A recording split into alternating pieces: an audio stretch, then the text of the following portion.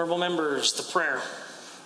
Lord, the God of righteousness and truth, grant to our Queen and to her government, to members of the Legislative Assembly, and to all in position of responsibility, the guidance of your Spirit.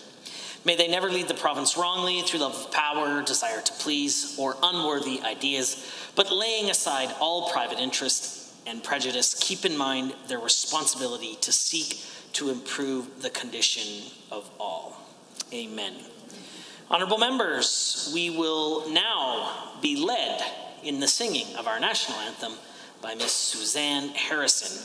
In observation of the COVID-19 public health guidelines outlined by Dr. Henshaw, please refrain from joining in the language of your choice.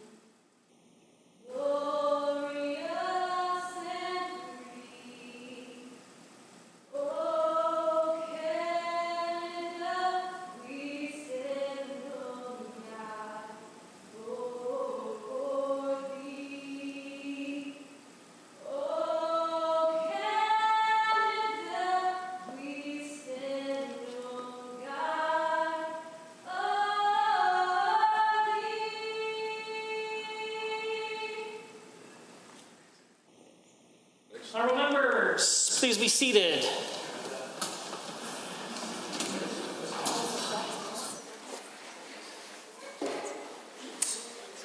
Introduction of visitors. Introduction of guests. Honourable members, I would bring to your attention in the speakers gallery, just about to leave, is Suzanne's children, Capri Harrison and Thatcher Harrison. Welcome to the Assembly.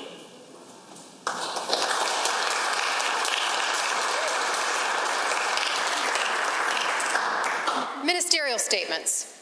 The Honourable Minister of Advanced Education. Thank you, Mr. Speaker. It's an honour for me to rise today to make an important announcement that will revitalize and strengthen Alberta's post-secondary system. Last year, as members of this Assembly will know, our government convened a panel of experts to investigate Alberta's finances, and in their conclusions, the McKinnon panel found that, quote, there does not appear to be an overall direction for Alberta's post-secondary system. They also noted, quote, the current funding structure does not link funding to the achievement of specific goals or priorities for the province, such as ensuring the required skills for the current and future labour market, expanding research and technology commercialization, or achieving broader societal and economic goals. With this in mind, the report made the final recommendation that the Government of Alberta consult with post-secondary stakeholders to set an overall future direction and establish goals for the post-secondary system. As well, we also know, Mr. Speaker, that workforce needs are changing.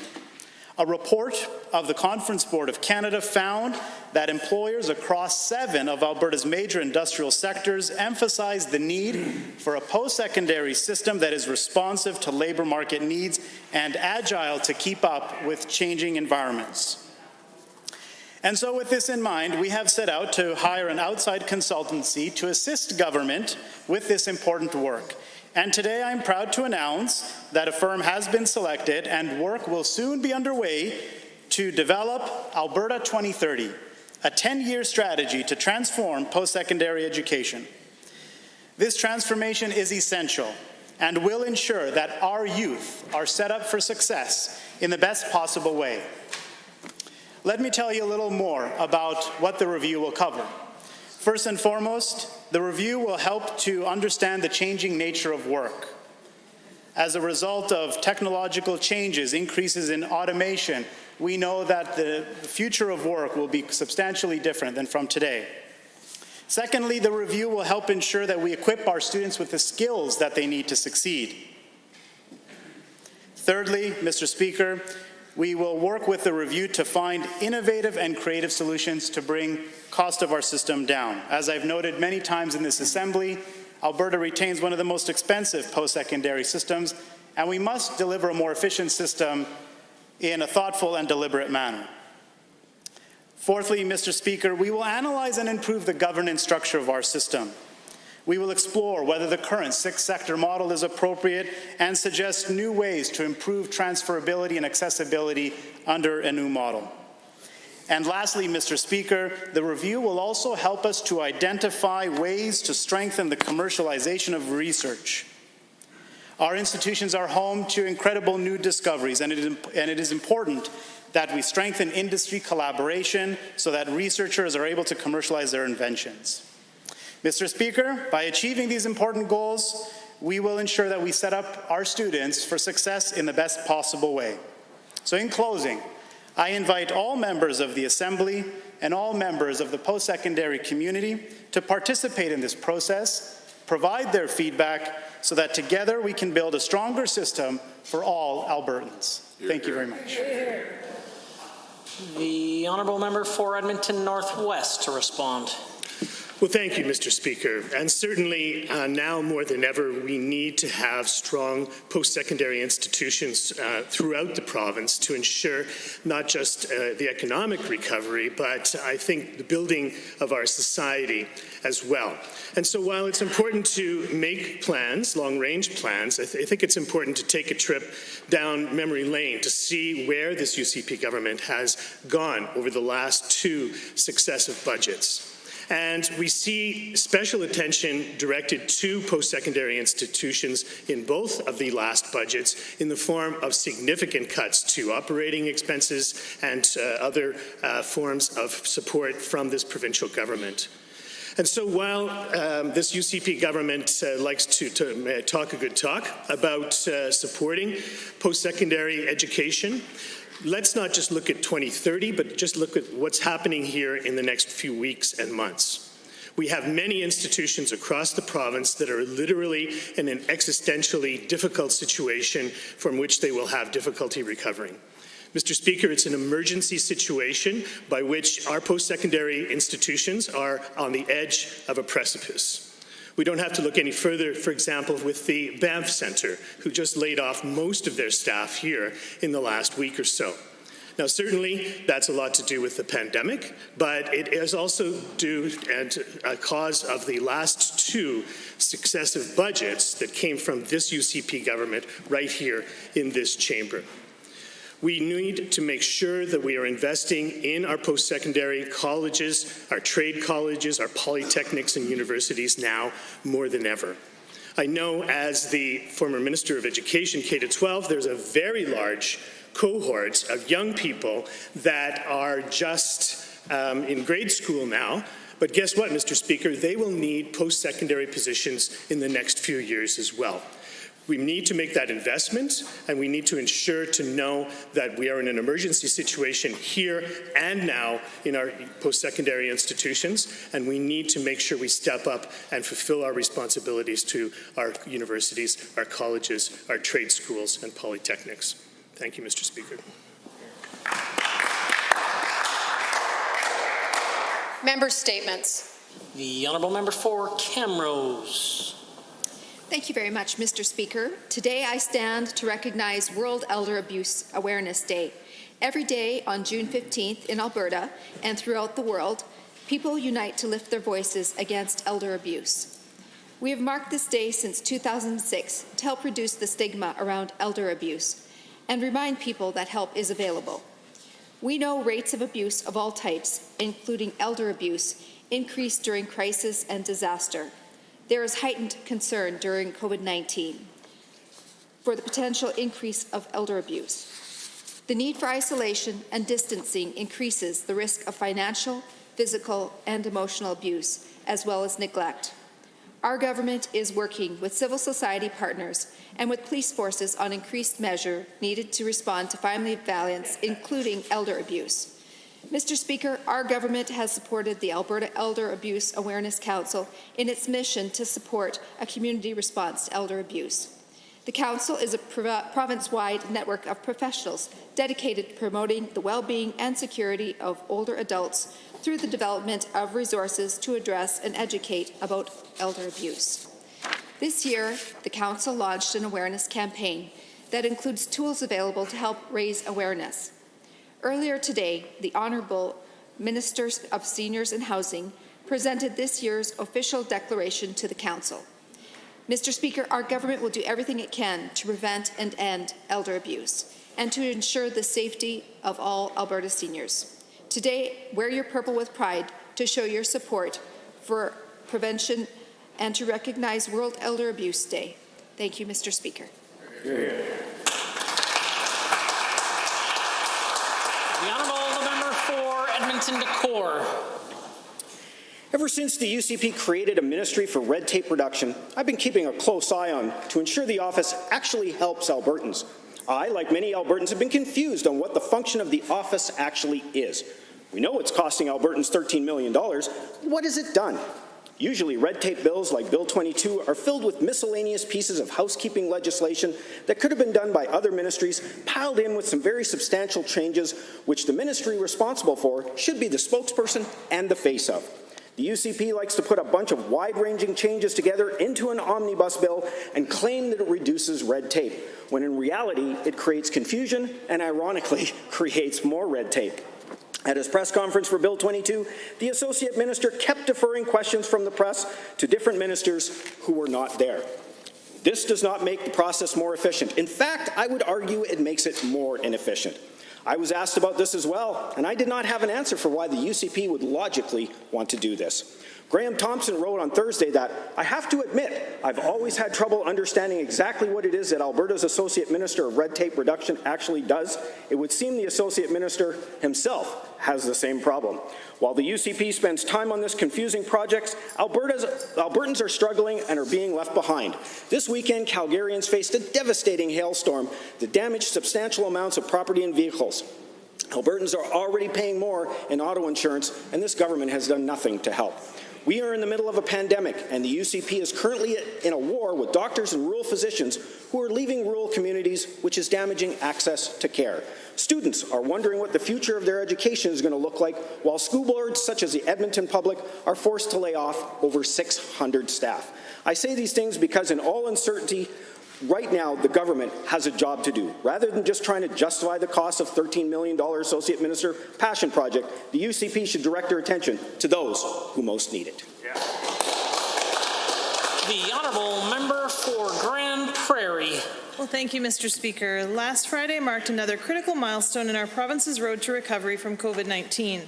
Thanks to the dedication and perseverance of Albertans, the province is now in its second stage of relaunch and more than a week ahead of initial predictions.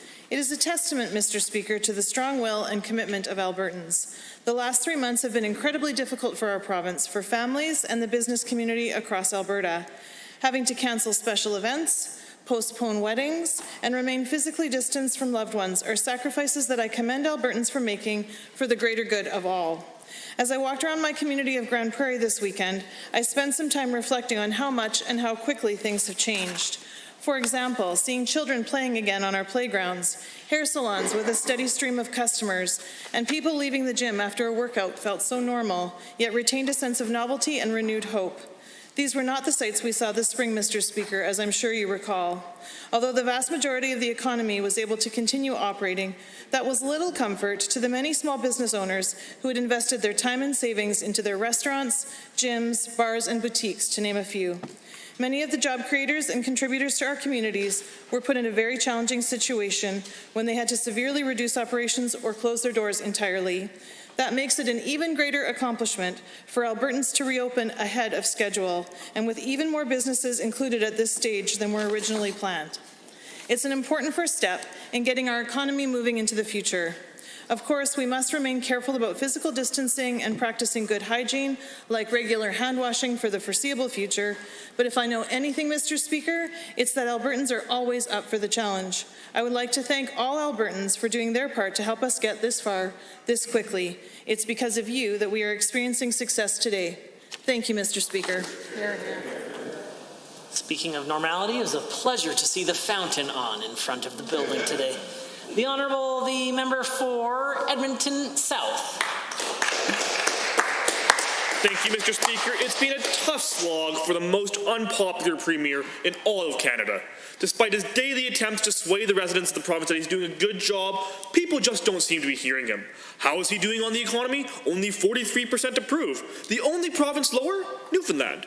On jobs, even worse, 38% approve. Now this is the leader who ran on a platform of more jobs and more economic growth. But instead, the province is forecast to see the GDP shrink by 11.2%, the largest shrink in the country.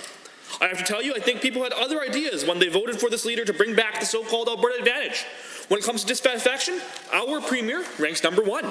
His approval has been steadily falling since the election last year, and I bet he was hoping for that crisis bump that all the other premiers have been seeing, but he has yet to benefit from. In fact, recent polling indicates that 56% of Albertans believe they would be better off with someone else in charge. But the thing about increasing approval ratings is that you have to be doing things right. You have to be listening to what the people you serve are saying to you.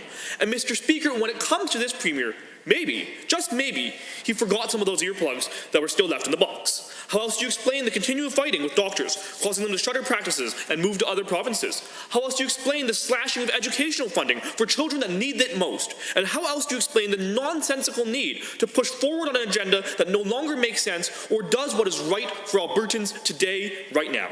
But might I offer some advice? Today, the Prime Minister is more popular in Alberta than the Premier and his party. So maybe, just maybe, he can ask his new best buddy and party donor for a handout of a different kind and get some advice. Given the direction this province is heading, I'm sure the Premier will be asking for that and more from Ottawa very soon.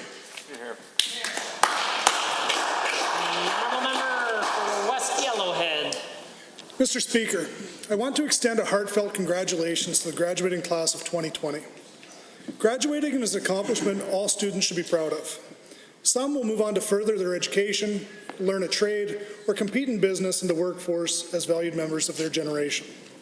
The years in school, however, have not been spent simply memorizing equations and dates. Time getting an education is just as much about the struggles one faces and overcomes, or the mistakes made and in turn corrected.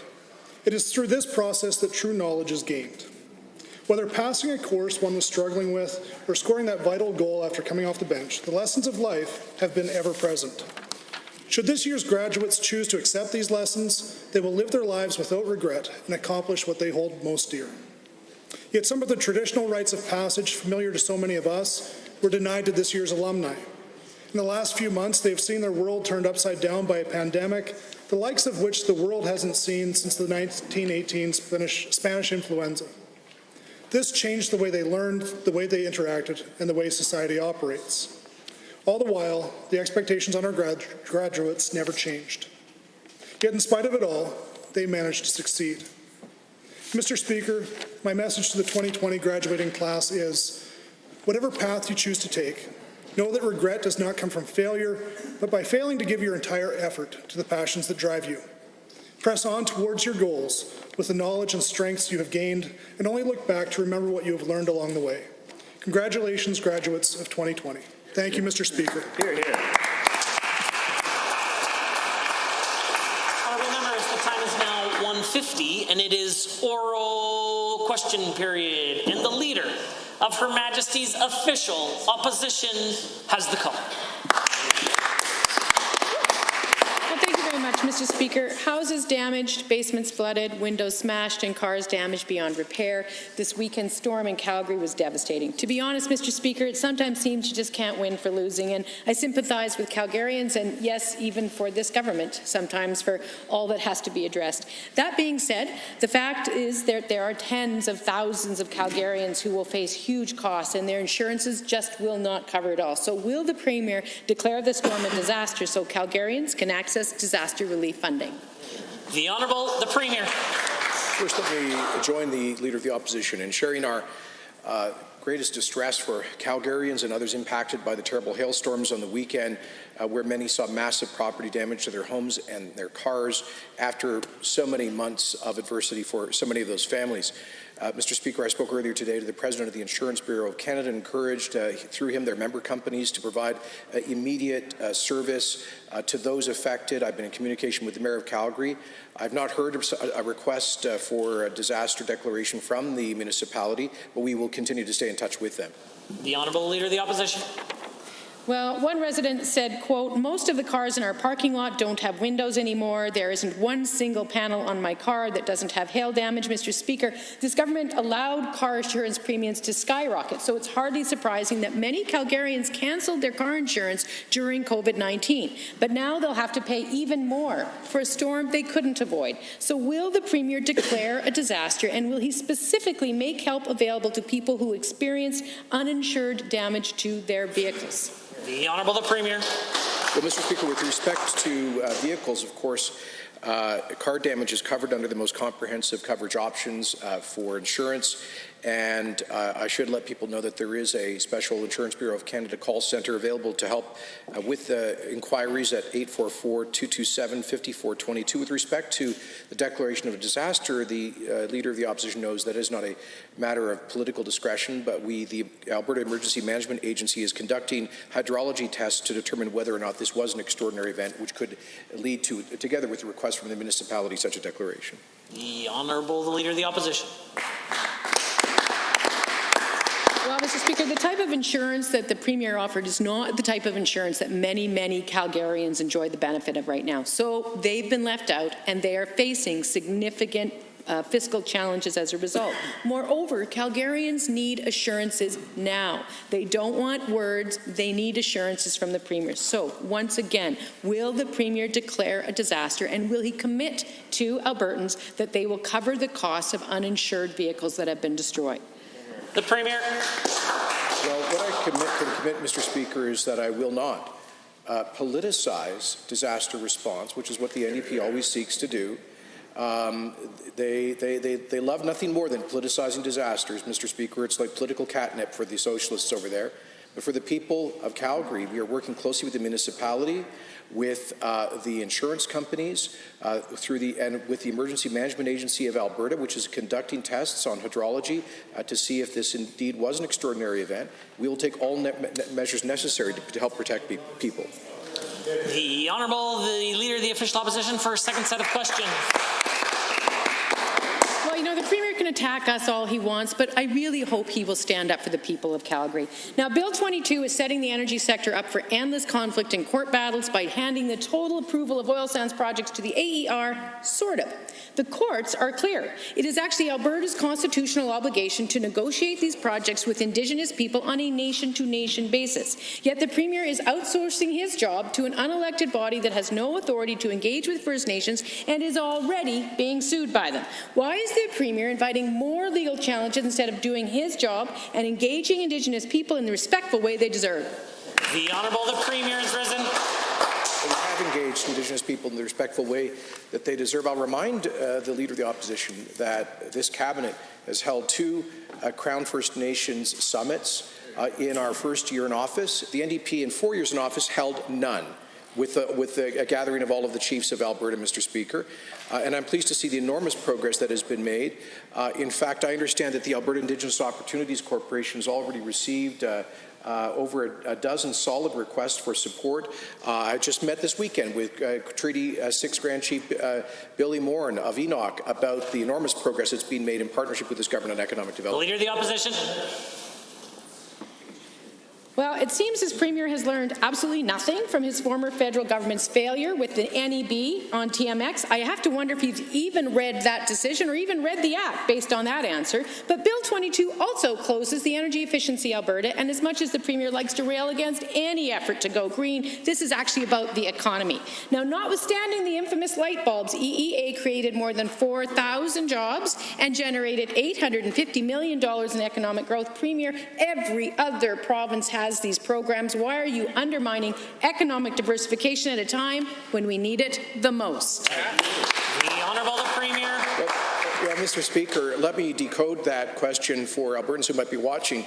What the NDP leader wants us to do is to bring back the NDP carbon tax. The measure to which she is referring was the final extirpation of the last vestige of the NDP carbon tax, a tax on everything that they lied to Albertans about, that added thousands of dollars of cost for Alberta families and small businesses. Mr. Speaker, not only do we not apologize for that measure, we are proud to have kept our word in scrapping the NDP carbon tax. The Honourable Leader of the Opposition.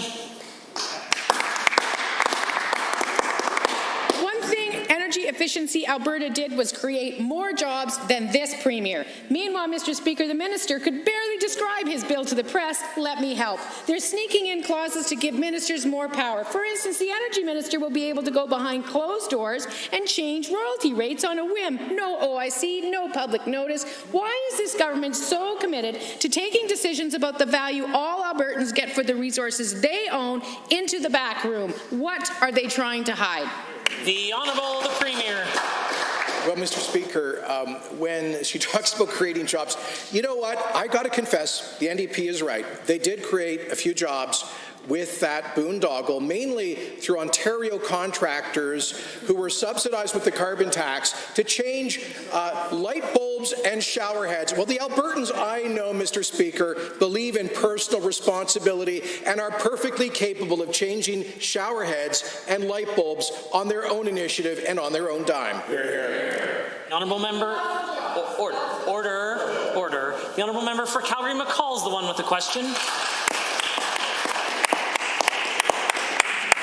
Thank you, Mr. Speaker. The Minister of Justice recently fired the entire committee that advises him on naming judges. He dismissed a panel of majority women and replaced it with a panel of majority men. The committee that he dismissed included a majority of people of color, including 2 Indigenous people and a member of LGBTQ2S community. To the Premier, can you tell the House what representation of diverse communities did you appoint to this new panel? The Honourable Minister of Justice and Solicitor General. Thank you, Mr. Speaker. And we'd like to thank the former committee for their hard work. Through their efforts, Mr. Speaker, we appointed 7 provincial court justices just recently, Mr. Speaker, 5 women and 2 men, through their recommendations. We thank them for their hard work. As is common with governments, Mr. Speaker, we've refreshed that committee. We're working now to refresh the list. I hope the member doesn't try to go down this further, Mr. Speaker. Hopefully they don't try to go down this path, Mr. Speaker. I've got my orange envelope here, has NDP appointment list. I'll gladly go row by their ministry, Mr. Speaker. The Honourable Member for Calgary-McCall. One of the minister's appointment, Leighton Gray, has criticized the appointment of women to the bench. Quote, 8 of the past 10 Superior Court justices appointed in Alberta were women. Today, it was announced that 5 of 7 new judges appointed to our provincial court are women. If Lady Justice is truly blind, then why does she see gender? End quote. Does the Premier share this new UCP advisor's sexist opinion that there are too many women being appointed as judges in Alberta? And if not, will he condemn it right now? The Honourable Minister of Justice and Solicitor General. Mr. Speaker, this line of questioning is absolutely disgusting, Mr. Speaker. Right here, right now, I warned this member not to do this, Mr. Speaker, but I got my orange envelope here, NDP appointments, Mr. Speaker.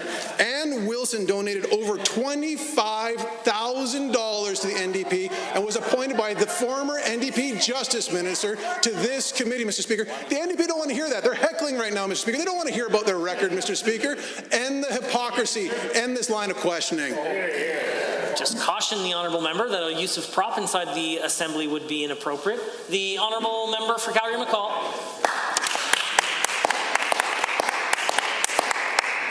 After receiving the minister's appointment to help him name judges, Mr. Gray also publicly promised, quote, to disregard identity politics of any kind. Wow. Mr. Speaker, people around the world are confronting systemic racism in their justice system. We all know this problem will not solve itself. It demands action. Alberta must have a judiciary that reflects the diversity of our province. Why is the Premier and his minister driving us back towards a court system that is stacked with old white men? The Honourable Minister of Justice and Solicitor General. Mr. Speaker, we just commented earlier on, the vast majority of the most recent appointments were women, Mr. Speaker. Mr. Speaker, we're looking for the most qualified people possible, Mr. Speaker, and then in the last round of it, the majority of it were women, Mr. Speaker. That's just a fact. And now, Mr. Speaker, let's take a look at the next round of appointments. Alberta Human Rights Commission, Jean Munn, donated over $13,000 to the NDP. Wow. Mr. Speaker, we also had 3 other people that they appointed to the Human Rights Commission that donated over $1,000 to the NDP, Mr. Speaker. There was also a provincial court judge appointed by the NDP with no real record of donating, but all of a sudden maxed out their donation, was appointed by the NDP. Order.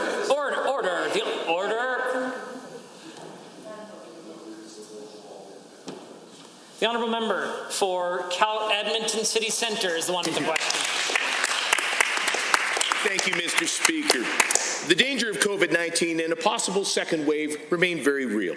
Nevertheless, Alberta doctors are stepping up and seeing patients in their offices again. To manage the risk, they need masks. But buying a box of masks from this UCP government can cost the doctor's office as much as $65 for a box of 50. The exact same box sells for half that price at major retailers like Costco or Canadian Tire. So to the Premier, is it that your government is really inefficient at procuring and selling these masks, or are you punishing Alberta physicians with a 100% mark? The Honourable the Minister of Municipal Affairs. Thank you so much, Mr. Speaker. Mr. Speaker, I'm proud that we were the only province in this country to provide free PPE to businesses that needed it. Mr. Speaker, over the past few weeks, the Provincial Operations Centre made over 5 million deliveries of PPE to non-Alberta Health Services businesses and organizations, and I want to commend them for their work. Mr. Speaker, as we transition towards recovery, we are prioritizing PPE delivery to those at the highest risk of COVID-19 exposure. But, Mr. Speaker, we are helping connect businesses with PPE vendors through the BizConnect website. The Honourable Member for Edmonton City Centre. Thank you, Mr. Speaker. Well, Alberta's family doctors are facing a significant drop in patient volume due to COVID-19 and this government's forced changes and cuts. Many have been forced to lay off staff. Many are questioning whether they'll be able to pay their lease. On top of this, Alberta doctors are paying out of pocket for the masks they need to protect themselves, their families, their staff, and their patients. The pandemic is still here, but the protection promised by this Premier has vanished. Premier, why are you failing to protect Alberta's frontline family doctors? The Honourable the Minister of Health. Mr. Speaker, I'd remind the honourable member that during the pandemic, we initiated a number of virtual codes to be able to help our family doctors to be able to care for their patients from outside of meeting with them face to face, Mr. Speaker. And we've also announced that those codes are going to be permanent. We're providing alternative tools for our family physicians to be able to see their patients and be able to keep their clinics open, Mr. Speaker. Member. At times, Mr. Speaker, I have to think that with friends like this, Alberta's doctors don't need enemies. But this isn't what this Premier promised when he staged a video shoot of himself loading Alberta masks onto jets bound for Ontario, Quebec, and BC. While we support helping our neighbours, this Premier promised, and I quote, "These contributions will in no way undermine our capacity to provide the critical protective equipment and ventilators to Alberta's medical professionals and to other associated frontline workers," end quote. Premier, Alberta's family doctors are still facing COVID-19. Why are millions of the masks paid for by Alberta taxpayers not here to protect them and their patients? The Honourable the Minister of Municipal Affairs. Thank you so much, Mr. Speaker. Mr. Speaker, I am proud of the work that our government did during this COVID-19 pandemic. But, Mr. Speaker, the BizConnect website has information on vendors, including our ATB Nexus and Rapid Response Platform Canada. Mr. Speaker, I checked this morning, and Rapid Response Platform Canada currently has over 148 million surgical masks, over 53 million N95 masks, and over 34 million gowns, and much more, Mr. Speaker. The government was proud to help businesses meet the immediate need for PPE, Mr. Speaker, and that work will continue. The Honourable Member for Stony Plain, Spruce Grove. Thank you, Mr. Speaker. The COVID-19 pandemic forced many industries and Albertans to make tough choices. On March 20th, government announced that prescription drug refills would be limited to 30 days. Now, although it was a necessary measure to maintain the drug supply, it had many Albertans worried about the cost of more frequent refills and having to make more trips to the pharmacy.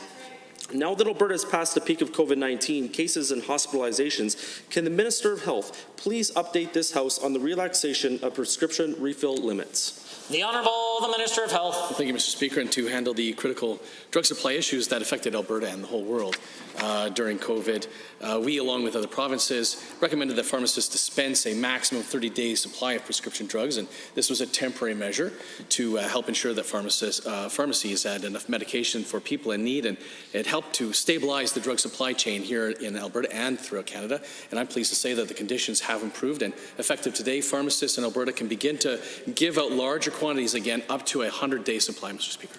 The Honourable Member for Spruce Grove, Stony Plain.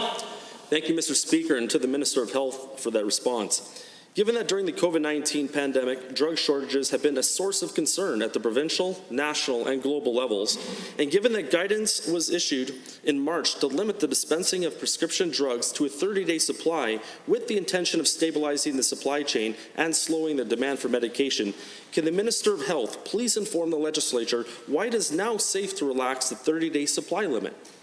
Honourable Minister of Health. Thank you, Mr. Speaker. And there were concerns at provincial, national, and global levels about the shortages of medications, supply chain issues, and stockpiling of medications during COVID. Pharmacists worked hard to manage these issues and to ensure that Albertans had access to the medications that they needed during the pandemic.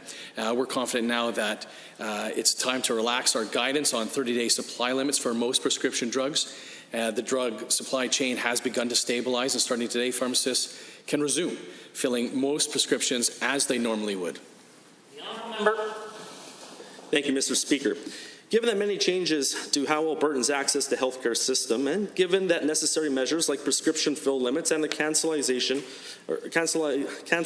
of elective procedures have seriously affected many people in our province, and given that Albertans have done very well to flatten the curve and speed up the rate at which our province safely reopens, again to the Minister of Health, in addition to the lifting of the 30-day prescription fill limit, what other measures will be lifted now that we are in stage 2 of relaunch? The Minister. Thank you, Mr. Speaker. And our province has successfully controlled the spread of COVID since stage 1 restrictions were lifted, allowing us to safely move forward with stage 2 of the relaunch. And with that caution in mind, stage 2 includes a reopening of public libraries, wellness services, movie and live theaters, community halls, K-12 schools for diploma exams and summer school. Events and gatherings can also be larger in stage 2 with specific guidance in place. And I want to stress that no one should feel obliged to participate in any activity until they're ready and they're confident to do so, Mr. Speaker. The Honourable Member for Edmonton West Henday. Mr. Speaker, this weekend Calgarians faced a devastating hailstorm. Streets flooded and cars and homes were hit with hail ranging from the size of golf balls to baseballs. Now, the UCP so far has rejected our calls to support Albertans who are paying too much for auto insurance. And the hailstorm this weekend in Calgary is going to make insurance premiums even worse. To the Minister, once again, will you please reinstate the 5% annual rate increase cap our NDP government put into place?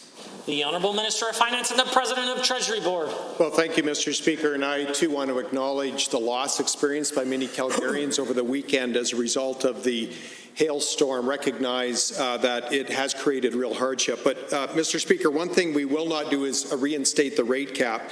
When the NDP implemented the rate cap, it had a predictable negative outcome for Albertans. It resulted in less competition and fewer options, Mr. Speaker. This government will not make that mistake. Member for Edmonton West Henday. Well, given Albertans are driving less due to COVID-19 but are paying more for insurance, the UCP should step in and help Calgarians who have had their cars damaged. And given we know the Premier's former Chief of Staff, Nick Coolsbergen, is a registered lobbyist for the insurance industry, and given this is a clear indication where the interests of the UCP lies, will the Minister base their insurance policies on their constituents who are struggling to make it, or will they continue to reward their insider friends and lobbyists? The Honourable Minister of Transportation is rising. Speaker, I think talking about who lobbies government is an important topic, but only the NDP would ignore people whose homes and cars have been ripped apart to talk about this important administrative thing when they should be talking about getting people help on the ground now, which is what our government is focused on, which is what the NDP failed to do, which is why they're over on that side. Mr. Speaker, we're worried about people today, getting them back in their homes, getting them back in their cars, and getting them looked after. Everything else will be in due course. Their priorities are not in line with Albertans, Mr. Speaker. The honourable member. Well, Mr. Speaker, given I am moving a motion today on taking measures to better regulate the insurance industry, and given that Albertans are paying as much as 50% more for insurance since the UCP removed the cap, and the pandemic has put Albertans in further financial hardship, to the Minister, later today you will you finally side with everyday Albertans, or will you continue to side with profitable insurance companies? The Honourable the Minister of Finance and the President of Treasury Board.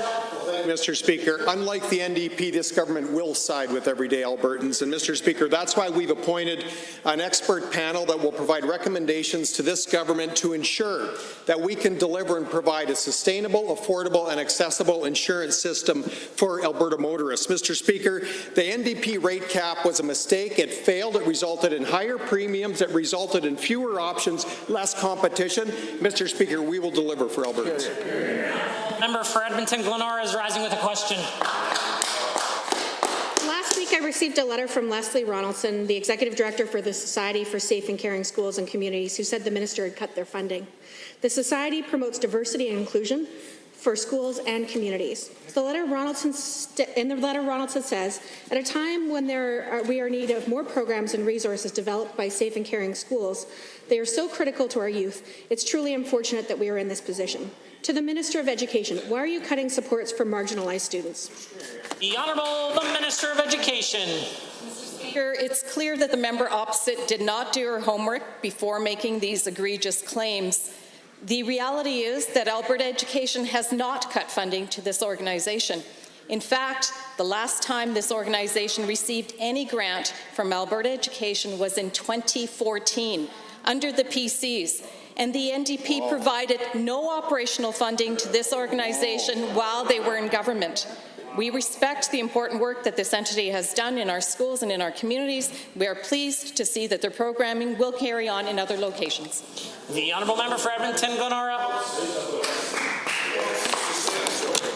Given that this program is closing under this minister, given that when we were in government, they continued to sustain their operations, given that this society has provided programs and resources and workshops for safe spaces for children for 24 years, and given that the UCP has rolled back protections for LGBTQS+ youth and students with special needs, to the minister, why did you grab taxpayer money for partisan hacks at UCP headquarters when clearly there's a need to also support students? Why did you cut funding for vulnerable Alberta students?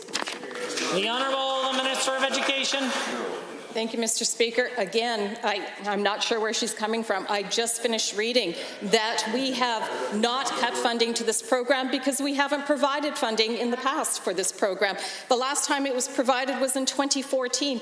The NDP at no time provided operational funding to this particular program. So we continue to support our LGBTQ+ students, and we will do so in our schools and beyond. The Honourable Member. Order.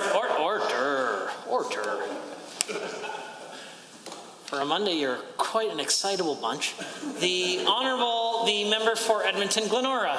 Given that the Society for Safe and Caring Schools and Communities has done vital work for decades, and given that it even survived the deep and brutal cuts of the 1990s, and given that marginalized students are experiencing turmoil, hatred, and prejudice now more than ever, is a minister content to be remembered as the person who was in charge and took money for partisan purposes for her UCP staff while turning her back on safe and caring schools in Alberta, and that they closed while she was the minister? The Honourable the Minister of Education. Mr. Speaker, thank you for the question. The only thing I can say is that the NDP must be remembered as the party that gave zero to safe and caring schools. We are continuing to provide safe and caring school environments within our schools, and we will continue to do so. Again, We have not cut any funding to this organization. They provide a valuable service, and we look forward to the programming that they'll carry on in the locations that they carry them on in. The honourable member for Grand Prairie. Thank you, Mr. Speaker. Even before I was elected, I followed the Grand Prairie Regional Hospital project with great interest as a concerned resident. I also supported the project and the vision for expanded services that the project would eventually bring to the Grand Prairie region. As a member of the Hospital Foundation's Capital Campaign Cabinet, I toured the project as recently as this past February, and it seems after years of delays and errors, this hospital project has finally gotten back on track and work may be close to complete. Can the Minister of Infrastructure inform this Assembly on the status of the Grand Prairie Regional Hospital project? The Minister of Infrastructure. Thank you, Mr. Speaker. First, I would like to commend the member from Grand Prairie for her tremendous advocacy on behalf of her constituents. Mr. Speaker, I'm really thrilled to inform this House that we are just a few feet away from the finish line on this project. And later this month, Alberta Infrastructure will turn over the keys to Alberta Health Services for commissioning the services in the building. Mr. Speaker, this is good news for Grand Prairie and all of North, Mr. Speaker. The honourable member for Grand Prairie. Well, thank you, Mr. Speaker, and to the Minister for that tremendous news. Given that the hospital project may be nearly complete from the Ministry of Infrastructure's construction phase, and given that Alberta Health Services must commission the building in order for it to actually be ready to accept patients and provide the world-class healthcare to the people of the Northern Alberta area, can the Minister of Health tell this House what the commissioning process looks like, how long it will take, and when the people in my constituency of Grand Prairie will actually receive service in their new hospital? The Honourable the Minister of Health. Well, thank you, Mr. Speaker, and I'm happy to add my appreciation to everyone involved in the project. Commissioning is a critical process. It includes cleaning, installation, testing of equipment, and care processes, and training of staff as well, Mr. Speaker. It also includes implementation of Connect Care, the province-wide health information network. It's complex work, and it has to be done right. AHS is aiming to have the bulk of the work done complete this year, but with the impact of the pandemic, we'll have to wait to see for a firm date later in the process, Mr. Speaker. The honourable member. Thank you, Mr. Speaker, and to the Minister. Given the long-awaited news on the Grand Prairie Regional Hospital project, and given this need for job-creating infrastructure projects to get people back to work in the aftermath of the coronavirus pandemic, and further given the prolonged financial challenges that Alberta has faced in the last 5 years, can the Minister of Infrastructure tell this House about other projects in the Grand Prairie region and their potential economic impact? Honourable the Minister of Infrastructure. Speaker, in addition to finishing the construction of the Grand Prairie Regional Hospital, I have some good news to share with the folks in the Northwest Alberta. $80 million for Grand Prairie Composite High School, $35.3 million for Grand Prairie O'Brien Lake West K-9 School, $29.8 million for Harry Belfort K-8 in Peace Wapiti, and $24.6 million for St. Patrick's K-9. Mr. Speaker, all these schools are at different stages of finishing, planning, and designing, and the people of Grand Prairie. The honourable member for Edmonton Decor. When this government appointed a minister of red tape reduction, the thought was that the minister would reduce red tape, not find every opportunity to add more. Last week, I was joined by 2 healthcare professionals concerned by this government's ban on them ordering diagnostic imaging. This decision causes delays for patients, adds barriers to healthcare, and increases red tape. Will the Minister of Red Tape commit to immediately cutting this red tape?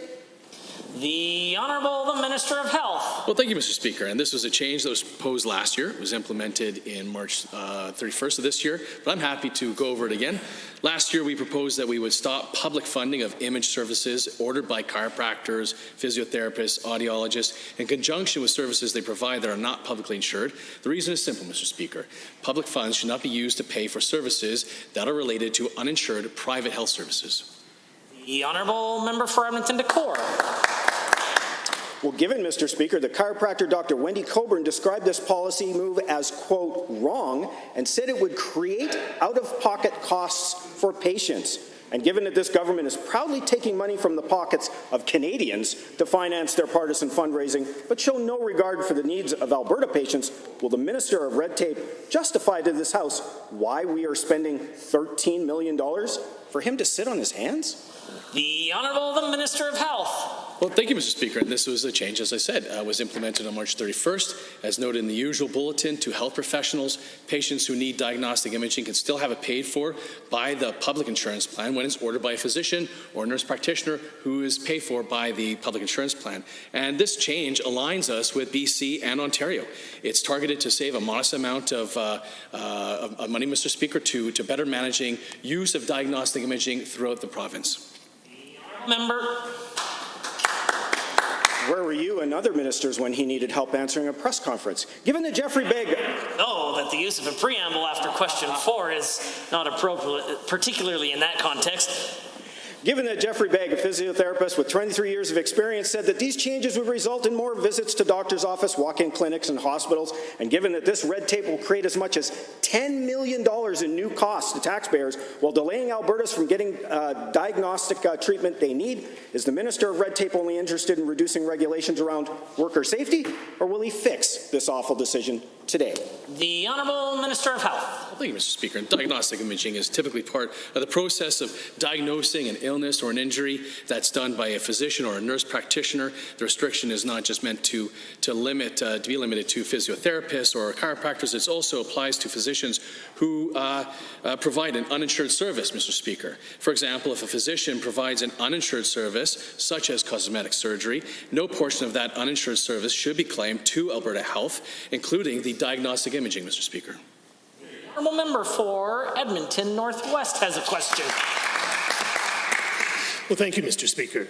On Friday, we found out the latest from this Minister of Post-Secondary Education, the announcement of a $3.7 million contract to outsource a review of our colleges, universities, polytechnics, and trades. This money, Mr. Speaker, could have been invested in supporting advanced education on a more immediate emergency level, places like rural areas like Canmore or Vermilion, losing programs to the Minister. Exactly how much money do you plan to waste on your ideological drive to cut funding to this sector, and how many more jobs will be lost due to the upheavals that you are causing? The Honourable Minister of Advanced Education. Well, Mr. Speaker, the upheaval, the member's mistaken, the upheaval was caused by the members opposite. As was noted in the McKinnon panel, they left us a system that lacks strategic direction and lacks coordination, and that's precisely why we're engaging in this review. I can't understand why the member opposite is rising on his feet to object to this review. I encourage the member opposite to engage with us and participate with us so that we can build a stronger post-secondary system. Mr. Speaker, we're very focused on the future, on the changing nature of work, and in helping to ensure that we set our students up for success. I invite him to help out. The Honourable Member for Edmonton Northwest. Well, thank you. And given that months ago, in fact, offering some humble advice from myself, that the minister should shelve the performance-based funding scheme in order to stabilize the industry and to make sure our post-secondary is part of the economic recovery. And given that the minister himself then delayed the implementation of performance-based funding multiple times at the beginning of this year, now it seems to be on ice indefinitely, to the same minister is the outsourcing of this review to post-secondary. Why are you doing it? Why did you outsource it, and why are you spending so much money? The Honourable the Minister of Advanced Education. Well, Mr. Speaker, the member's partially correct. We do chat on occasion, and he does provide some recommendations and suggestions. But I have to admit, I usually don't take him up on his comments and suggestions for many obvious reasons. As I've mentioned in the past, as it relates to performance-based funding, there's a lot of uncertainty right now, Mr. Speaker. There's still a lot of uncertainty with respect to the fall. We're not sure what international travel will look like, what that will do to international enrollment, what will happen as a result of domestic enrollment as well. And so we've made the very prudent and common sense decision to delay performance-based funding for the time being. The Honourable Member. Well, thank you, Mr. Speaker. And given that this government has the distinction of being the most secretive government in Canada, and given that this government has used panels and reports to back up their intentions in the past, to the same minister, will you commit today to publicly releasing the contract signed by McKinsey, $3.7 million, which is a lot of money for a review of this, and a detailed account of how that $3.7 million is going to be spent every step of the way? The Honourable Minister. Well, again, Mr. Speaker, I encourage the member to help participate in the important review that is underway. And as I mentioned already, the review is oriented towards looking at the next 10 years. It's important for us to think about not just the challenges that we have today in the post-secondary community, but to think long-term. And that's why we've tentatively labeled our Transformation Plan Alberta 2030. Mr. Speaker, we owe it to our students to do everything possible to ensure we set them up for success. The world is changing. We need to ensure that they have the sharpest skill set, knowledge, and competencies they need to get ahead. The Honourable Member for Calgary-Curry. Thank you, Mr. Speaker. Last week, our government announced the re-entry strategy for all students in Alberta.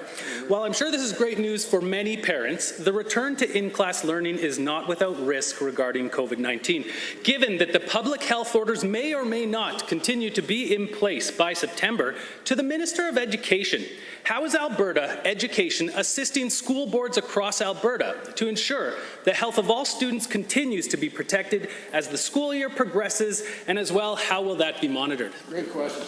The Minister of Education. Thank you, Mr. Speaker, and thank you to the member from Calgary-Curry for the question. We have developed a comprehensive school reentry plan which allows students to return to school while continuing to protect the health and safety of our staff and our students. We are providing both the school system and parents with the direction and certainty that they are looking for to get ready for the 2020-21 school year. This plan contains 3 different scenarios, and school authorities will plan for each one to ensure that our students and our staff continue to be protected, regardless as to how the COVID-19 pandemic progresses. The Honourable Member for Calgary-Curry. Thank you, Mr. Speaker. Given that many schools, including some in my own riding of Calgary-Curry, will struggle to retrofit their facilities to put public health measures in place, and given that the Calgary Board of Education's budgeting ability has left us perhaps wanting more, and that it will be expensive to ensure that the public health measures are ready for the fall, to the same minister, how can our government put parents and guardians' minds at ease as students and their families prepare to return to school? The Minister of Education. Thank you, Mr. Speaker. Every school authority is receiving an increase in the from our government for the upcoming school year. The CBE alone will be receiving an additional $20.6 million increase for the 2021 school year. We are confident the boards will have the funding they require to adapt to the new public health measures. If boards are struggling, however, we will help them through our department to adapt to any of the 3 re-entry scenarios. Parents and guardians can rest assured that schools will be ready for the 2020-21 school year. The Honourable Member. Thank you, Mr. Speaker, and thank you to the Minister. Given that there were many struggles for students and teachers as they transitioned to learning from home, and given that not all students have the resources necessary to fully participate in at-home learning, and I know for one that I have talked to many parents in my riding about this exact issue to the Minister of Education, if in September students continue to need to stay at home, are Alberta school boards prepared to continue to effectively teach our kids at home? The Honourable Minister of Education. Thank you, Mr. Speaker. All of our school authorities are preparing for each of the 3 scenarios. In-school classes resume with near-normal operations with some health restrictions. That's scenario 1. Scenario 2, in-school classes partially resume with additional health measures. And scenario 3, at-home learning continues. While our original transition to at-home learning was done on short notice, school authorities have had the time that they need to ensure that they are prepared for each option. Our education system has stepped up to support our students, and I anticipate they will continue to do so. I want to thank all our teachers and our school supports. The Honourable Member for Calgary-Buffalo. Thank you. As hotels enter into what is typically their strongest season, occupancy rates are at 10%, and there's virtually no light at the end of the tunnel. In Calgary, there's no Calgary Stampede this year, no summer tourist season uptick, and no fall convention business. Hoteliers are struggling to be heard in these COVID times, and in particular by the Minister of Economic Development, Trade and Tourism. So on behalf of these operators and to the Minister, why can they operate their restaurants at virtually full capacity in Phase 2, while at the same time the government is limiting them to 50 people in their larger meeting rooms? The Honourable, the Minister of Economic Development, Trade and Tourism. Thank you, Mr. Speaker. Mr. Speaker, the best thing we can do to support all businesses, including hotels and restaurants, is to let them open safely under the guidance of the Chief Medical Officer of Health and the sector-specific guidelines, and that's exactly what we've done. As a result of the hard work of Albertans in keeping infections low, we were able to advance Stage 2 a week ahead of schedule. The members opposite can continue to spew their vitriol and negativity. On this side, we're focusing on positivity. The Honourable Member for Calgary-Buffalo. Didn't know I was spewing. Given that normal occupancy rates for early June are roughly 70%, rising to full capacity through much of the summer, and given that occupancy rates are at 10% now with no increase in demand expected for the foreseeable future with travel restrictions and a closed U.S. border, and given that hotel operators are telling us that deferrals offered by government don't work for them, and given that letting operators keep the tourism levy in a weak market is a drop in the bucket, to the Minister, what else are you going to do to help Alberta's hoteliers? The Honourable, the Minister of Economic Development, Trade and Tourism. Thank you, Mr. Speaker. The tourism levy that we are abating from March to December of 2020 will leave an additional $16 to $27 million in the hands of pockets. I guarantee you I've been speaking to many more businesses than the members opposite, hundreds if not thousands combined on all the roundtables. The number one thing that they wanted was more cash and liquidity in their pockets. That's what they've received. We're also working with Travel Alberta for further supports for our tourism industry while we follow the Chief Medical Officer's advice to keep travel within the province. The Honourable Member. The third question, she read my mind.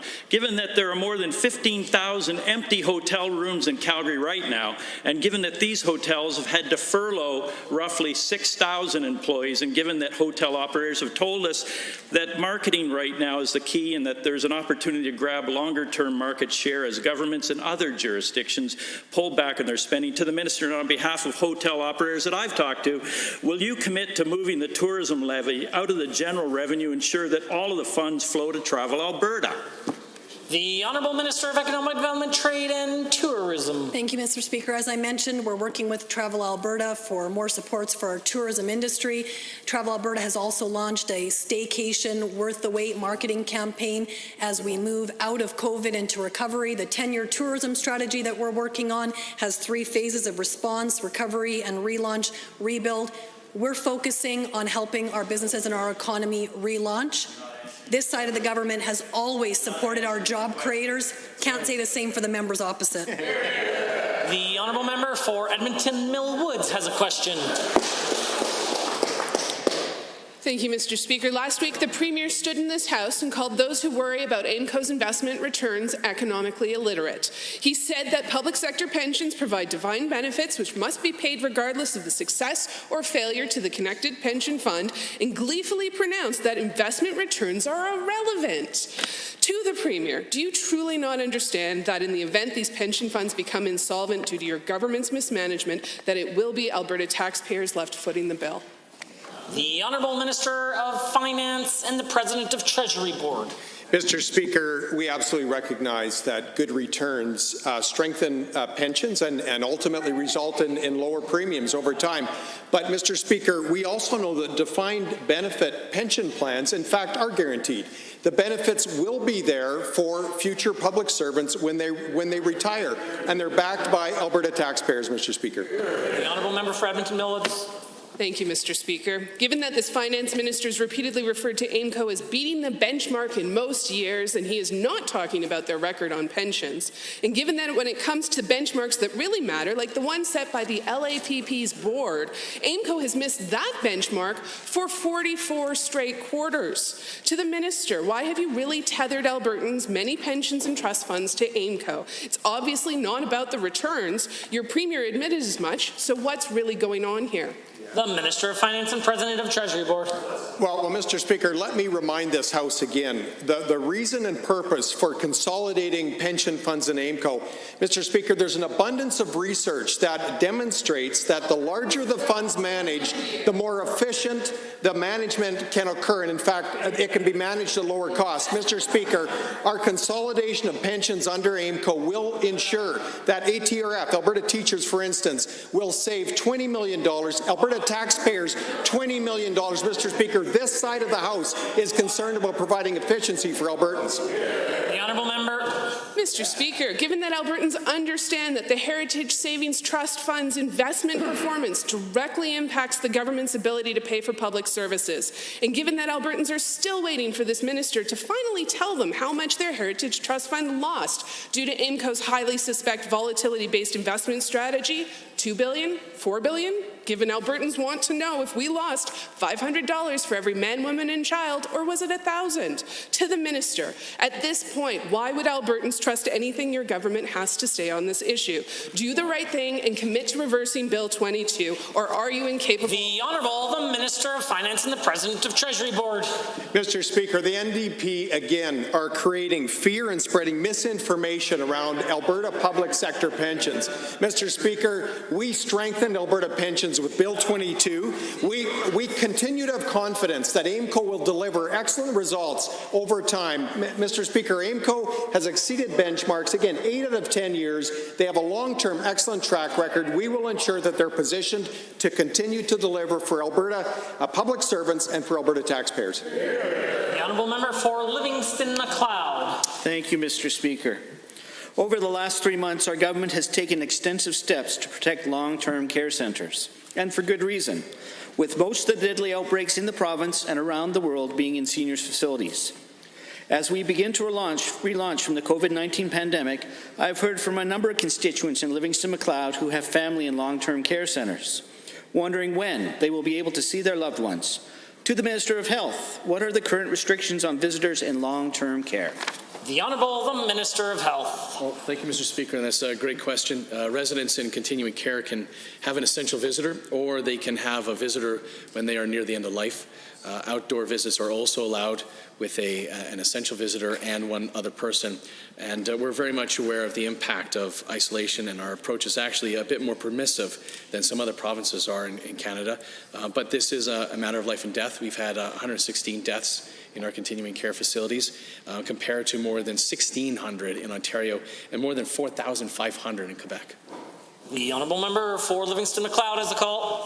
Thank you, Mr. Speaker. Given that many families are desperately looking forward to seeing other family members, and given that this desire must be balanced with the absolute need to protect the most vulnerable Albertans among us, but given that long-term care centres are home not only to the elderly, but also to those with severe disabilities that require full-time care, and for whom isolation from loved ones can be especially hard. Again, to the Minister, what are we looking at for potential options to allow those who are less vulnerable to disease to see their loved ones earlier? The Minister of Health is rising. Well, thank you, Mr. Speaker. And yes, some non-seniors do live in continuing care, and as I said, we're mindful of the impact of isolation on residents of all ages. Restrictions have a high cost. For everyone, especially residents in continuing care, but all residents are at similar risk due to the setting itself, as well as the underlying conditions and treatment in the facilities. And continuing care residents are best served by a single standard, but we need to look at every possible option to reduce the impact on the quality of life for those residents. The honourable member. Mr. Speaker, and to the Minister for his answers.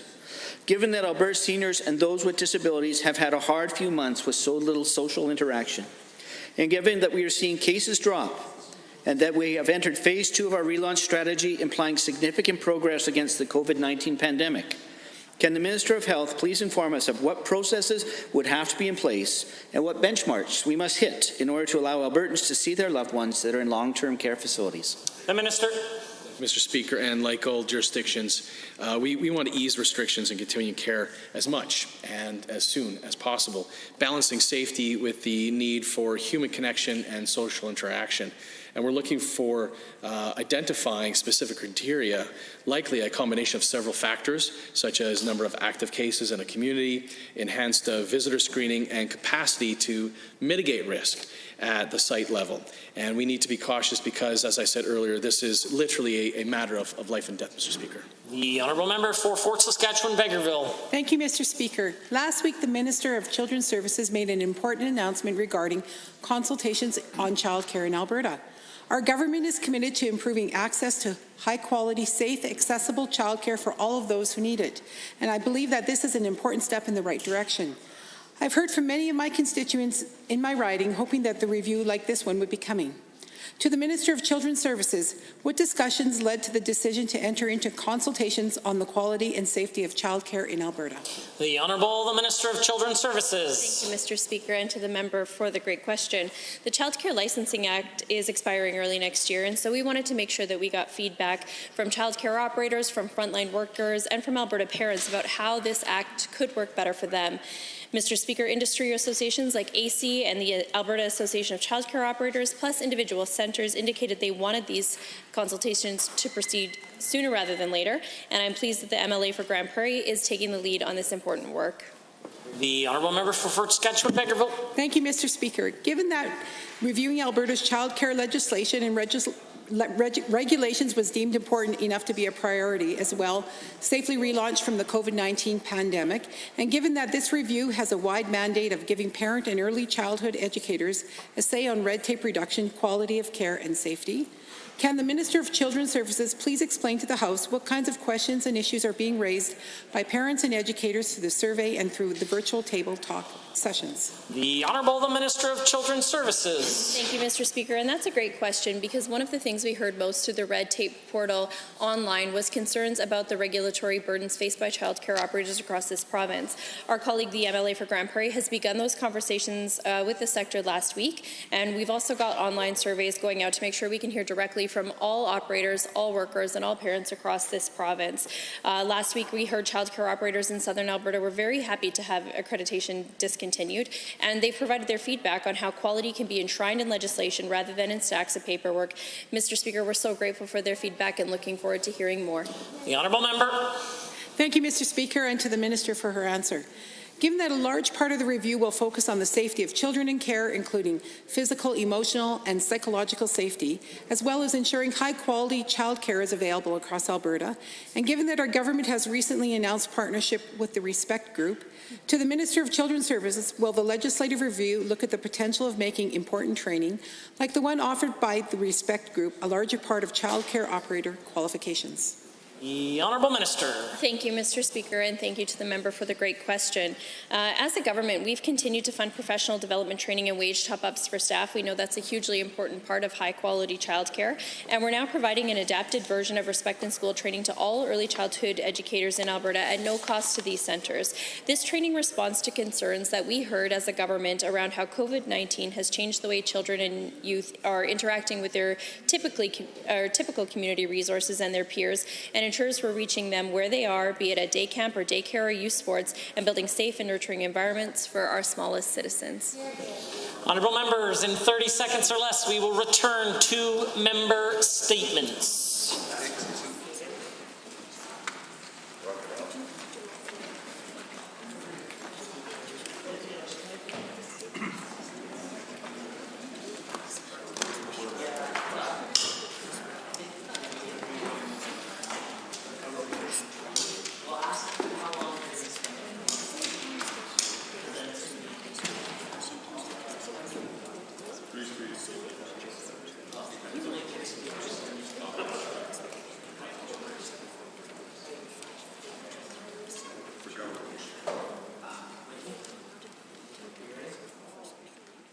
The honourable member for Calgary Glenmore has a statement to make.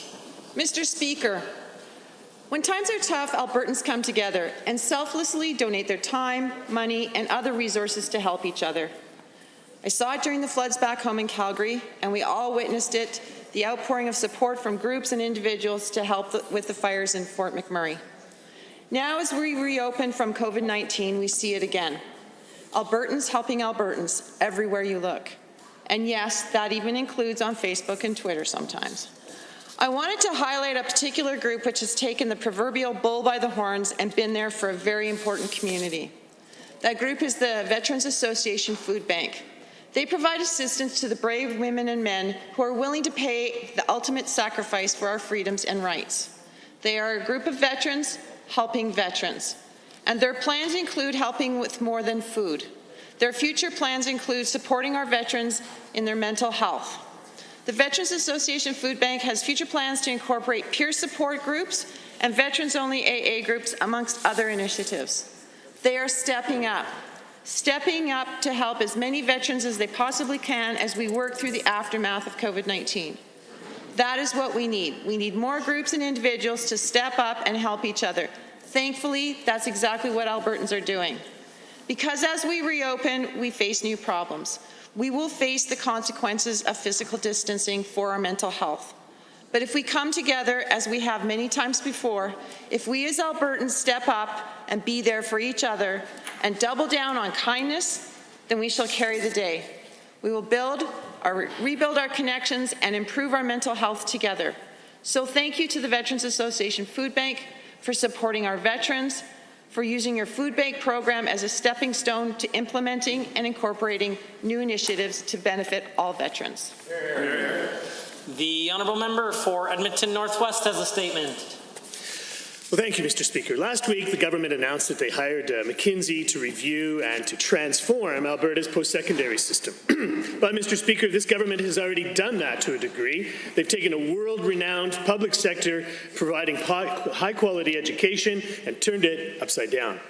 I can't think of many better uses for $3.7 million. It's a lot of money, starting by reversing the deep cuts to the sector, which has forced mass layoffs, shut down satellite campuses in rural communities, and forced the cancellation of trade programs at rural colleges.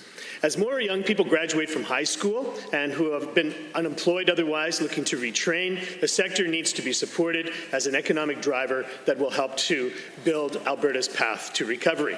For that, it needs investment, Mr. Speaker.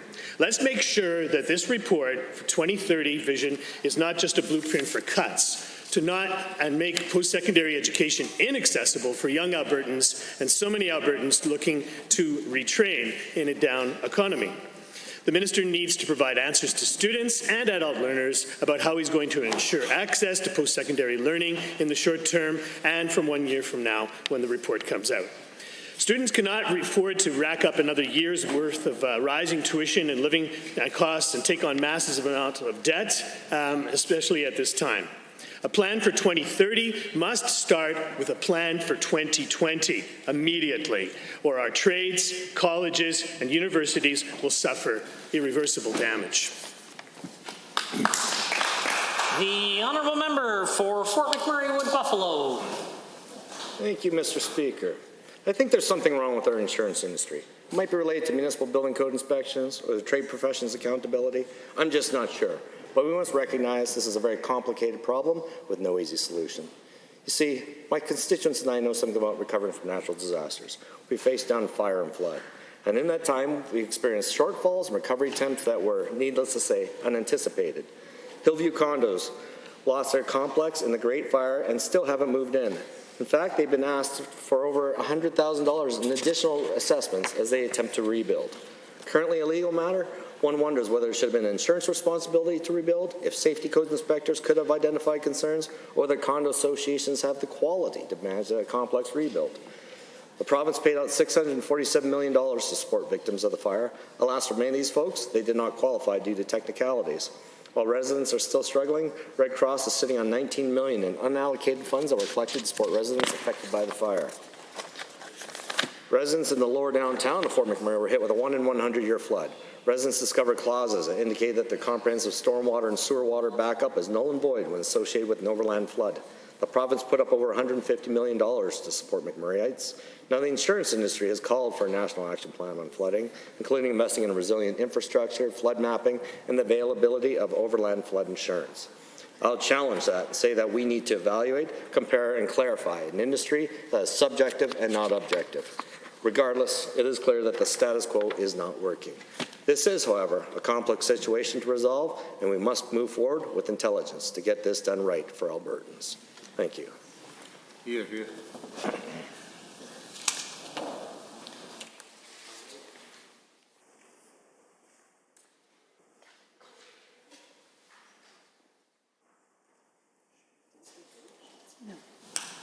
The honourable member for Calgary-McCall.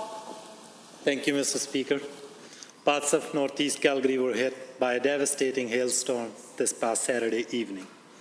We saw intense hail and torrential rain, which caused massive destruction across the northeast Calgary. It smashed cars, destroyed homes, flooded basements, and left cars submerged on streets. It all happened in a matter of minutes, and there was nothing that could be done to prevent this.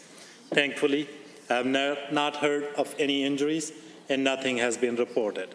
But now, Calgarians are left to pick up the pieces. This comes at a time when our province is already reeling from the impacts of COVID-19. Many have lost their jobs and had their hours reduced, and I have already heard from many constituents and people around northeast Calgary who are saying the damages to their vehicles or homes may not be fully covered by insurance. The damaged vehicle is a huge cause for concern in the face of rising insurance and because of the lapse of insurance cap and reduced driving due to COVID-19. Many Albertans have parked their insurance or moved to third-party insurance policies. This unexpected damage is now devastating financial well-being of many in my riding and across Calgary during these already very difficult times. Many of whom are among the Albertans who are unemployed and can't afford to pay for these costs out of pocket. At this critical time, we need to come together to support each other, and we need the government to step up and declare this hailstorm as a disaster so that those affected by this devastation can access disaster relief programs. Calgary can't afford it. People can't afford this. Premier, they are counting on you. Thank you. Presenting reports by standing and special committees. Presenting petitions. Notices of motions. The Honourable Government House Leader. Speaker, I wish to provide oral notice of Government Motion 23 to be put in the order paper in my name. Be it resolved that 1, a select special Public Health Act review committee of the Legislative Assembly be appointed to review the Public Health Act, consisting of the following members: MLA Milken to be the chair, MLA Rosen to be the deputy chair, MLA Ganley, MLA Gray, MLA Hoffman, MLA Long, MLA Lovely, MLA Newdorf, MLA Shepherd, MLA Turton, MLA Reid, and MLA Roswell. 2, the committee may limit its review to sections of the Public Health Act that the committee selects for its consideration. 3, the committee continues despite a prorogation of session and may, without leave of the Assembly, meet during a period when the Assembly is adjourned or prorogued. 4, reasonable disbursements by the committee for advertisement, staff assistance, equipment and supplies, rent, travel, and other expenditures necessary for the effective conduct of its responsibilities shall be paid subject to the approval of the chair. 5, in carrying out its responsibilities, the committee may utilize the services of employees of the Legislative Assembly office or, with the concurrence of the head of a department or an officer of the legislature, utilize the services of employees of the public service employed in that department or office. 6, the committee must submit its report to the Assembly, including any amendments to the Act recommended by the committee within 4 months after commencing its review. 7, if the Assembly is not sitting at the time the report of the committee is completed, the chair of the committee may release its report by depositing a copy with the clerk in accordance with Standing Order 38.1 and forwarding a copy to each member of the Legislative Assembly. Mr. Speaker, I also wish to provide oral notice of Bill 23, the Commercial Tenancy Protection Act 2020, sponsored by my colleague, the Minister of Economic Development and Trade and Tourism. Introduction of bills. Tabling returns and reports. The Honourable Member for Edmonton Decor has a tabling. Well, thank you, Mr. Speaker. I have the appropriate number of copies that I will deposit in the appropriate spot at the appropriate time. I made reference to a quote in an article from the Edmonton Journal. Government's red tape legislation stumps the NDP and the minister who tabled it, where journalists had lots of questions, but the minister didn't have any answers.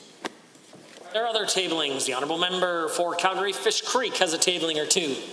Thank you, Mr. Speaker. I have with me today the requisite number of copies of correspondence in support of Bill 201, the Strategic Aviation Advisory Council. The first one from Springbank Air Training College, which strongly supports the bill. They are the purveyors of the WestJet flight path training, and that message is from their General Manager, Jade Jewell.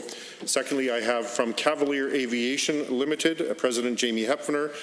They are one of the few authorized Cessna service facilities in Canada, operating out of Springbank Air Training College facility and also with Mount Royal University, strongly supporting the bill. And also Aurora Aerial, who are in the RPAS, a remotely piloted aircraft systems business, and this is a strong letter of support from their CEO, Mr. Alan Tate. Thank you. There are other tablings today. Seeing none. Tablings to the clerk. Honourable members, we are at orders of the day, orders du jour. Committee of the Whole.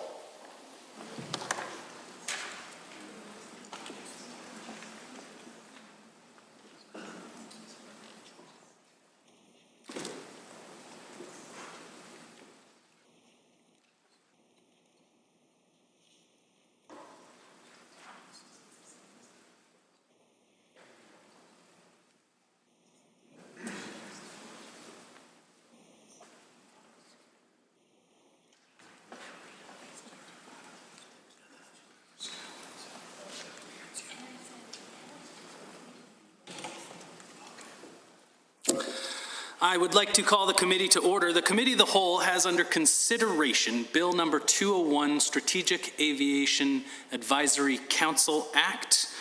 We are, I think, at about 81 minutes left in debate on this. Are there any comments, questions, or amendments to be offered with respect to this bill at this time? I see the honourable member for Calgary Fish Creek has risen. Thank you, Mr. Chair, and thank you to the Assembly for the opportunity to address in Committee of the Whole my Private Members Bill 201, the Strategic Aviation Advisory Council.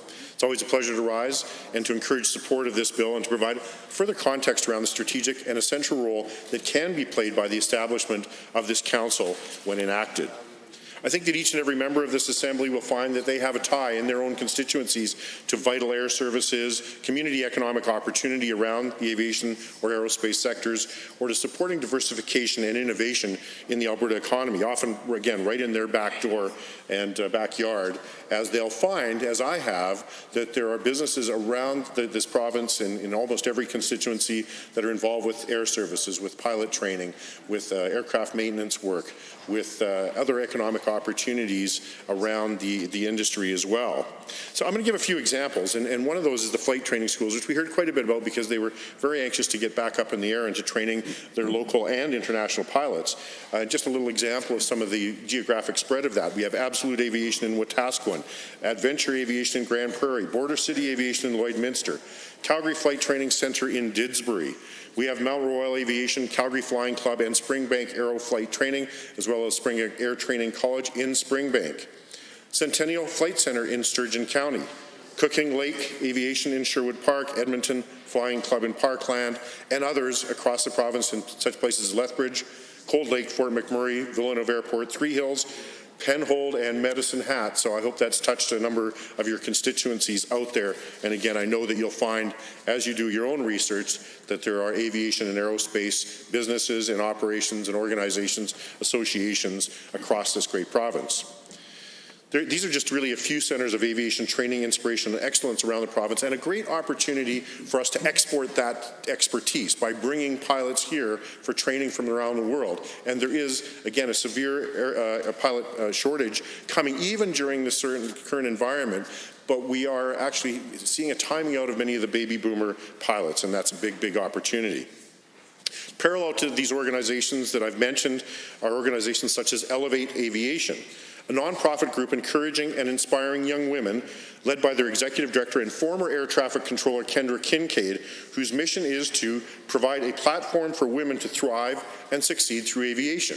And she's been holding a regular series of webinars that I participated in a few of, and she is bringing people together not just to be pilots, but also aircraft maintenance engineers, in her former profession as air traffic controllers, to make those accessible and open, and to encourage women, young women, to get into this as a career as they go forward, as she has enjoyed, and as we're lucky to see so many women getting into the business. Now, the other side of it is the airports and aerodromes and heliports we hear of across the province. And there's a pretty long list of those, and I did a little bit of research and looking at those. We have 22 international air transportation IATA certified airports, representing some of those very confusing airport codes, which I know a lot of, but even I found out I don't know some of them, from YEG and YYC to less known YBW and YZU. These include your communities from across the province as well. Communities such as Cold Lake, Edson, Fort Chipewyan, Fort McKay, Fort McMurray, Grand Prairie, High Level, Lethbridge, Lloydminster, Medicine Hat, Nisku, Peace River, Red Deer, Rocky Mountain House, Slave Lake, Villeneuve, Wainwright, and Whitecourt. These are all IATA certified airports, and of course I challenge you to identify the three-letter codes attached to those. We also have 66 heliports serving hospitals and health centers. Again, we don't think of those often as certified and registered airports in this province, but they're in the hospitals and health centers from Banff to Boyle and from Consort to Viking, and there's 66 of those around the world that transport patients and injured people through the good works of STARS and HALO and other air services across this province that are vitally important to the work that is done in the aviation sector across the province, and deserves the oversight and the strategic planning that the Strategic Aviation Advisory Council will offer. We have 229 other airports, aerodromes and heliports across the province, serving Albertans each and every day in the most remote parts of this great province, not to mention a half dozen active armed forces airfields protecting our borders and skies. So this touches every part of our lives and provides safety, emergency, and care to Albertans each and every day, and is a vital, vital part of not only our present but our future as we make sure that the less accessible parts of our province are accessible. Mr. Speaker, these are services, facilities, and opportunities that are far too important not to have strategic oversight from an industry experts involved with that. Working alongside government and our ministry officials to ensure long-term oversight, strategic planning, seizing of global opportunities, and to take advantage of hard-fought and natural advantages that we enjoy across many aspects of the aviation and aerospace sectors, not to mention the rich aviation history and legacy that I've mentioned in the past. These, Madam Chair, or Mr. Chair, will do well in addressing the formation and I would say to ensure that we need the support for the formation of Alberta's first ever Strategic Aviation Advisory Council, which again I think of as a council of experts who will then liaise and take submissions from and engage with subsector experts from across this sector and bring that together and make recommendations to government that will allow us in Alberta to fire on all cylinders and to truly take flight with our aviation and aerospace sectors in the future. So, Mr. Speaker, Mr. Chair, I would encourage all the members of the House, and I'm grateful for the support from all sides of the House thus far, but I'm open to any questions and certainly suggestions and ideas around how we can make the Strategic Aviation Council better and how we can make it work best for all Albertans. Thank you.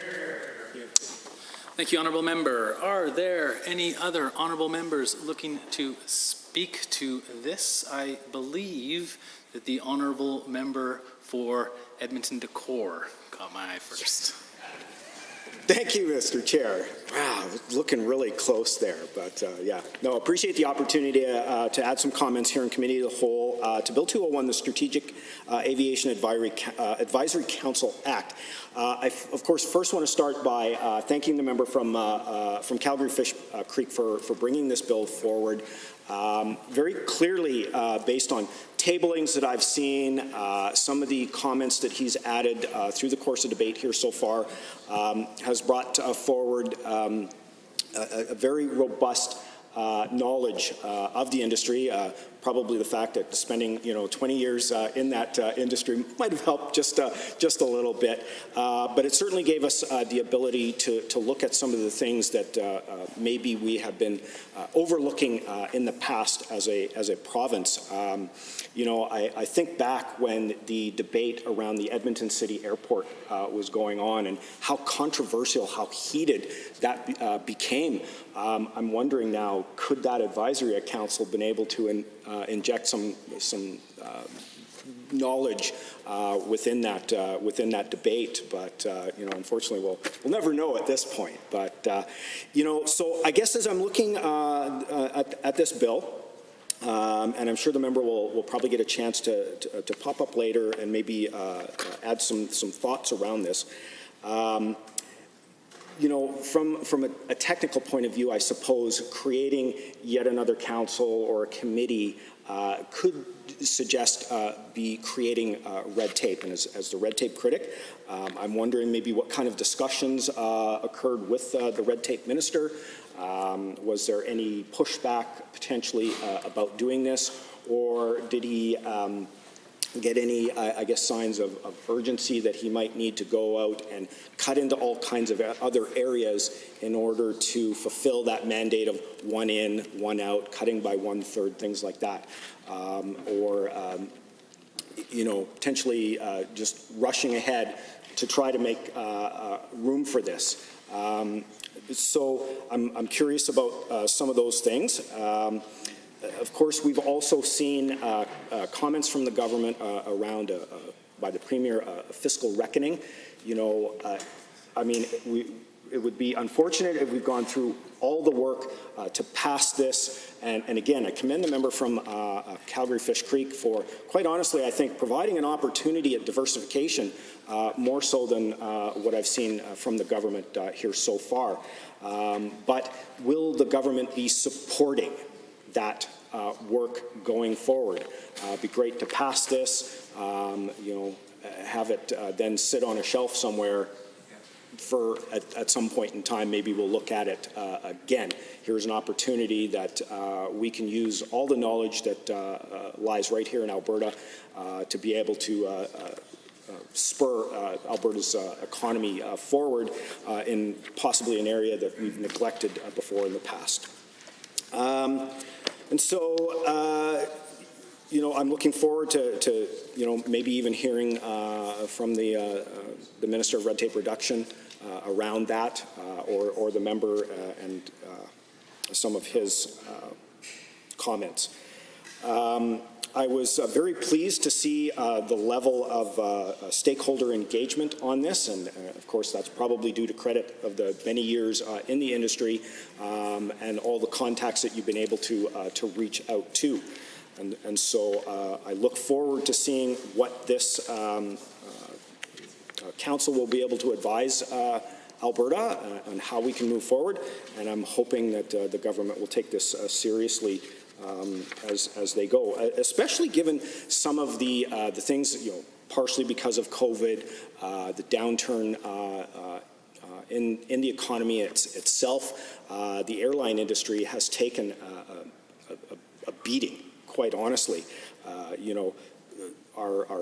I believe our flagship, hopefully the member will remind me exactly what term he was using for WestJet, but the number of layoffs that happened there, so hopefully there's a way to be able to bring those people back sooner rather than later.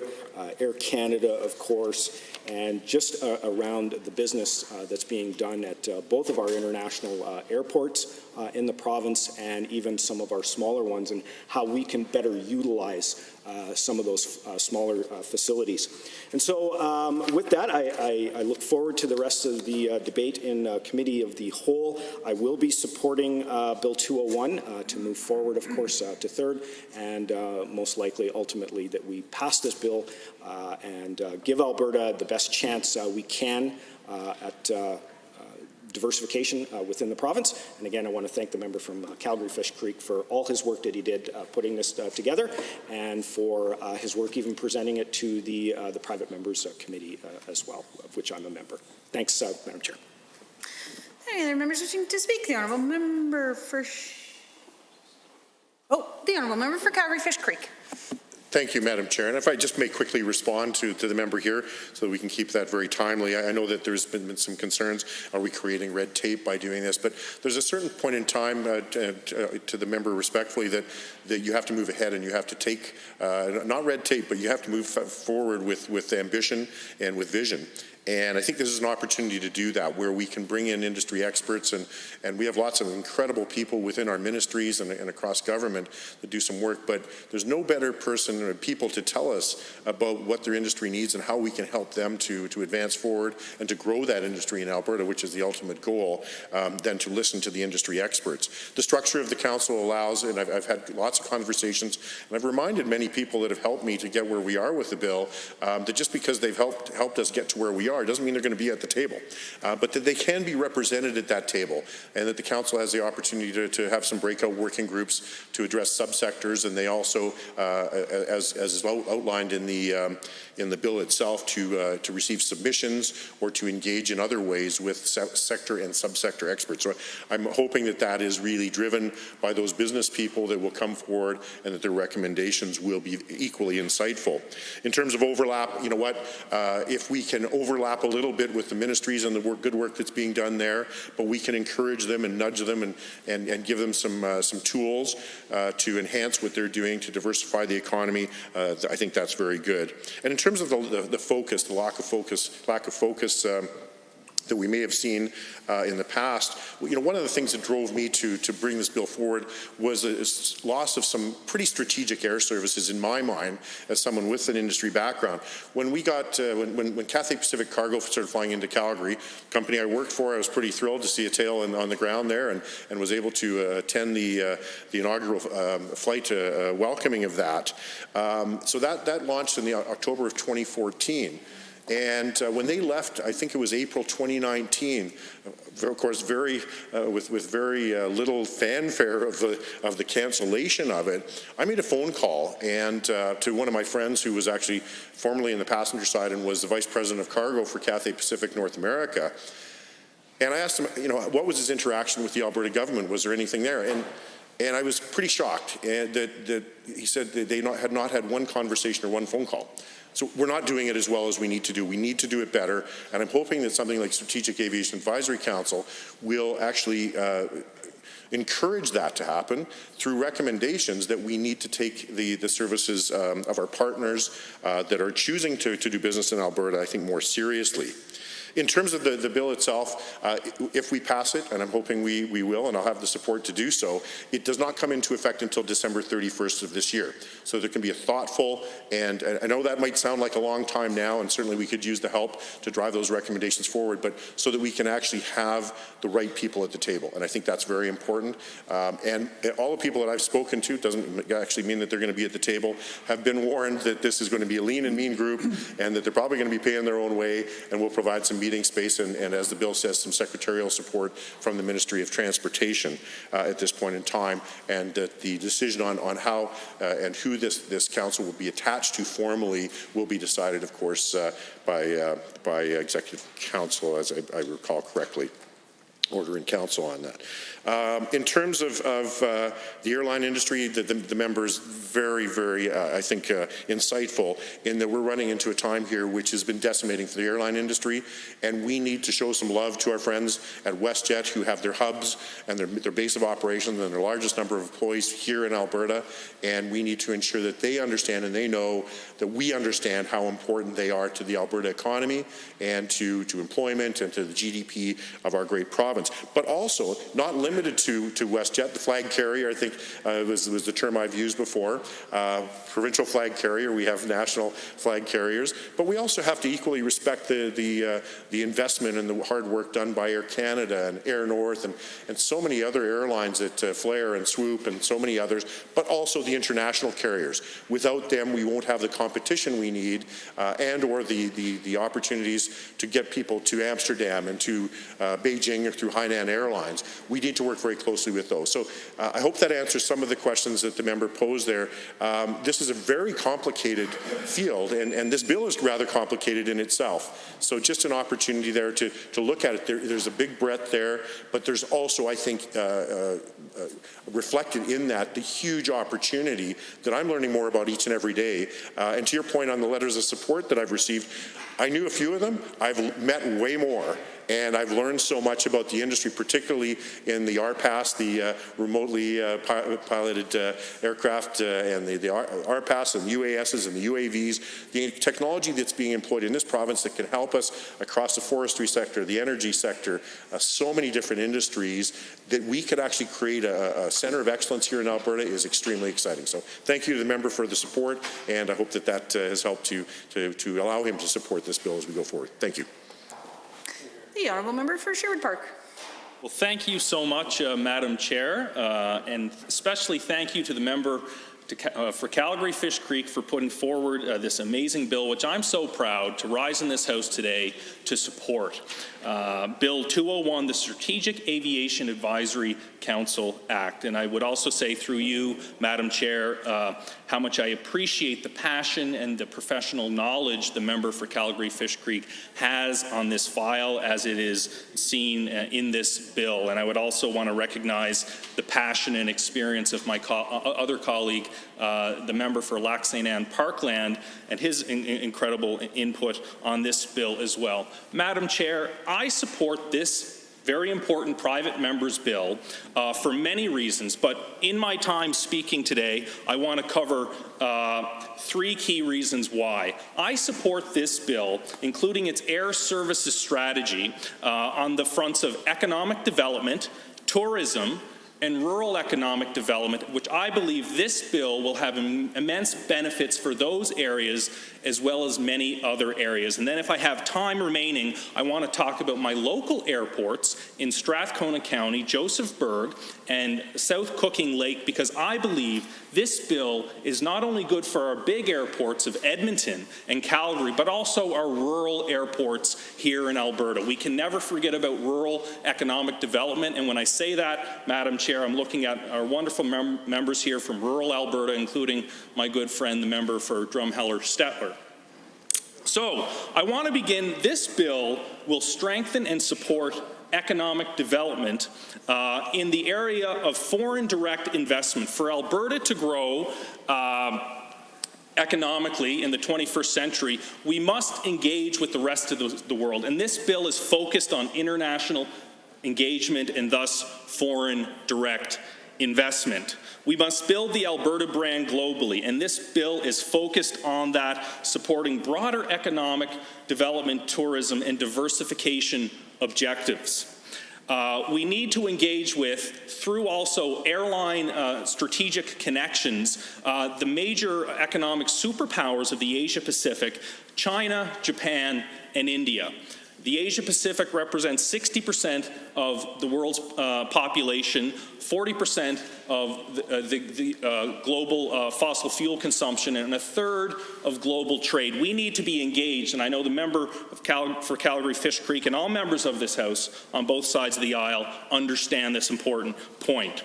And we will do that by building the Alberta brand via the skies, right via this act.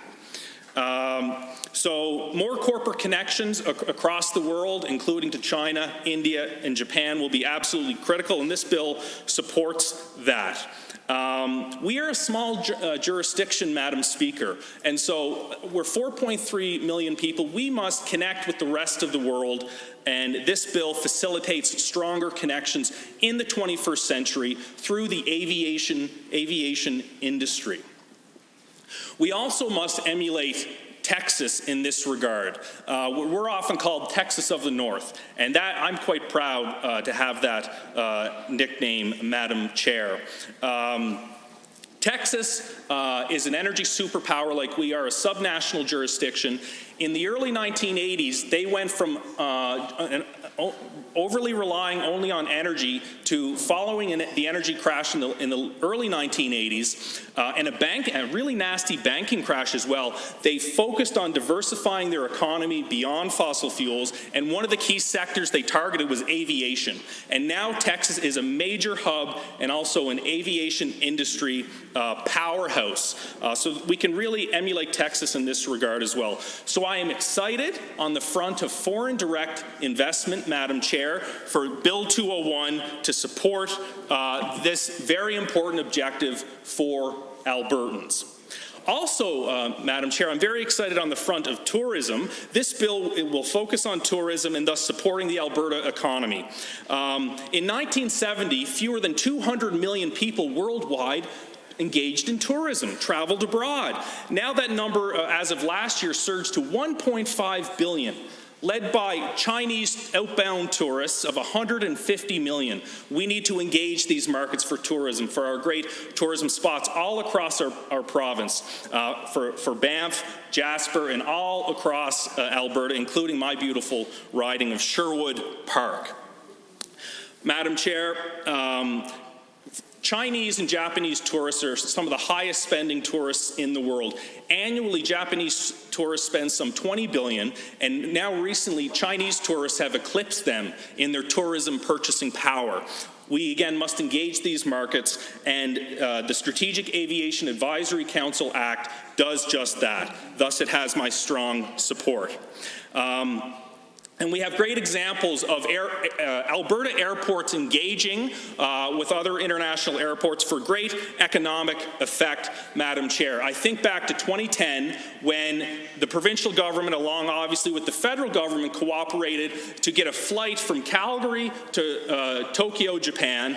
What happened with that flight, in 3 years, the tourism numbers tripled to 66,000 tourists. I'm excited about our Shanghai flight from Calgary, I believe. And that's been going on for about 4 years. Let's get more of these critical markets, be it South Korea, India, Southeast Asia. I'm so excited. This bill will fundamentally help boost tourism at a time when we really need it. That is another reason why I strongly support this bill, Madam Chair. Also critically, I support this bill fundamentally, I say to all my colleagues in this House, the People's House, because it will support rural economic development. The history of aviation, as well laid out by so many members here, including and especially the member for Calgary-Fish Creek, the story of Alberta's aviation industry begins with rural Alberta. And I won't go through that because it's already been eloquently recorded here in this House.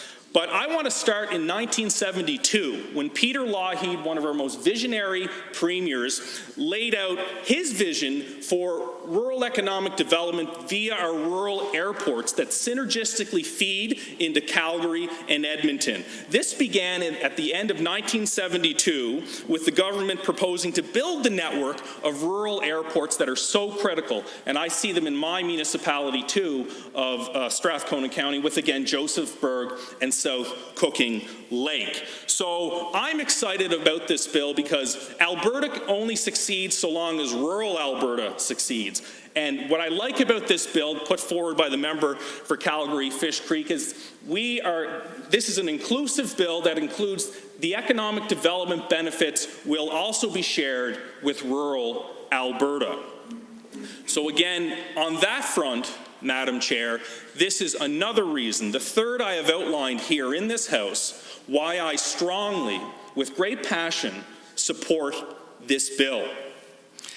Now, in my remaining time, Madam Chair, I would be remiss if I didn't talk about my two local airports. And yet another reason why, as a local constituent loving MLA, why I support this bill, because I firmly believe it will support my two airports in my municipality. So let me take the remaining time I have here. Time is getting tight, but I want to just mention some highlights of my two airports and how they will greatly be benefited from Bill 201. Now, the South Cooking Lake Airport, and I had the honor to visit the South Cooking Lake Airport last year. Great people. Here's some amazing facts about just a local airport that we have here in Alberta. There's so many great local airport stories. I know the member for Lac St. Anne Parkland could share some. The South Cooking Lake Airport is Canada's oldest operating public airport. It was founded in 1926, and the people out there are just absolutely amazing, so passionate about their local airport. And this operates as a nonprofit entirely by volunteers. It's an amazing, strong community story. There's about 200 aircraft based there. There's a training school. I've been to the training school. I've talked to the training instructors. What I like too about Bill 201, it'll also focus on expanding training schools, because especially the Asian pilot market is growing. So we could become an airport pilot training hub, and I'm really excited about that, Madam Chair. Finally, I just want to quickly talk about the Josephburg Airport. This is officially Strathcona County's official municipal airport, Madam Chair. And it's managed by Strathcona County, and now it's used primarily for privately owned commercial aircraft, and the lands around the property are primarily for agricultural purposes. I'll conclude my remarks. Any other members wishing to speak? The Honourable Minister for Infrastructure. Thank you, Madam Chair, for giving me the opportunity to rise and speak to Bill 201. I would like to thank my good friend and honorable member from Calgary Fish Creek for bringing in this bill forward. I know he has a lot of passion for economic development and tourism.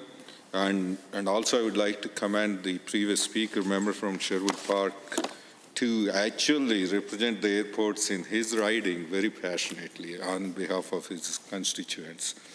Madam Chair, while aviation is a federal government subject, there are roles, responsibilities, and services offered by the provincial government that are impacted by the aviation industry.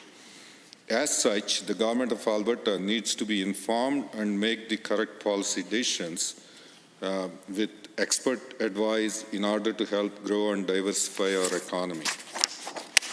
While most people realize the international airports are regulated federally, in Alberta, they are incorporated provincially under the Regional Airports Authorities Act. The creation of this committee could look at a review of the Regional Airports Authorities Act, and this law is over 30 years old, and some things have changed in aviation in the last 30 years. As per the Act, did you know the purpose of an airport authority is 1, to manage and operate the airports for which it is responsible in a safe, secure, and efficient manner, and 2, to advance economic community development by means that include promoting and encouraging improved airline and transportation services, and an expanded aviation industry for the general benefit of the public in its region. Could you imagine the outcry if an airport authority refused to advance economic and community development and refused to allow the aviation industry to grow? We'll come back to this. Alberta has 4 such incorporated airport authorities: Calgary, Red Deer, Edmonton, and Fort McMurray. I'm surprised more airports haven't taken to using this law to incorporate. Airports are more than about moving people and cargo. They are centers of employment, growth poles of a specific sector known as the aerospace industry. As the world moves to freer markets and more people take to the skies, new aerospace businesses are needed to supply the products and services that passengers and cargo haulers need. One of those businesses is Hindustan Aeronautics Limited, HAL, an Indian aerospace and defense company headquartered in Bangalore, India.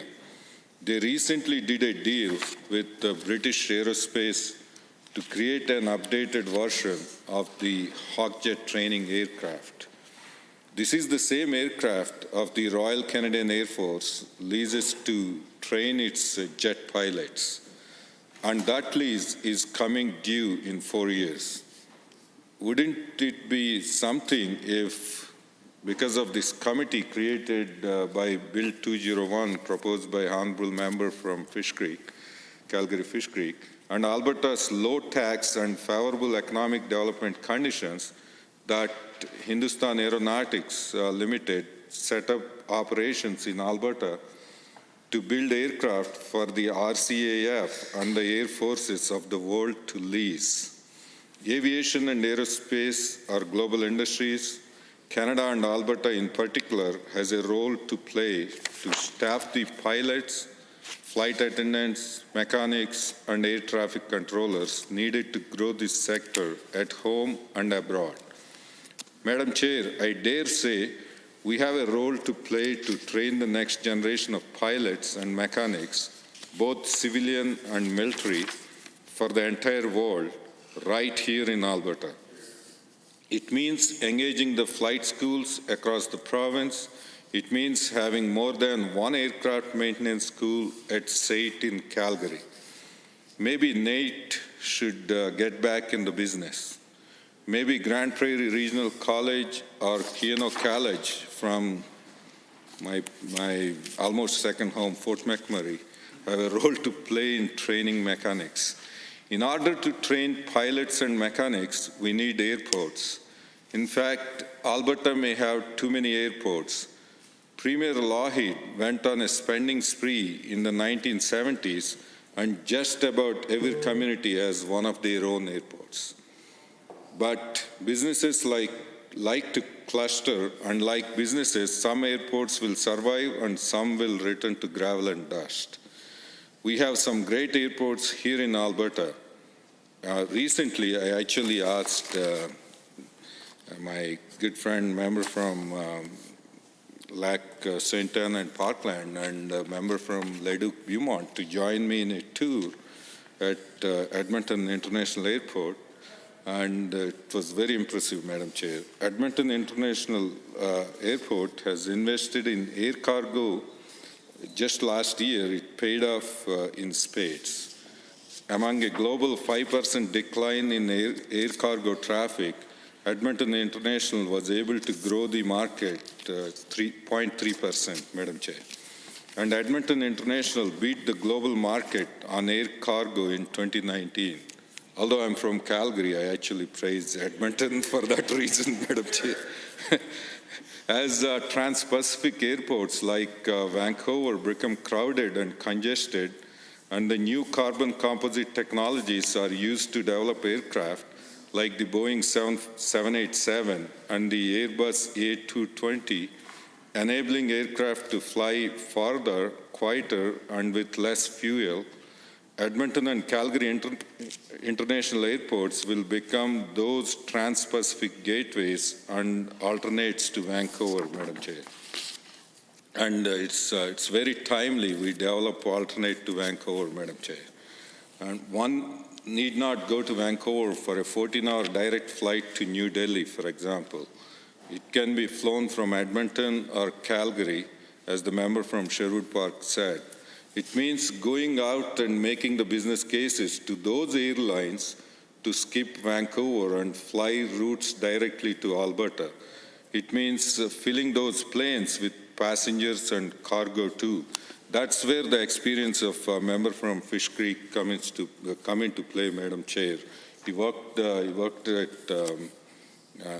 that Hong Kong Airlines, Cathay Pacific, for a long time. It means going out and making those cases to those airlines to skip Vancouver and fly routes directly to Alberta. Madam Chair, we can also fill those planes for cargo too, not only passengers. And sometimes it means Edmonton and Calgary might have to work together on attracting and retaining certain routes that are marginal. Ottawa lobbed a trail balloon a few years ago about privatizing, as in selling off the land the international airports operate on to investors. I was very surprised by that reaction, Madam Chair. Calgary, the bastion of conservative thought, came out wholeheartedly opposed to such a move, while Edmonton, home of the NDP, said, let's wait and see. This was completely the opposite reactions as to what was expected. Calgary was so opposed, they teamed up with Vancouver and Ottawa to coordinate their opposition.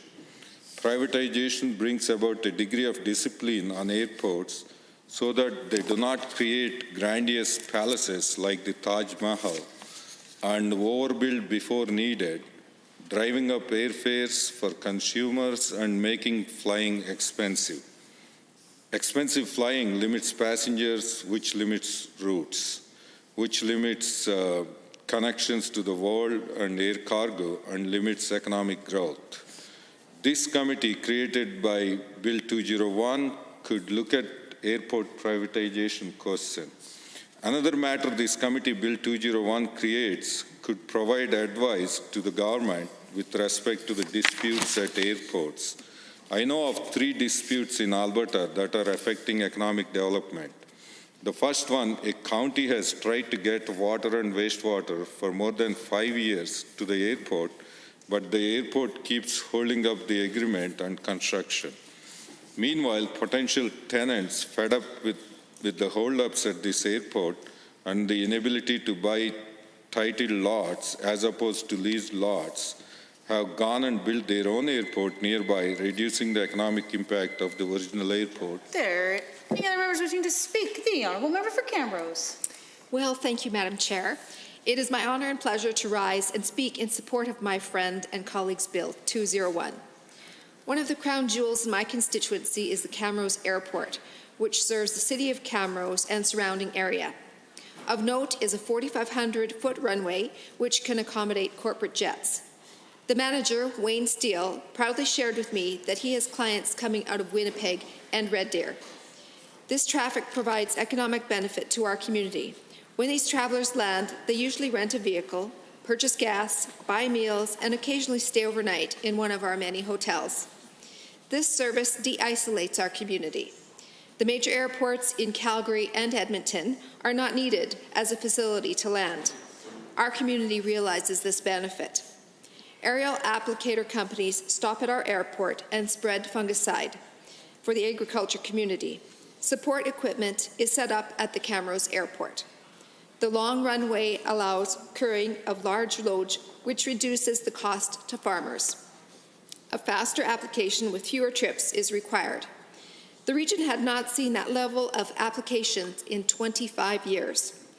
Due to the high level of moisture, only an air application was successful. Last July, the aerial applicators were in our area for 2 weeks. The value of this service was worth millions of dollars of crop, which was at stake. The crew stayed at hotels, used restaurants and other services in the community. The aerial applicators are expected to be back again this year. Wayne Steele, the manager, shared with me that he worked for Alberta Transportation Aviation Branch from 1981 to 1996, where he was one of 4 in the branch who put the Alberta Airport Development Program into effect. The recipients to upgrade airports were made by Caucus Committee. Ironically, he's now operating at the airport level and experiencing the planning of his program. The Camrose Airport accommodates the needs of fixed-wing ambulance services provided under contract by Alberta Health. STARS did not exist in the 70s. The communities depend greatly on the small airports during that time. The fixed-wing airports still provide this important service. STARS flies from accident to hospital and in between hospitals.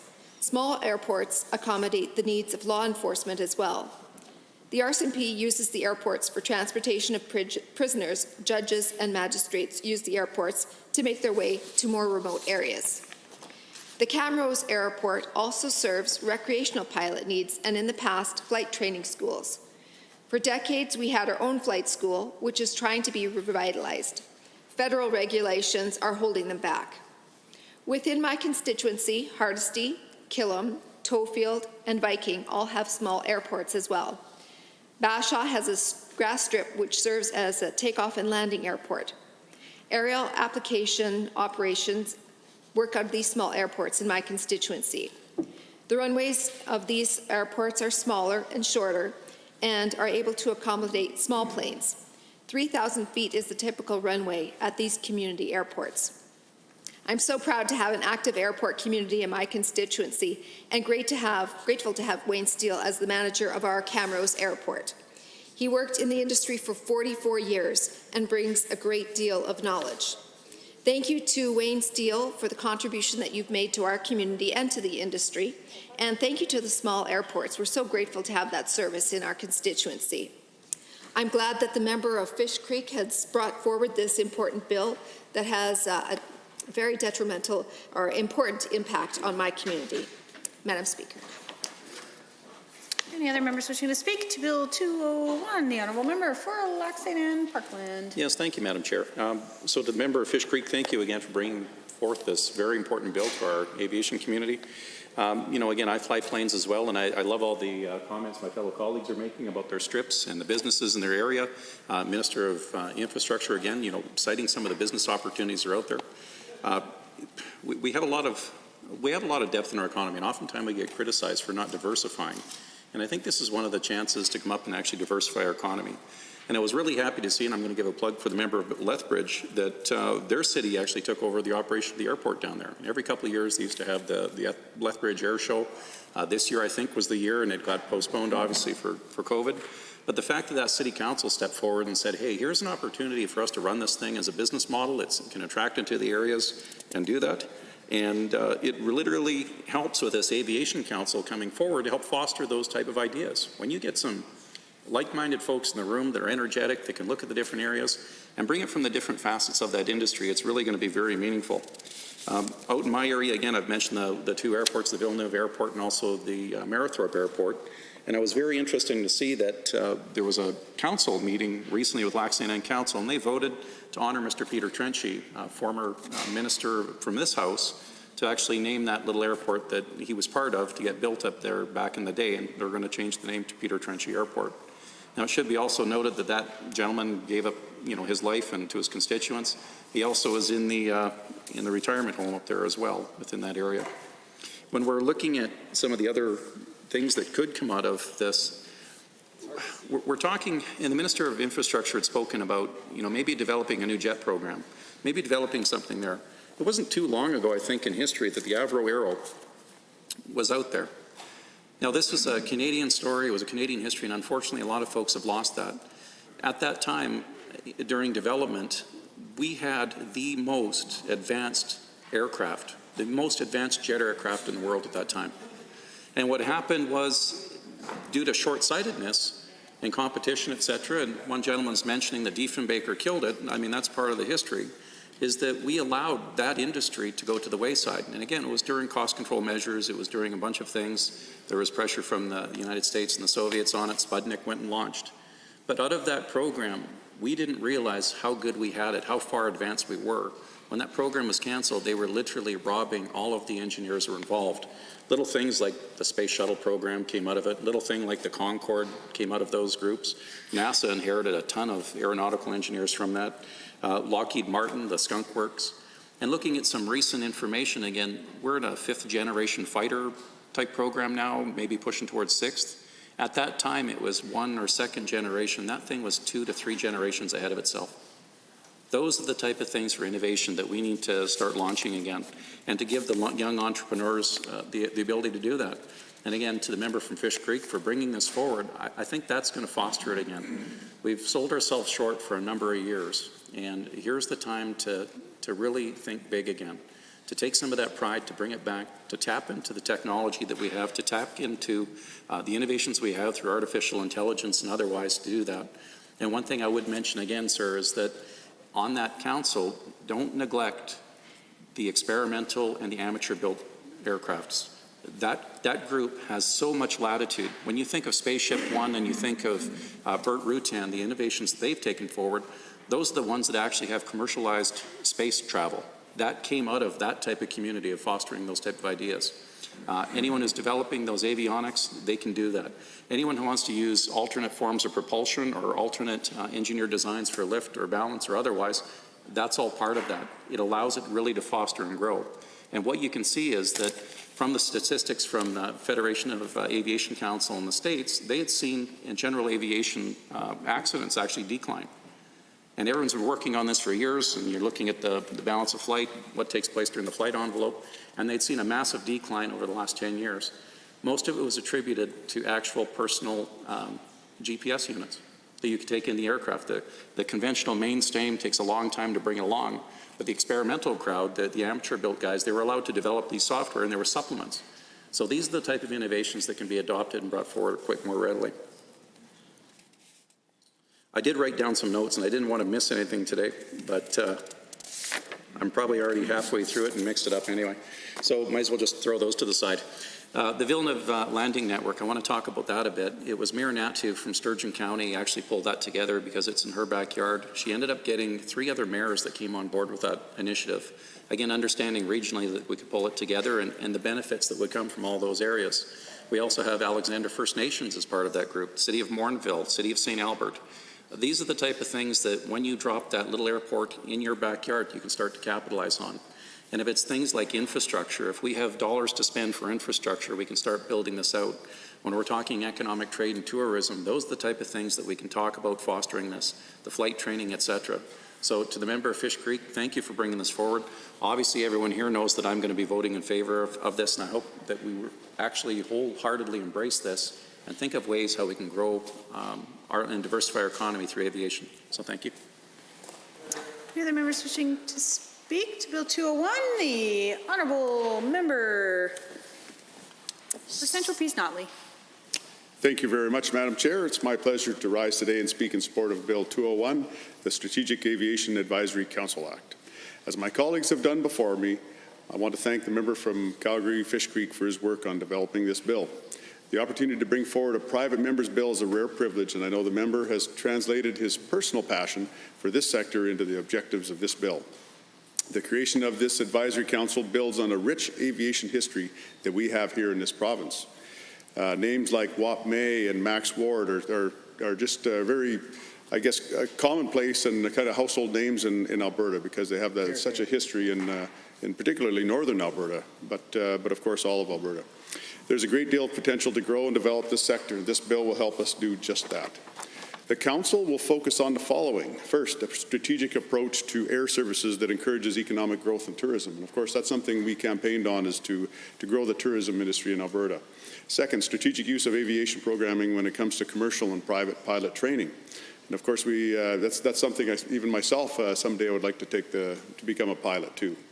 Third, improving services to rural and remote communities. Obviously, that's important. There's some parts of rural Alberta are virtually only accessible by plane, and so having those places serviced, I think, is incredibly important. Of course. Fourth, expanding research, development, and training in the aviation and aerospace sector. Of course, that's industry. That's diversifying our economy. That's things that can be happening right here in Alberta. Fifth, support for emergency medical and fire responses that use aviation infrastructure. And of course, again, medical and fire responses, I mean, that is so important to our communities. Sixth, support for aviation services in the agriculture industry. And of course, we know that our agriculture industry, it has its trying times and everything, but obviously if we can help them in any way, we need to be able to do that, and this will help in that process. Seventh, federal policies that impact aviation services in the country. So we have to work, because this is an international industry, we have to work with our federal counterparts to accomplish some of these things. Now, Madam Chair, that is quite a comprehensive list of issues for the Council to consider and make recommendations on. When I look at this list, I'm struck by how expansive the aerospace industry is and how many other industries it impacts. I think I speak for many when I say that we tend to think of the aviation industry quite narrowly in terms of personal and professional travel. For example, packing our bags for a family vacation, standing in line at security, making sure all our liquids and gels and aerosols are all under the limit, and of course the list goes on. But this Council will take a holistic and nuanced view of the whole industry, considering everything from training to research and development and from tourism to agriculture. When considering these areas, the Council will need to research and analyze information, consult with key stakeholders, and prepare an annual report with recommendations for the Minister. The Council will also have the ability to request any necessary information or data from any ministry to assist in making its recommendations, receive submissions from any individuals or groups who are relevant council's work, and publish any submissions that are included in their report to the minister. These provisions will give the council the tools they need to effectively make recommendations and to share information with Albertans.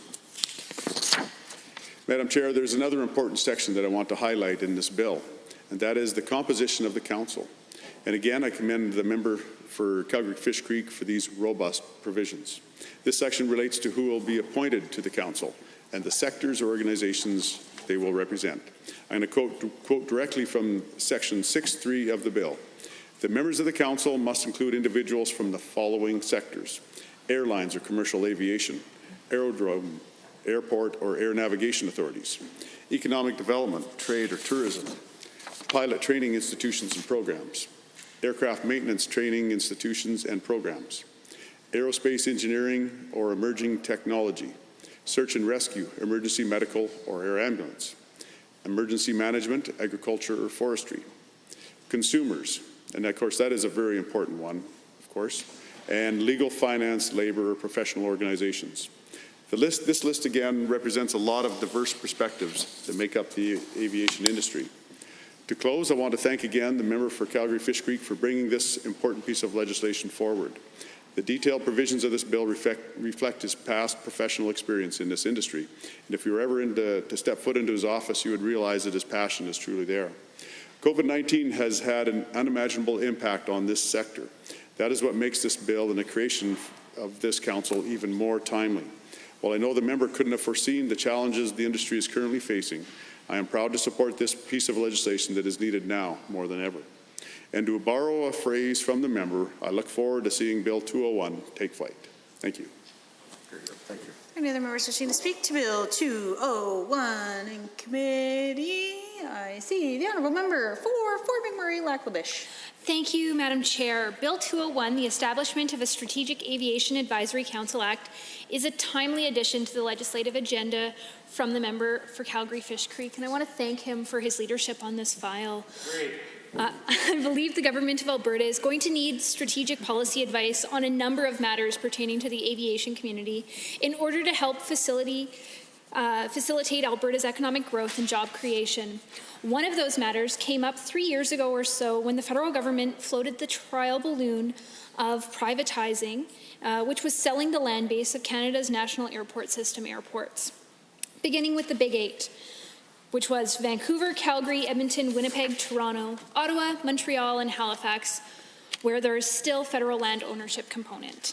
The result would have been a conversion of the land assets to billions of dollars to the federal government that could then be spent on whatever they want, but preferably capital for infrastructure. Of the 26 national airport system airports, 22 still reside on land owned by the federal government. 30 years ago, Transport Canada owned and operated most airports across the country, as well as the air navigation system. Most of the infrastructure was built to the highest architectural standard and technology standards in the 1950s and 60s, but by the mid-1980s, the system was aging and approaching the end of its useful life. Competing priorities for public funds and government debt levels were pushing the government-operated model to a breaking point.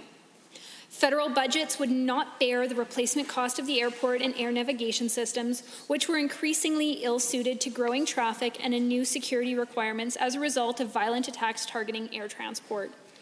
Following a series of studies in the 1980s and the privatization of airports in the United Kingdom, Canada took the first steps into privatization by commercialized air navigation services, NAV Canada, and the larger airports, and adopted the user pay approach to building and operating air infrastructure across the sector. The operation of the largest 22 federally owned airports, those with traffic above 200,000 passengers per year and or located in provincial capitals, were transferred to local authorities. The Alberta Provincial Regional Airports Authority Act of 1989 governs airport authorities that are incorporated within Alberta. Transport Canada officially handed the management of the Calgary International Airport to the Calgary Airport Authority on July 1st, 1992, and the Edmonton International Airport to Edmonton Airports on August 1st, 1992. It is worth noting that one of the airports within my beautiful constituency, the YMM, Fort McMurray International Airport, received the same authority in 1999. These corporations entered into leases with the federal government, paying Ottawa tens of millions annually to operate airport on these grounds. In 2018, Edmonton International had to pay almost $20 million to Ottawa for the lease. Calgary International was $42.5 million, and those costs rise annually, sending more and more money to Ottawa and less money that can be spent on paying down debt from capital expansion or lowering handling fees for airlines and passing the savings on to consumers. That is money that is just sucked up and disappears into the big black hole that is Ottawa, instead of reinvested locally into the airports themselves to make them globally competitive. The federal landowners and provincial incorporation of the authorities complicates the airport relationship in Alberta. Any privatization will necessitate two things: bringing a bill to the Legislative Assembly containing amendments to the Regional Airports Authorities Act, and sign-off of any privatization move by Ottawa by Alberta. For some odd reason, people fear privatization. Even more surprising was Calgary International's leadership and appointers came out swinging against privatization, while Edmonton International took a wait-and-see approach. Privatization introduces free market discipline on spending decisions of airport authorities and has the potential to lower charges to airlines and passengers. Did you know that because of the Toronto overbuild, Pearson International is now the most expensive airport in Canada to fly through? The World Economic Forum ranks Canadian airports amongst the best in the world for infrastructure quality at 16 overall, but ranks Canada 135 for cost. Canadian airports are beautiful, top-of-the-line facilities, but they are expensive and passengers pay for them.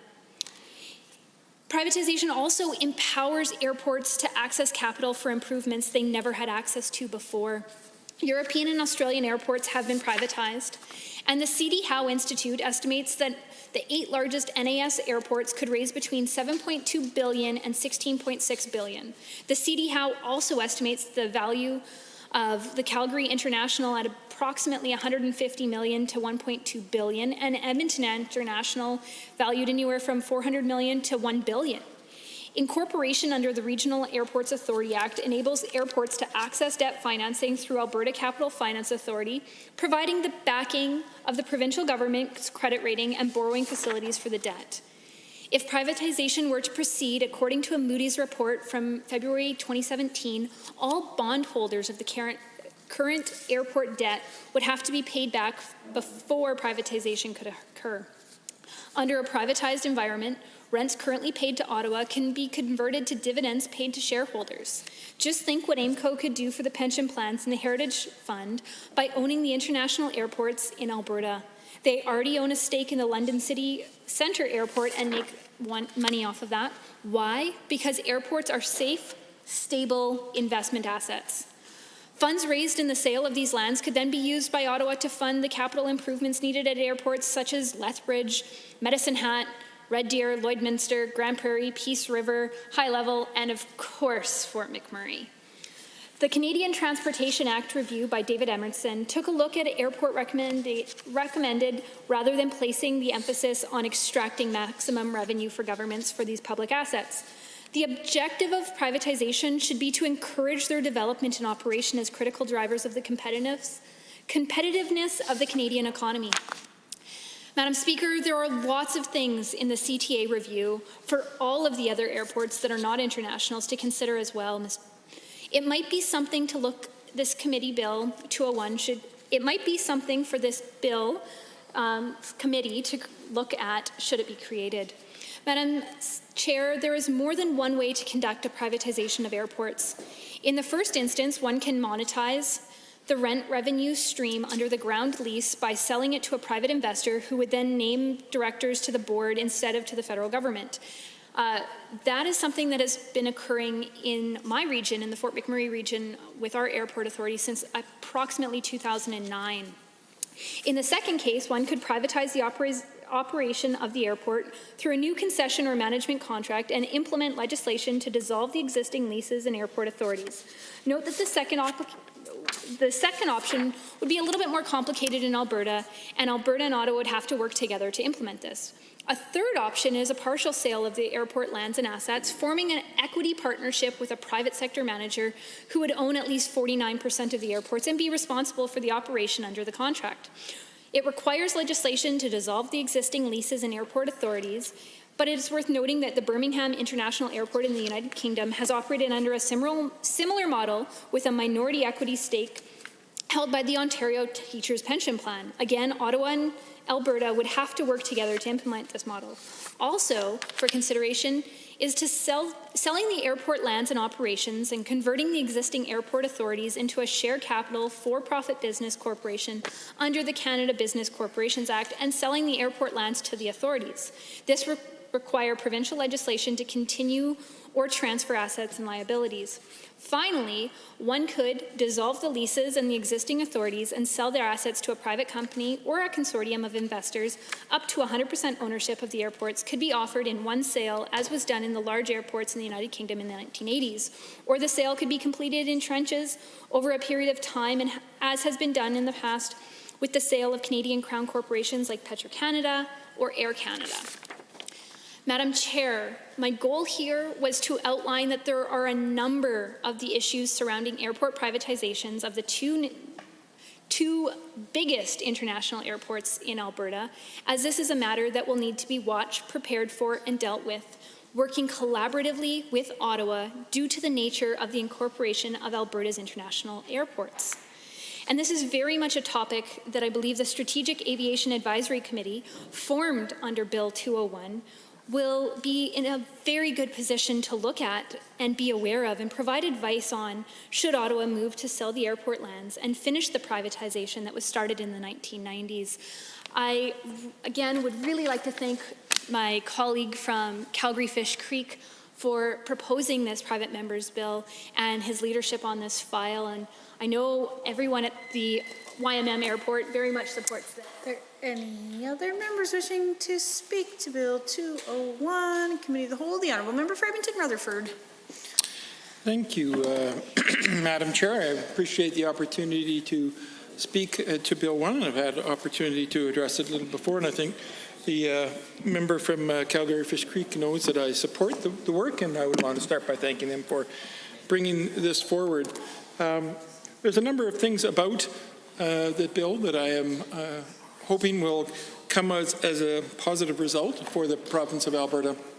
And I'd like to address those first, but then I will take a few moments to talk about a few of the things that I've been thinking a little bit about the bill, and perhaps even the member from Fish Creek can respond if he happens to be so motivated. But the first thing that I think is really great about the bill is the fact that it really draws attention to an important part of Alberta's industry and development, and certainly brings together a wide variety of people to work together to help us to build this, what I think is critical infrastructure for our province. And being on the left of the spectrum, I certainly see there's an important role for government to support the establishment and building of infrastructure, and really truly believe that a lot of the development that's been possible here in the province of Alberta would never have been possible unless government intervention had occurred. We know that happened extensively in the oil sands, but also with, as has been mentioned by a number of speakers, with airports under the Lougheed administration. And I think it's quite delightful for me to watch members opposite all talk about how important it is for governments to be involved in the development of positive industries in the province of Alberta, and in fact to go through some of the history which highlights that it's in fact through government intervention that we've actually had some of the greatest success in this province. And I wish they would continue to use that analysis with just about all the rest of the bills that we have here in the House. So encourage them to take that and do that. We know that there's a number of things that come out of a program such as the one that has been established here, and that is that I've mentioned already a focus on investment, but I think there's also some really important province-building initiatives that I think that come out of this. Now, tourism has been mentioned, and I absolutely and fundamentally believe that tourism is the way to go. In our world, as economies change dramatically, one of the things that will happen is that there'll be an increased number of people that are able to become tourists at an international level. I remember I'm a bit older than quite a few of the people in this house, but I remember when I was a young person, a family every once in a while would get an opportunity to go travel somewhere, such as often Disneyland or Hawaii were the big ones when I was a youth, and it was considered quite an exception, and quite a privilege to be able to jump on a plane and head off and do that kind of tourism. And now I don't think that's quite true. Many people include plans in their budgeting that include tourism, international tourism, once or twice a year as a standard practice, rather than the exception, one that was, made everybody else a bit jealous in my grade 6 class, I'm sure, when we watched other kids head off to Disneyland. I must say my parents eventually brought me, so thanks, Mom and Dad. But I think that tourism is a really big piece of it. And one of the things that I think is important about this bill is that it doesn't just recognize those large airports that go to international locations, but also recognizes the role of smaller airports in this province. And I think that's another Alberta building phenomenon. I think that it's very important that as we build our tourism and more people have the chance to become tourists, we don't want them just simply flying into Edmonton and Calgary and spending time in the big cities. We certainly want to create very readily accessible opportunities for them to leave the big cities and go to the fantastic places that Alberta has to offer. And of course, I've spent a significant amount of time traveling in northern Alberta, going there very often by plane, and everything from, I've been in planes, everything from, of course, the big jumbo jets that have hundreds of people on them, down to small planes where there were only the pilot, myself, and one other person sitting in the seat behind us to get into places like Fox Lake. Now, I think it's really important that this type of bill be thought through a little bit. Are we making sure that we're not going to create a Edmonton-Calgary-centric program, and that there truly is a voice for the smaller communities, and that there will be opportunities for smaller communities to have a voice in the development that will help their area and the type of tourism that will help their areas. So I hope the member from Fish Creek can assure me of that. I'm fairly confident that he agrees with me that that's an important part of the work that we have to go forward. I do have some concern, however, that I don't see, and perhaps the member can bring me up to date a little bit if I've missed something here.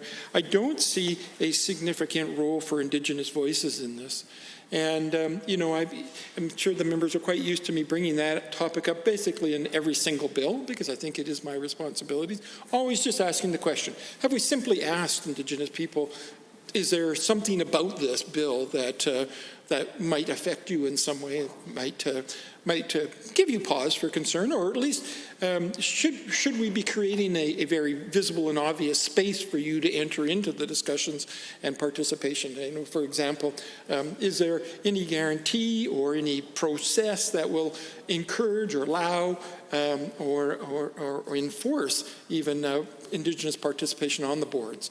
So there's at least one member there who's saying, hey, this is the effect it might have on my community, or here are the great things it could do for my community if we were able to move in a particular direction. So I'd love to hear from the member a little bit about his thoughts about Indigenous participation. I know, for example, that an airport is, when the city centre airport closed down, an airport was built out on the Devon, just off the Devon Highway. It's used quite widely by pilots in this area here. In fact, a friend of mine is a manager out there. I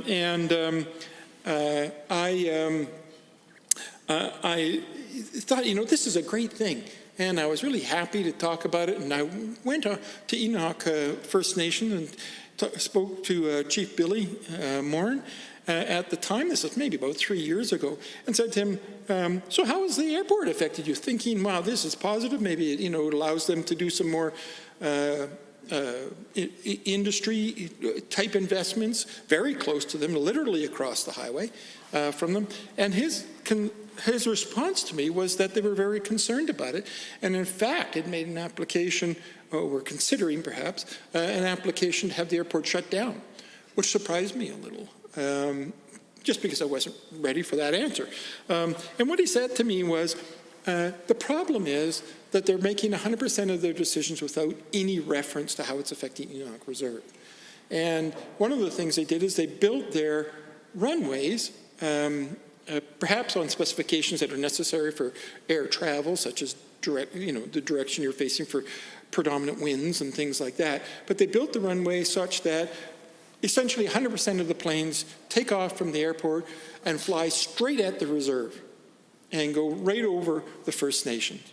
And he said it's really had a significant effect in terms of wildlife in their area and has decreased the quality of life for some people who happen to live on the west end of Enoch Reserve. And so they had some serious concerns about it. Now, he wasn't against it. In fact, one of the solutions that he was considering at the time was maybe we should just buy it so that we can, work with the flight community and make positive choices for our community and maybe alter things like the direction of runways, but also make sure that we're getting the benefits. Since we're taking all of the pain of hearing these planes constantly running across our territory, perhaps we should be involved. So I'm presenting this not as a negative about an airport in the local area, but rather the fact that the First Nations didn't have a chance to speak to it and didn't have a chance to ensure that their interests would also be met, particularly when they were, the result was that they were suffering much of the consequence. Any other members wishing to speak to Bill 201? The Honourable Member for... Any members? There's about 6 minutes left. The Honourable Member for Calgary Fish Creek. Be very quick. Thank you to the member for Edmonton Rutherford for his comments and questions. I think that there's a lot of content that you put there and context on it. Tourism, of course, is a huge opportunity for us. And what starts out often as necessity turns into convenience, opportunity, visibility, competition, and the opening up of tourism sometimes when you're serving areas. Your comments about remote locations and our Indigenous communities, I think, are very much the focus of the remote airports, because many of our remote communities, some of those communities accessible only by air at least certain times of the year, where they have to receive many of their goods, but also emergency services, medical services, and other things are there. Just looking through a list of the airlines, not just in our local Indigenous communities, but of course to the north, Air Tindi, First Air, Aklak Air, Buffalo Air, Canadian North, Summit Air, Air North, and others that serve very remote communities, even further across the borders into Northwest Territories and Yukon. Again, very vital to the services, to the accessibility, to the safety of the people in those communities. So your point is well taken on the Indigenous communities, and I think will be well reflected in the airports and the management of those airports, and some of the flight services that operate there will be front and center, whether that be in medevac services, whether that be in some of the firefighting services and other as well. So I hope that answers it, and I would certainly welcome another opportunity for conversation on this after outside of the Assembly. Of course, we have third reading coming ahead, and I'll defer the last couple of minutes to the member on the other side to comment as well. Thank you. The Honourable Member for Edmonton Rutherford. Thank you very much. I really appreciate the response to my questions. I would ask whether or not there be some consideration given to actually having a designated reserve seat for an Indigenous person on the central board, at least, so that we guarantee that there's at least a voice, nothing more. I think those kind of things are important. Yeah, the last thing I just wanted to mention, I know we only have a few minutes, about 4 minutes left here in this debate, is whether or not there's been consideration given to people with a focus as passengers as opposed to industry members on some of these boards and committees, because the needs and desires of industry are sometimes a little bit misaligned from the needs and desires of passengers. Occasionally, industry, either has to or chooses to make decisions that are not quite what a passenger group may wish to have. Because, clearly they're for-profit agencies and so on and have to make decisions. But in many places in the world, such as the European Union, they put together a passenger Bill of Rights and ensured that industry couldn't always make the decision to take the profit motive over the fairness to passengers. And I don't find in the bill any mention of a passenger Bill of Rights, and just wondering whether or not this committee could, as part of its mandate, be directed to consider participation of passengers on committees, on the boards, as well as take on some responsibility for designing an appropriate passenger Bill of Rights for the province of Alberta.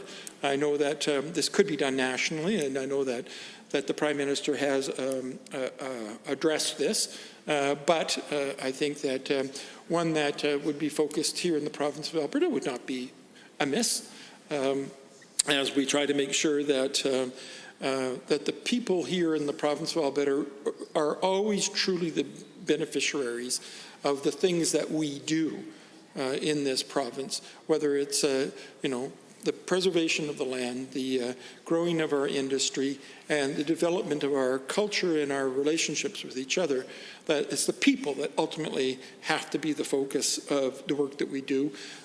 If we had ultimately good industry, but people were being mistreated or starving, we would of course be against that.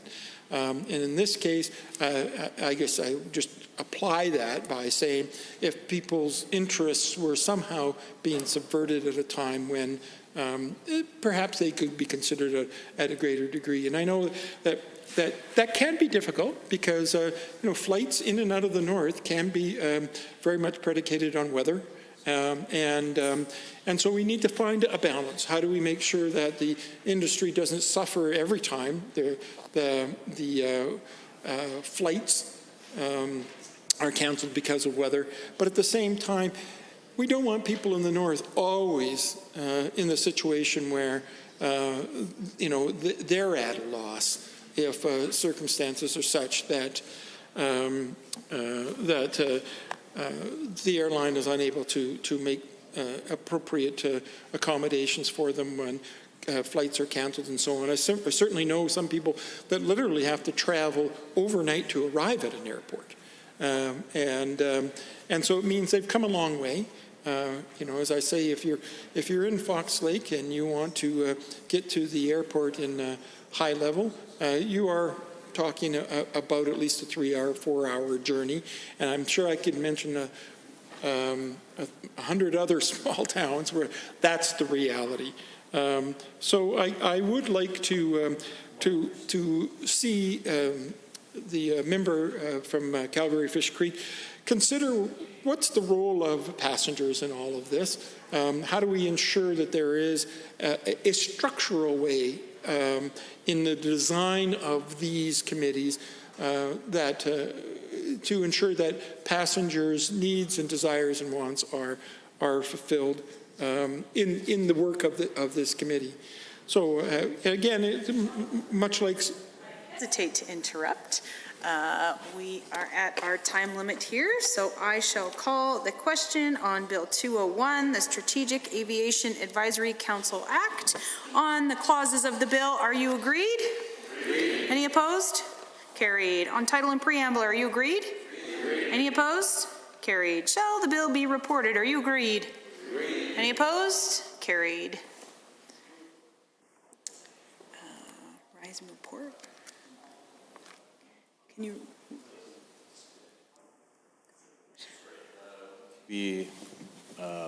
Rise and report. Well, sorry, Madam. Thank you very much, Madam Chair, and I apologize for the delay. I would like to move that we rise and report on this bill. Thank you. Having heard the motion to rise and report on Bill 201, all those in favor, please say aye. Aye. Any opposed, please say no. So carried. We shall now rise and report.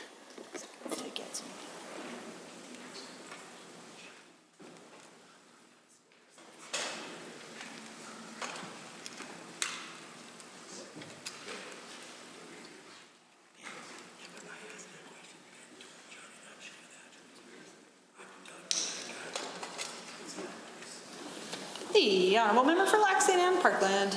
Madam Speaker, the Committee of the Whole has under consideration certain bills. The committee reports on the following bill, Bill 201. Just read the bottom part. Oh, I'm sorry. I wish to table copies of all amendments and committee reports, bill and amendments. The committee reports progress to the following bills, Bill 201. I wish to table copies of all amendments and considerations committee of the whole on this date for the official records of the Assembly. Does the Assembly concur in the report? All those in favor, please say aye. Aye. Any opposed, please say no. So carried. Under motions other than government motions, motion other than government motion 504, Mr. Carson. Are there any members wishing to speak to the motion? The Honourable Member for Edmonton West Henday. Well, thank you, Madam Speaker. It's an honor to rise to speak to my motion, Motion 504, which reads as follows. Be it resolved that the Legislative Assembly urge the government to take measures to better regulate the automobile insurance system in Alberta, including but not limited to the establishment of reasonable rate caps to prevent further undue financial hardship for Albertans. Now, Madam Speaker, in November 2017, our NDP government moved forward with a 5% rate cap on private passenger vehicle insurance premiums, recognizing the hardship that insurance premium increases were having on Albertans and addressing the need to take immediate action. In August 2019, this UCP government made the unfortunate decision to let that cap on insurance premiums lapse with no plan to support drivers moving forward other than announcing a committee which we still have heard no results from. Because of that decision to no longer support Albertans trying to get affordable vehicle insurance, we've seen premiums across the province is increasing as much as 30 to 50% at a time when insurance payouts for injuries and damage is not increasing at nearly the same rate. Our MLA offices have received hundreds of emails regarding this very important issue, many of them explaining that they had never been in a collision before, that they had no prior tickets, and really have no reason to be seeing drastic insurance increases in the first place. We have shared these messages with the UCP government, but the issue of unaffordable insurance continues to be ignored as the UCP to this day has not provided any support or any reassurances to Albertans looking for answers. Now, to make matters worse, the pandemic has negatively impacted Albertans' ability to pay for these increasing costs. Many families, as we all know, have lost income and have at one point or another found themselves unable to work, whether because of a lack of childcare or having to be quarantined for 14 days, which has made their vehicles effectively 3,000-pound paperweights. Now, unfortunately, while the rate at which Albertans are driving their vehicles has fallen by as much as 50% in many instances, we have not seen insurance companies in Alberta reduce their insurance premiums through the pandemic to reflect this reality in many cases. Now, in many cases, the increased premiums remain in place despite the drastic reductions in Albertans driving on our roads. We saw many North American jurisdictions, specifically in some American states, pose an across-the-board premium reduction from certain companies for their policy holders. For instance, Allstate Insurance, which insures 18 million Americans, offered a 15% premium refund to their clients at the cost of $600 million to the company. And we were hopeful that we might see such programs introduced here in the province, but overall, while some companies have shown that support, it has not been the case across the board. And with no pressure from this UCP government to make these changes from these companies, it is not surprising that in most instances those changes never came. Because of this, at the beginning of the COVID-19 pandemic, our NDP caucus called on the UCP to introduce common sense policies, which included a 25% blanket premium reduction for the months of March, April, and May to reflect the reduced driving activities of Albertans through the pandemic. We also called for an immediate freeze on increases retroactive to April 1st for all general insurance premiums to remain in effect until government-mandated social distancing had been lifted.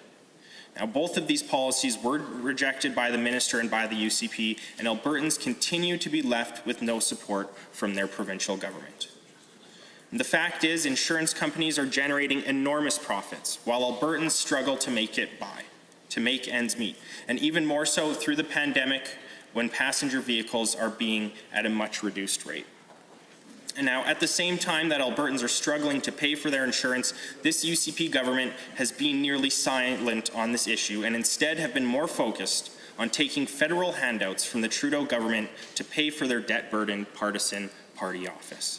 And instead of listening to Albertans who are struggling to get by through the pandemic, the UCP is meeting with lobbyists and insiders such as the Premier's former Chief of Staff and UCP campaign director, Nick Koolsbergen. The Premier even bragged in this very legislature that his insurance is going down by hundreds of dollars this year. Now, this is a clear disconnect from what Albertans are facing and shows that the Premier does not take the issue of reducing insurance premiums as seriously as he should. And as I mentioned, concerned citizens from across Alberta have reached out to our offices and connected through social media to share their stories about increases of as much as 30 to 50%. And a senior, many seniors really, but a senior specifically reached out to my office to share their story of how they went from paying $780 a year to over $1,500. And their record was clean, and they wanted answers about how the government could let this happen. And they continue to wait for those answers, Madam Speaker. This really wasn't a one-off, and for several months, Albertans have been looking for any kind of answers from this government, but have been told to wait for a committee report, which still has not arrived. Now, Madam Speaker, it is imperative that we take action now to support the many Albertans who are struggling through the pandemic and at the same time are being asked to pay 30 to 50% more than they paid in many instances last year, simply so that these insurance companies can take increased profits back to their shareholders. These companies are telling Albertans that they are no longer profitable, but the truth is they know this UCP government will give the industry whatever they want because insurance companies poured hundreds of thousands of dollars in political action committees to support this government in the last provincial election, and now they want the favor returned. I truly hope that everyone in this Assembly will consider the circumstances within our province right now and recognize that it has never been more imperative that we take action to support Albertans who are struggling to pay for their insurance. People have lost their jobs because of the pandemic, and in many cases, families are deciding if they can even afford to drive their vehicle anymore. Now, while payouts for injuries and vehicle repairs remain relatively level, Albertans are being asked to pay increasingly large amounts of money to profitable insurance companies. And while the finance minister says he, quote, strongly encourages insurance companies to take action, it is going to take more than wishful thinking to support Albertans who need relief today. And with the recent hailstorms in Calgary causing massive damage to property in the neighborhood of $1 billion, there is no doubt insurance companies will be looking to recoup costs in any way they can. And even worse, there are Albertans who are no longer able to afford insurance after the UCP removed the cap on private passenger automobiles, who will now be left to pay the full cost of damage from the hailstorm. Albertans need our support. By voting in favor of this motion, you can show that you hear these Albertans, and that you support these Albertans, and you support taking action to ensure all of our constituents are not priced out of driving for good. So once again, I appreciate the opportunity to rise to speak to motion 504. I hope all of my colleagues in the legislature will support it. Thank you. Honourable member, I will just clarify that you have moved the motion 504. I will now recognize the Honourable Minister of Finance. Well, thank you, Madam Speaker. It's a pleasure to rise today, and I speak in opposition to motion 504. Madam Speaker, our government chose not to extend the 5% rate cap on automobile insurance set by the previous government. And this was done because the rate cap imposed by the NDP was merely a Band-Aid that failed to address the underlying and systemic problems within the automobile insurance system. Basically, the NDP kicked the can down the road, did not want to put the work in that was required to ultimately deal with the cost pressures and the fundamental factors that were pushing premiums up. The rate cap maybe sounded like a good deal for drivers, but in reality, it failed to contain the cost increases for many motorists, and it caused a number of serious unintended consequences, Madam Speaker. The rate cap did not apply to individual driver policies, and I think this is important to know. Rather, it was a cap on insurers' Alberta-wide income from automobile insurance premiums. That meant that many Albertans still saw their auto insurance premiums increase by up to 10 to even 20% despite the rate cap. In fact, out of 2.7 million insured vehicles during the rate cap, 53% of drivers saw their insurance rates increase by more than 5%. And again, that's under the NDP's rate cap. But Madam Speaker, more importantly, the rate cap created unintended consequences. As often happens when a government interferes and provides some type of rate cap and interferes between a willing purchaser and a willing seller of a product or good. Typically, there are unintended consequences, and in this rate cap, it was no exception. Under the rate cap, motorists had fewer and fewer options. Insurance companies pulled back options. In fact, many consumers, Alberta consumers, could not, in fact, take on a a policy where their premiums could be paid monthly. They were forced, if they were going to take insurance, they were forced to pay the whole premium up front, which caused great hardship for some Alberta motorists. A number were denied collision and comprehensive coverage, again, as insurers pulled back their products because of the rate cap. And so, when we see the hailstorm and the incredible loss that many Albertans have incurred as a result of that hailstorm, no doubt there's been some that didn't have comprehensive coverage because they couldn't purchase it from their broker due to the rate cap, and that's so unfortunate, Madam Speaker. One of the other losses ultimately of options was not being able to access coverage through their broker at all, as insurance companies pulled back their offering and in some cases simply did not offer automobile insurance through certain brokers. So, Madam Speaker, reintroducing the cap would cause many Albertans to face these same issues again while still doing nothing to ultimately deal with the systemic issues that are driving up the cost of automobile insurance. So instead of ignoring this issue, Madam Speaker, or pushing it down the road with another failed rate cap, our government is working to find long-term sustainable solutions for Alberta motorists. And that's why we've established an independent expert committee to conduct a review of Alberta's automobile insurance system and consult with Albertans, industry stakeholders, and most importantly, Alberta consumers. I have received a draft of the committee's report and have begun to take a look at the recommendations. Now, I'm still waiting for a final report from the committee, but I expect it very shortly. They've provided recommendations for how we can address the underlying problems that are forcing up rates in the province. And Madam Speaker, finding a better way forward does not have to pit consumers against insurance companies. I really believe that there will be a way to go forward where we can provide a sustainable model for insurance companies, but ultimately, and most importantly, an affordable model that provides a predictable outcome and compensation for loss for Alberta motorists. Our government is taking measures to make the automobile insurance industry and system affordable for Albertans. Madam Speaker, a rate cap will not solve this problem, and that's why I do not support this motion. Hear, hear. Are there any other members wishing to speak to motion 504? The Honourable Member for Edmonton South. Thank you, Madam Speaker. And I'd like to thank my colleague from Edmonton West Henday here for bringing forward this motion. I think it's an important motion and one that we should take some time thinking critically about. I think it's interesting that the minister uses the analogy here of putting a Band-Aid on the insurance system because really what the minister is doing is he's ripped off that Band-Aid and now he's shoving his finger in the wound and twisting it.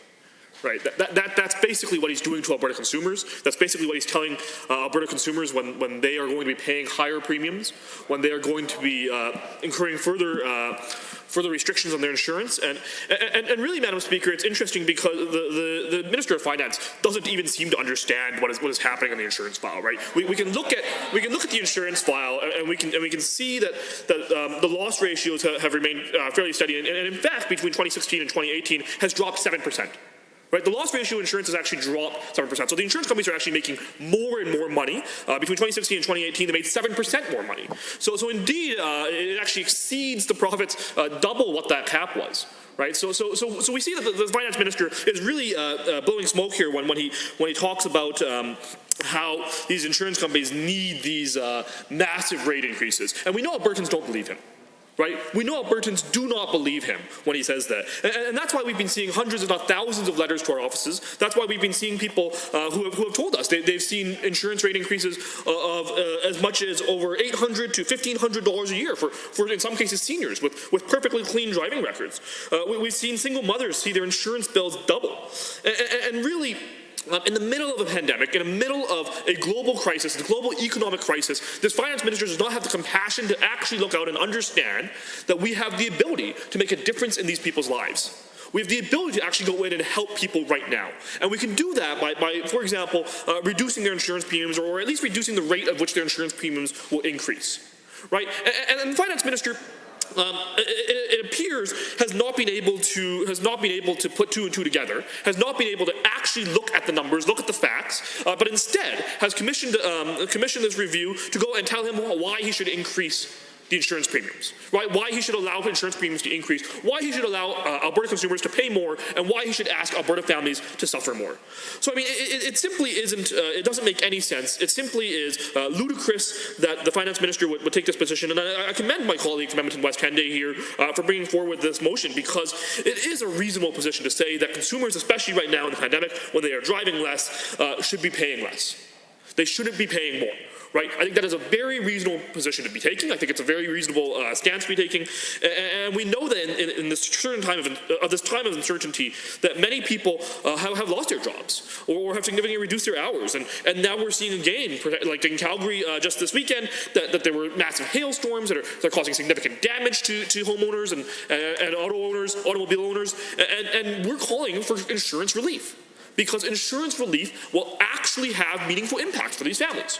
Insurance relief will actually have meaningful impact for the people who have now perhaps hundreds of thousands of dollars in damages. Right? It is pretty simple. But rather than listening to Albertans, rather than listening to the families that are suffering, rather than listening to the people who are paying nearly sometimes twice as much on insurance bills, this premier instead is listening to a lobbyist who used to be the former chief of staff and the UCP campaign director, Nick Coulsburg. Right? And that's the shocking thing about this. Right? It's shocking that this government has folded to lobbyists, this government has folded to insiders, to campaign officials, instead of actually siding with Albertans. Right? That's what this government is doing. And that's why I think this motion is so important, right? That this motion actually says, we believe we stand with Albertans. And I think every single member in this House who votes for this motion stands with Albertans in saying that we should be trying to provide them relief in this difficult time. That we should be trying to make their insurance more reasonable in this difficult time. But instead, this premier rose in this place and he bragged about how his own insurance went down. And then this finance minister folded to the same lobbyists that ran that premier's campaign. That is the relation that this government is taking with the people of Alberta. That is the perspective this government is taking with the people of Alberta. Instead of acknowledging that some Albertans have seen their insurance rates double because of this government's lack of action, or actually action that had negative consequences, instead of acknowledging that, this premier will get up and brag about how he saved a couple $100, and that's so great for him. That's what this government's values are. It's all about them, Madam Speaker. It's all about how their pocketbooks will benefit, Madam Speaker, instead of actually making sure we're looking out for the people. Instead of actually making sure that families that may currently be on CERB as their only source of income may not have to see insurance increases, may not have to see as significant insurance increases, particularly after we've seen some significant damaging storms in the last little while here. So, Madam Speaker, I think when our government introduced a 5% rate cap, we had the backs of Albertans. We were standing up for Alberta families. We were standing up for those who needed the support the most. And instead, this government has ripped off that support and is twisting his finger around in that wound, Madam Speaker. And we know that it's going to have negative impact. We know it already had negative impacts. Right? So it doesn't make any sense that in the middle of a pandemic, in the middle of a global crisis, in the middle of a time when a significant amount of Albertans are unemployed, in the middle of a time when a significant amount of Albertans are on programs like CERB, that we wouldn't go back and try to support those families. That we want to go back and say, hey, maybe the government did mess up. They don't get everything right. In fact, Madam Speaker, in my opinion, they don't get a lot right. But indeed, they could admit that this had undue and adverse consequences. That this had actual real consequences for real families, for people who actually have to pay their bills every month.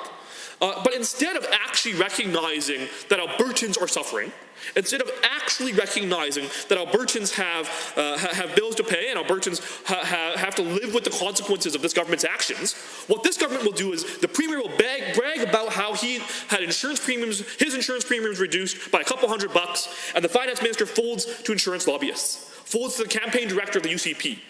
That's what we're actually talking about. That's why this is so shocking. That's why this is so dangerous. And that's why it is so obvious to Albertans that this government is not standing up for them. That this government is not fighting on their side. This government is not trying to implement policy that will actually benefit them. Because, Madam Speaker, in the Premier's own words, he saved a couple $100. Right? So that's the actual justification for being able to not bring in an insurance cap again. Right? That's actually what the Premier said in this place in question period. And that's shocking because families don't get to save that couple $100 the Premier did. Instead, families will see significant increases to their premiums. Instead, families will see significant increases well in excess of inflation. Families will see increases to their premiums well in excess of the loss rates of the insurance companies, and instead of looking out for those families, this Premier is looking out for his campaign donors, his campaign staff, and the large insurance companies who are making millions and millions and millions of dollars. Right? It simply is shocking, right? That even in a time of pandemic, even in a time of crisis, even in a time when thousands of Albertans are unemployed or have seen reduced hours, this government cannot stop and think compassionately. This government cannot stop and actually recognize the effects they are having on families. This government cannot stop and actually look their constituents in the eyes and say, we are going to do something that will make your cost less, that will make your month-to-month bill a little bit less. This government is unwilling to actually go and take that step. And that's what's shocking, because I think this motion would support that, right? I think this motion pretty clearly that speaks to how we have to have a better regulated automobile insurance system, including the establishment of the rate caps, which again, Madam Speaker, the Finance Minister has shown he very clearly does not actually understand, as he does not actually look at the loss rates and understand, or loss ratios, and understand that insurance companies have been making more and more money over the last several years here. And Madam Speaker, the Finance Minister may get up and say, well, between 2014 and 2016, the loss ratio increased 8%, right? So yeah, it's true. The 2014 to 2016 loss ratios increased significantly. Well, what happened in 2014 to 2016? Well, the Fort McMurray fire happened, Madam Speaker. Speaker. And that's actually why insurance companies here in Alberta lost a significantly more amount of money, and they lost an additional 8% of their loss ratio. If the finance minister had actually gone and read the reports on how insurance companies were doing in this province, instead of commissioning a committee, a panel to tell him how to increase the rates, instead of commissioning a panel that is going to go listen to his lobbyist friends, if the finance minister had actually done the work and tried to do the research, he would see that insurance companies have recovered basically identically. Now they're at 83% in 2018 of their loss ratio, identically to the pre-fire loss ratios. Right? So the finance minister simply does not understand the file, right? And we're trying to help him out here. We're trying to tell the government that there is a simple solution that we can bring in that was already in place, that was helping consumers pay less, that was helping consumers have a more stable financial situation, that was helping consumers be able to more accurately project their bills from month to month or year to year. Right? It was a simple program that would allow insurance companies to continue to increase the rates to 5% that we implemented. This government could of course choose a different number under this motion. It doesn't prescribe a rate. However, this finance minister would not go so far to say that would not even go so far to say that there is a reasonable rate increase amount. Indeed, by rejecting this motion, this finance minister is saying that. Any other members wishing to speak? The honourable member for Lac St. Anne Parkland. Thank you, Madam Speaker. And that was interesting. I think the member from Edmonton South has just proven a bit of a theory I've compiled over the last while with some of the members opposite. They have two switches, either angry or off. So I'm not sure if referencing what Minister has been doing here and pulling folks together in the industry to actually consult with the experts, to actually look at what's taken place, Madam Speaker, to come up with some reasonable items for the Alberta constituents here, the folks that actually are paying for these bills in the industry. So with that, I'd like to kind of carry on with my points and observations that I've made through a little bit of research, if you would, because this wasn't necessarily my bailiwick in my backyard. So like many folks on our side, we actually did look into this. We actually did consult, and I'd like to go through that. So last September, our government allowed a 5% cap on car insurance rates to expire because we made commitments to Albertans to reduce red tape, Madam Speaker. Not only did our government make commitment to reducing the red tape, but this cap that was imposed by the prior NDP government was merely a temporary solution that failed to address the root cause of the issue. Again, Madam Speaker, coming back to the root cause, understanding what the problem is and trying to address that root cause so we don't have unintended consequences. The rate cap did not work to help Albertans secure the best possible rates, and it surely did not help the insurance providers by offering those best rates. The motion put forward by the member of opposite will have grave consequences for Albertans seeking affordable car insurance now and in the future because it fails to address the underlying systemic issues with Albertans' insurance system. That is what our government established an expert advisory committee to address the issues within our automobile insurance industry that the former government had failed to address. Again, the quick fix solution of a Band-Aid. The advisory committee has a mandate to provide recommendations for Albertans' automotive insurance system that are based on the following principles. 1, a private sector delivery model for automobile insurance. 2, fair, accessible, and affordable insurance for Albertans. 3, timely and appropriate outcomes when claims are made. 4, and a viable, sustainable automotive insurance system. What I want the public to understand is that the former cap was not eliminated because of opposition had their name on it. It was not eliminated because of the consequences associated. It was eliminated because of the consequences associated with imposing that cap, Madam Speaker. Our government has been committed to strengthening Alberta's economy since coming into office. Albertans need an economy they can rely on, an economy that allows Albertans to access services, an economy that gives Albertans the opportunity to choose the services that they want, an economy that Albertans can rely on when the times are tough. Creating this kind of economy is only found by allowing the market to dictate prices, not the government. The motion put forward by the opposition member is not a solution this government will support because it's not a solution that solves the root cause of the issue, Madam Speaker. It's a proposal that merely allows the government to add their fingerprints on an industry that does not require the government's touch. This motion by the members opposite argues that by failing to adapt more regulation in the automobile insurance industry, that Albertans will be subject to further undue hardships from heightened rates and premiums. Yet the only hardship that Albertans would experience is accepting this motion and instilling again another arbitrary cap that discourages insurance providers from offering affordable insurance rates. Businesses cannot provide affordable services if the government continues to impose unnecessary red tape. Or in this case, to the members opposite, let's start calling it orange tape. That only hurts the people who need the services, hardworking Albertans and their families. Frankly, this motion signifies the essence of why the former government failed so miserably to support Alberta businesses. The former government always had an urge to impose their presence within the market, an urge that was costly, as many businesses had shut their doors as Albertans were losing their jobs across the province, Madam Speaker, not so long ago. The former government's incessant need to regulate business in all sectors is what created the seismic slowdown of business development in itself. This motion will do the same if passed. Again, Madam Speaker, it failed once, so let's try putting it again and fail twice as bad. We're not going down that path. I will not be supporting this motion for the reasons I have cited here, and I hope the opposition members reflect on what's been proposing and its consequences they've seen are no longer welcomed in this province. We're not going back. We're not doing it again. I fully am not in support of this motion for the reasons cited, and I hope the rest of the Assembly feels similar to I do. Thank you. And our members wishing to speak. The Honourable Member for Edmonton Decour. Well, thank you, Madam Speaker. Appreciate the opportunity to rise this afternoon to speak to motion 504.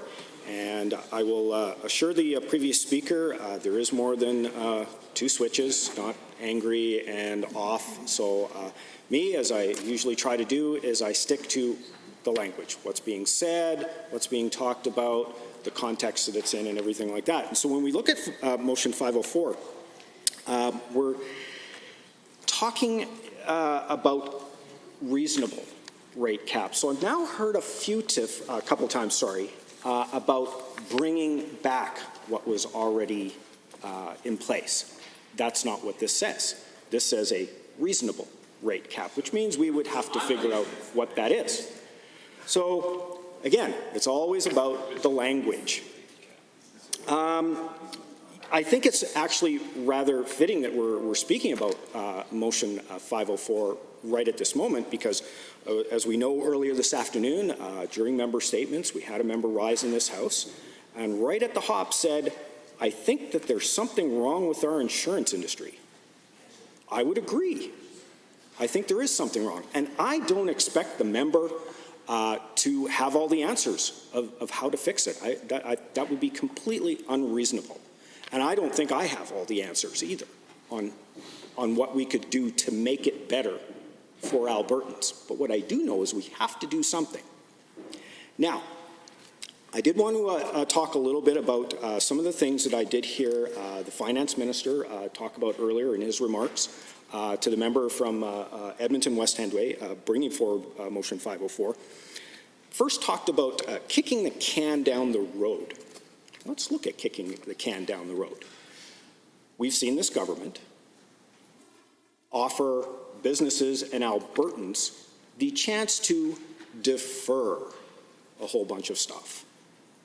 Is that not kicking the can down the road, Madam Speaker? Kind of sounds like it to me. So, when I hear that, well, that's all you guys did.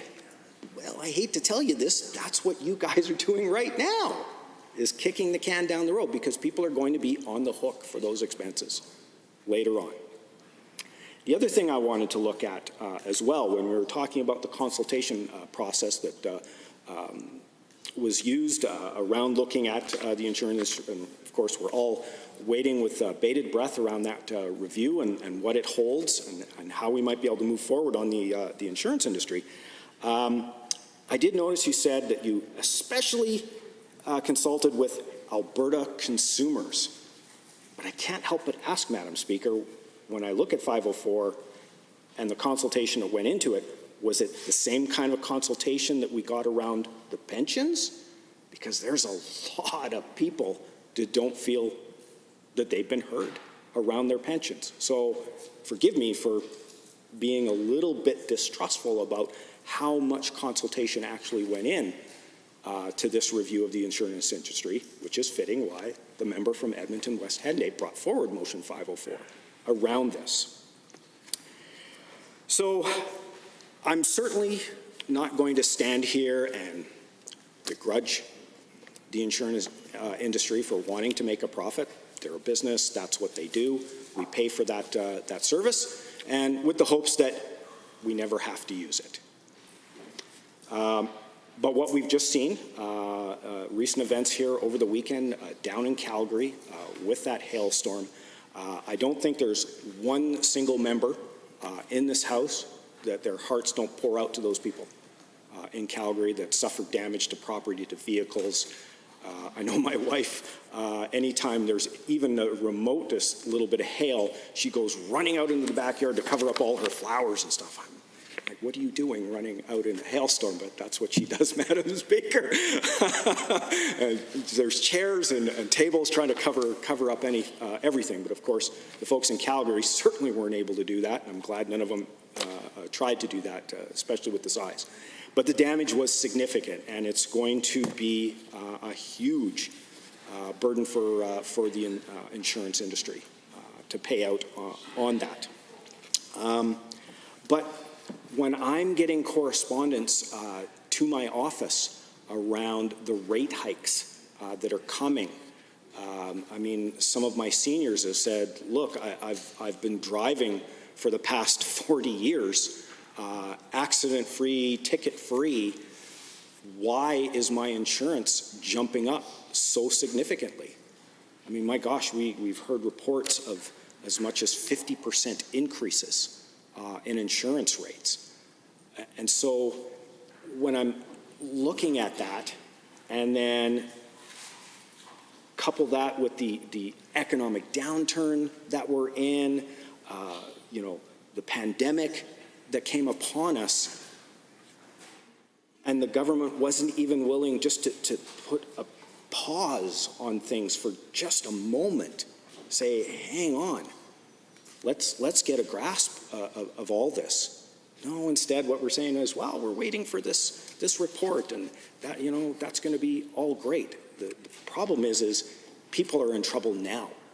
They can't afford their insurance rates. They're looking at parking their vehicles, which consequently, of course, if that happens, people that want to go to the local drive-through to get one of the masks that they're talking, well, now that has just become a barrier to being able to do that. Although I must admit, and I'll have to give the individual kudos for ingenuity. I saw a picture on the internet of somebody that had a bit of a cardboard box looking type of car going through the drive-through. So, top marks for ingenuity in order to get in there, but I don't think that's a viable solution for people. They need to drive their cars. For those that are able to access getting to work or that will need to access it in the future. And when we look at Motion 504, this would give us the ability to talk about whether there could be some reasonable things that we put into place. In the meantime, while we're waiting for this report to come out, while we're waiting to see what it contains and how we might be able to move forward. Because we have to do something now. By the time that report comes in and we digest it and figure out what to do, that may be too late. There'll be people that will be selling off their cars because they can't afford the insurance. I've already had a handful of people say that. It's like, yeah, well, I'm putting up my car next week. My insurance has gone too high. I can't afford it. Hopefully there'll be a bus that's running so that I can get to work.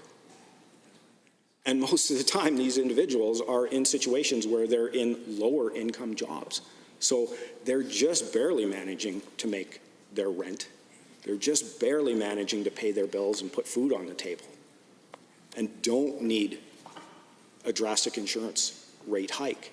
But here we have the ability to at least talk about it, figure out a way of how we can help people now and not after the damage is done when the report comes in, assuming that we've consulted with consumers in a better way than we, say, consulted with the people on transferring their pensions. So I certainly stand in support of this motion. I'm hoping that, members opposite will take this sincerely. Okay, this is just me talking about the language, what's going on right now, the things that I'm hearing, and not just take a stand against the idea of this just simply because it came from the opposition. At the end of the day, we were all elected by our constituents. We weren't elected by the insurance company. We weren't elected by shareholders or whatever in those insurance companies. We were elected by our constituents, and I know that we're all hearing from them. It can't be just the opposition that's hearing from them. And I've heard a lot, not only in correspondence that I've received into my office, not only in phone calls that I've received into my office, but the interactions that I've gotten, even just running into the grocery store, Madam Speaker.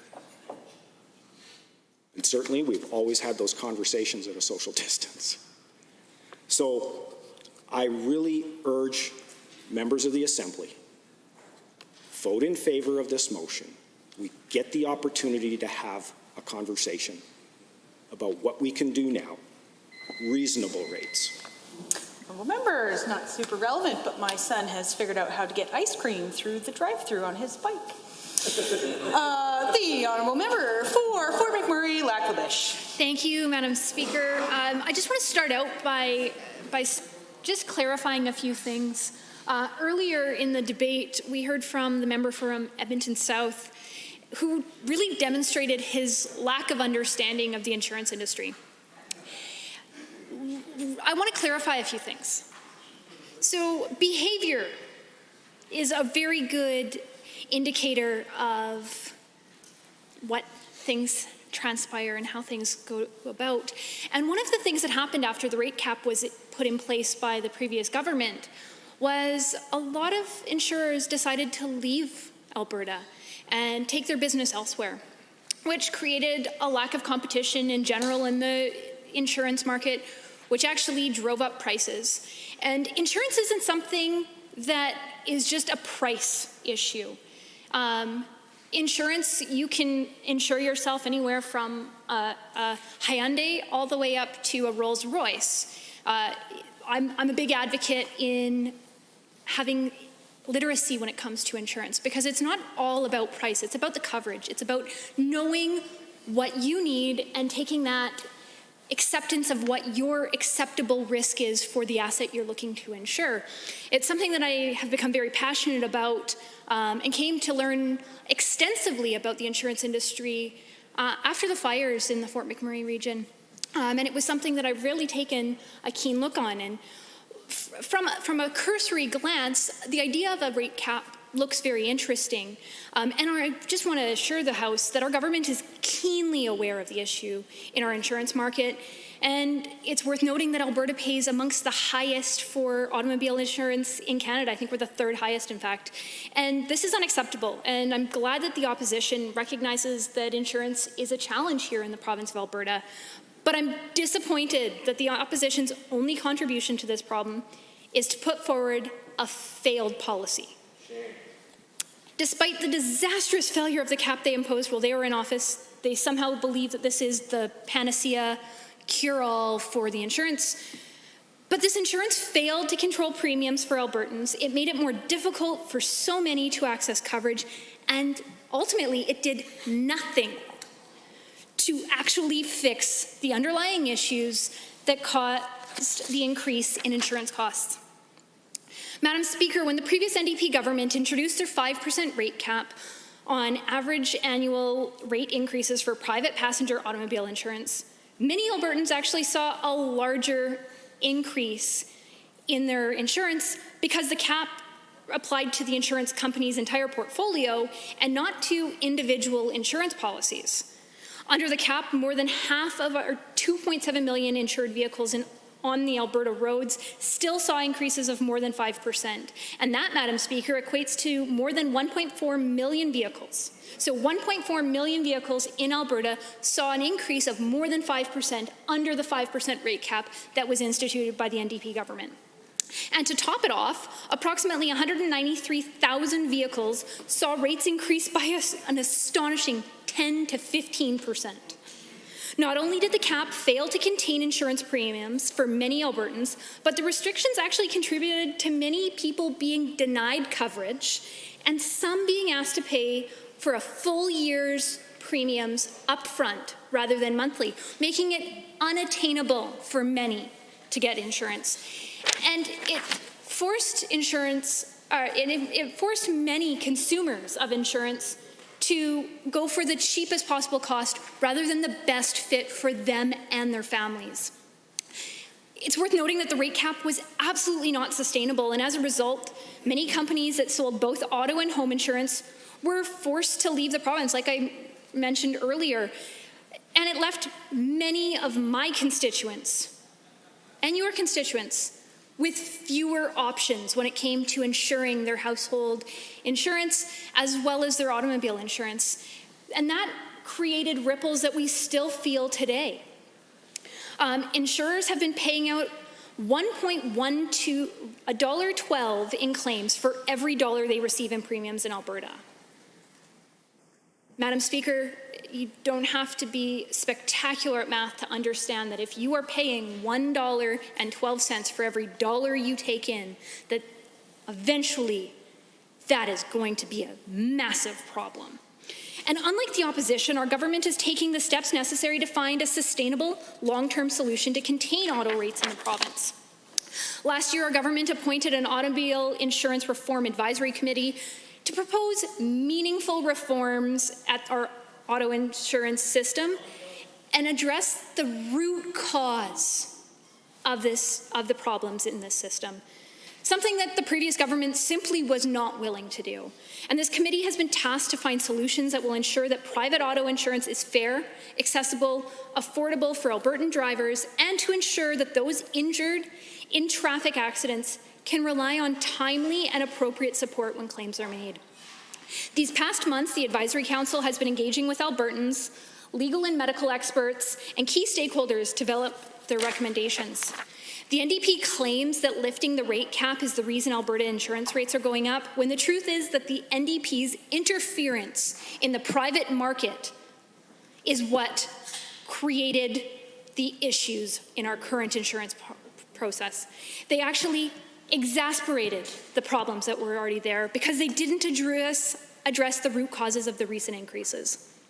Our government is working hard to find a real solution that will balance affordability, fairness, sustainability for all looking for automobile insurance in this province.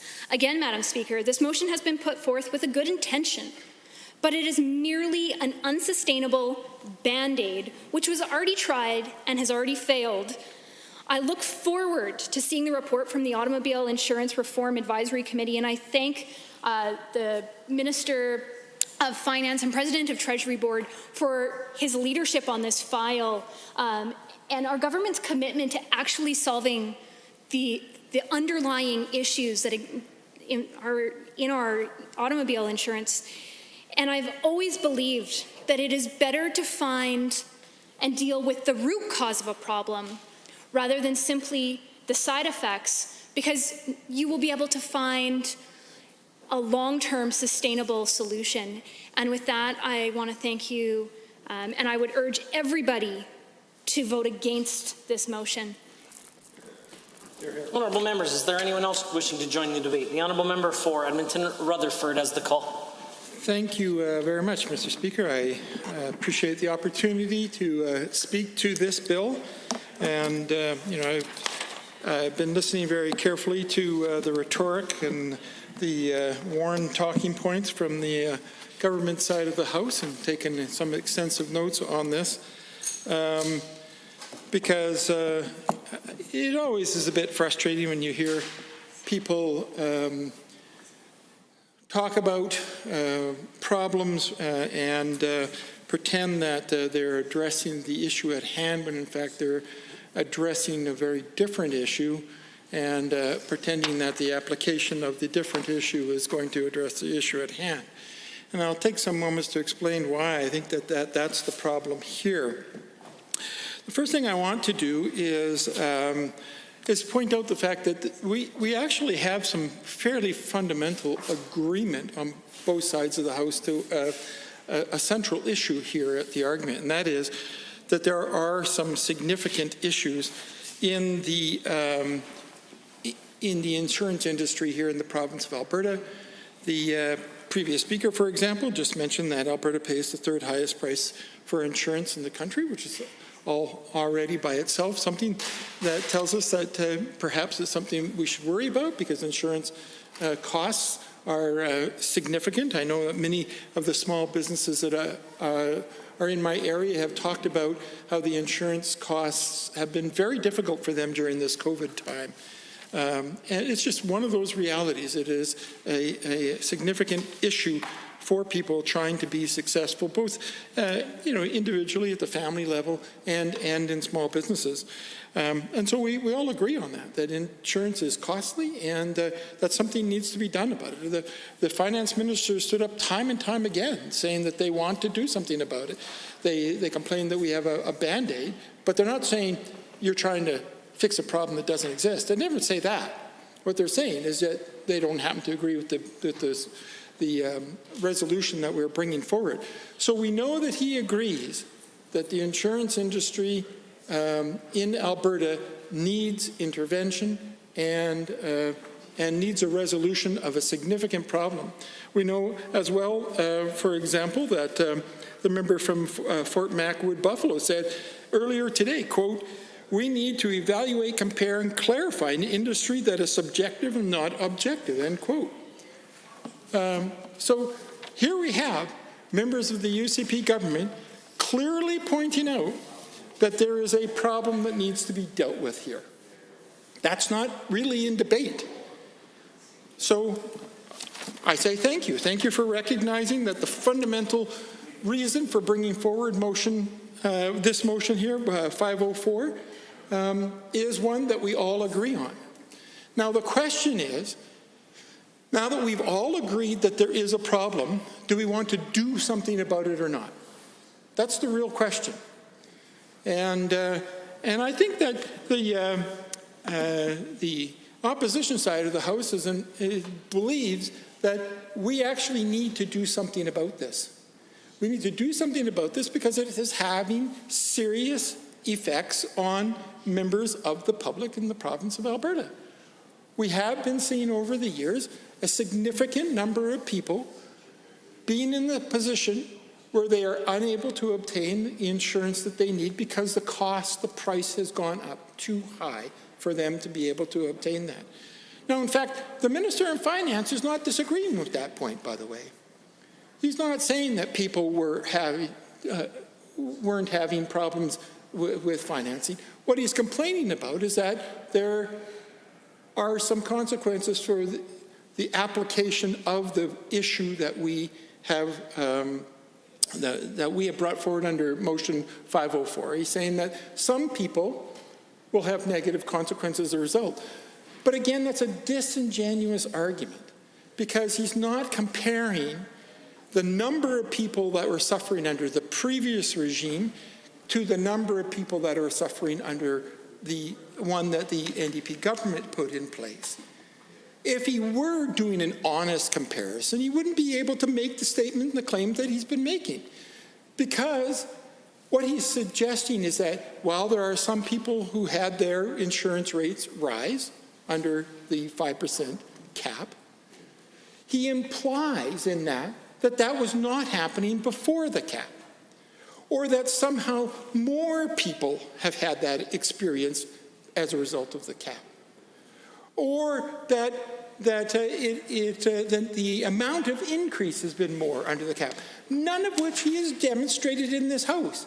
In fact, I suggest that all the opposite is true, that yes, there are people that have had negative consequences while the cap's been on. Maybe some of that has even been exacerbated by the cap. But that any fair reckoning and looking at the statistics of what was happening for people in this province would suggest that a far greater number of people were suffering without intervention than were suffering during intervention. Now, the minister keeps getting up and saying people have been hurt. Okay, I agree. I'll accept that. There is a percentage. But he has not demonstrated that percentage is greater than it was without the cap. And in fact, I think we can suggest that, in fact, it was much greater without the cap. And we know that even when we talk about the issues that are at hand here, the minister stands up and says, and reinforced by some of the backbench MLAs, and says, oh my goodness, under the cap, some people's insurance went up by outrageous amounts, including up to 10%, we just heard the last speaker say. And yet we know that since they took off the cap, that a significant number of people have seen their rates increase by 50%. So you can be as outraged as you want at the fact that a small number of people had an increase of 10% when there was intervention. But it's disingenuous if you're not 5 times as upset about the fact that people are experiencing a 50% increase since you took off the cap. It just doesn't stand a logical analysis to complain about this in the manner that they have. And I'm particularly concerned about this idea that somehow this is just a Band-Aid. Now, I recognize it is not the ultimate solution. Nobody has suggested that. Well, that's not true. The government has suggested that somehow we are pretending it was an ultimate solution, but that is a complete falsehood. That has never been suggested, only by the members of the government because they're trying to obscure the truth. The truth is that we had a bleeding problem.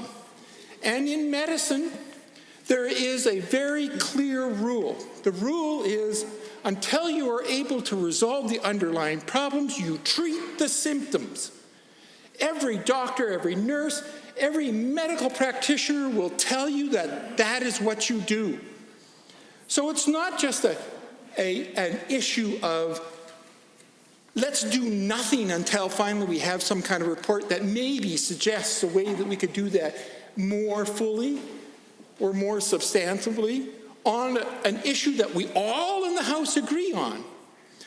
What we're debating here is the fact that the government doesn't want to do anything to staunch the bleeding until they've had a chance to do the major surgery. Honourable Member, I hesitate to interrupt, but pursuant to Standing Order 8.3, which provides for up to 5 minutes for the sponsor of the motion, other than government motions to close debate, I invite the Honourable Member for Edmonton West Henday to do just that. Well, thank you, Mr. Speaker, for the opportunity to rise once again, this time to close debate on my motion, Motion 504, which of course reads as follows: be it resolved that the Legislative Assembly urge the government to take measures to better regulate the automobile insurance system in Alberta, including but not limited to the establishment of reasonable rate caps to prevent further undue financial hardship for Albertans. And I appreciate the time that each of my colleagues took to stand and speak to this important initiative, and I also welcome the perspective of everyone who took the opportunity to join in the debate. And there is no doubt that the issue of insurance affordability affects all Albertans, and I think that that has been acknowledged this afternoon, especially right now as we continue to feel the impacts of the global pandemic before us. And we must consider the impacts that each of these costs are having on all Albertans. And we have all heard stories through one way or another of how these increasing costs from insurance companies are hurting our constituents, and we must take action now. We have unfortunately not seen any action on this file from the current UCP government, and the public's calls for action have overwhelmingly been ignored. And when questioned on the decision to cancel the 5% cap on private passenger auto insurance premiums, the only answer that we received from this finance minister was that these Albertans should, quote, shop around, which was very unfortunate. Now, the fact is, this UCP government made the decision to leave Albertans at the whim of the insurance industry by removing this 5% cap. And then told those same Albertans that they don't have any answers right now.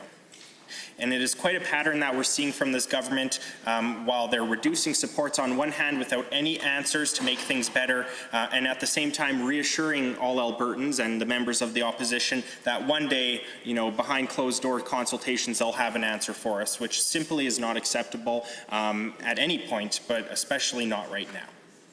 It is simply unacceptable to let these premiums continue at the rate that they are when our communities can least afford it. And the Premier's comments about how he personally saved $200 this year on his auto insurance really shows how truly disconnected he is from this important issue. Finally, I would like to thank all Albertans who took part in these conversations and provided feedback to my office and all MLA's offices.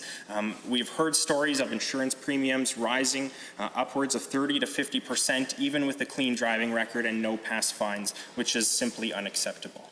Now, many of the members of the UCP have stood up, as the last speaker noted, and said that the cap on premiums have resulted in increases as much as 15% after it was lifted, or excuse me, while it was in place, without recognizing that the increases, once again, as the last speaker just mentioned, have increased even more so without the cap. And so it's simply not an acceptable answer. Members of the UCP have also stated that people trying to insure their vehicles had to pay their premiums up front or were unable to get insurance at all. That is still something that has not changed since they got rid of this cap. So it is simply, once again, not an acceptable answer to move forward with. This file requires immediate action for the benefit of all Albertans. By supporting this motion, you are at the very least showing and recognizing that something needs to be done.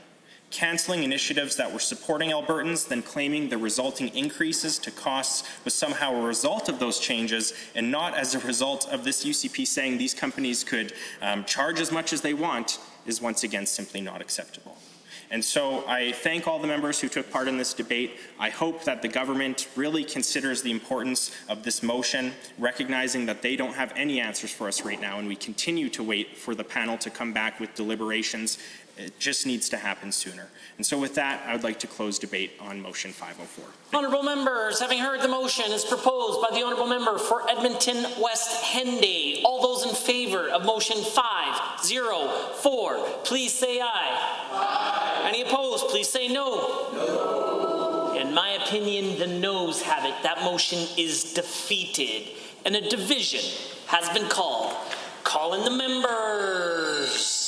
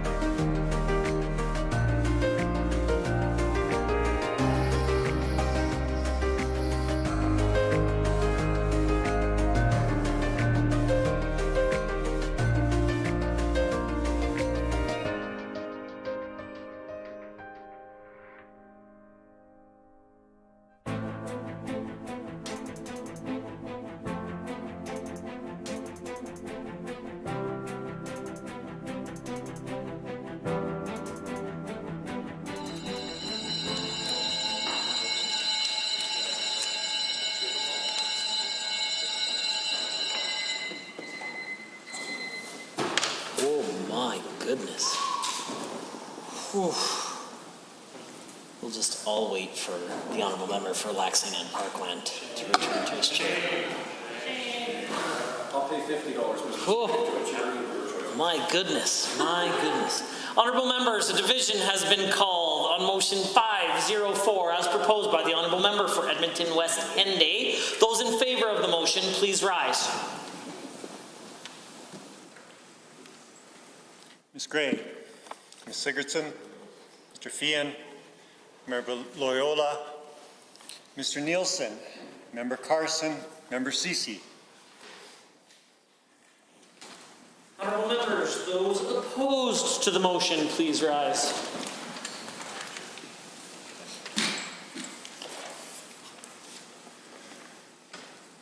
Honourable Mr. Copping, Honourable Mr. Taves, Honourable Mr. Glubish, Mr. Godfrey, Mr. Lowen, Mr. Williams, Honourable Ms. Pond, Mr. Ellis, Honourable Mr. Nally, Ms. Goodridge, Ms. Armstrong-Pomanuck, Mr. Horner, Mr. Guthrie, Mr. Reid, Ms. Isaac, Mr. Nixon, Mr. Newdorf, Ms. Glasgow, Mr. Turton, Mr. Yassine, Mr. Van Dyken, Mr. Getson, Mr. Hanson, Mr. Jones, and Mr. Long.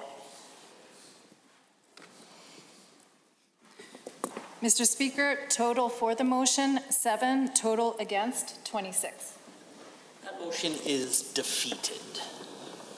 Under Government Bills and Orders, for second reading, Bill 21, Provincial Administrative Penalties Act, adjourned debate, Ms. Ganley. Honourable members, is there anyone wishing to join in the debate this evening? I see the honourable member for Calgary Buffalo has risen. Thank you, Mr. Speaker, for this opportunity to join in the debate on Bill 21, the Provincial Administrative Penalties Act that was brought forward recently by the Minister of Justice and Solicitor General, who's also MLA for the city I come from, Calgary Elbow. And it's my pleasure to talk to this, my first time since this bill has come before the House, my first opportunity in second reading. And I'm conscious that my colleagues, the member from Calgary-McCall and the member from Edmonton-Whitemud, who are both lawyers, had an opportunity to speak to this earlier on. And I don't have the benefit right here before me, but I do know that their views are recorded in Hansard, and I'm sure their arguments were cogent in terms of understanding the impacts of the Provincial Administrative Penalties Act, and I'll be glad to add to those right now. You know, I can appreciate that there's a desire to look at the issue of driving under the influence and to get better laws in place, both for the legal system that is inundated with many cases of DUI, and people who want to assure themselves they're getting the best treatment under the laws in this province. But I think the bill is quite substantive. Obviously, it's over hundreds of pages, and there's a lot to take in, and that's what I've been doing to try and get myself apprised of all the changes that are in this bill. So the point that I'd like to make is that if it's a challenge, of course, for the opposition and others to take in all the information that's in this bill, there's certainly a challenge in our society, stakeholder groups, interested participants who want to also take in the information and make some decisions about the efficacy. Will this bill do the job that's important for all Albertans, which is, of course, saving lives and reducing drunk driving or driving under the influence in our society? A goal I'm sure we all support and is not a partisan issue. We want people to be protected in our society from people who are driving under the influence and who are using a motor vehicle and shouldn't be. And I do know that there's been some individuals, and certainly MAD has taken a position where they welcome the law and sanctions introduced in it.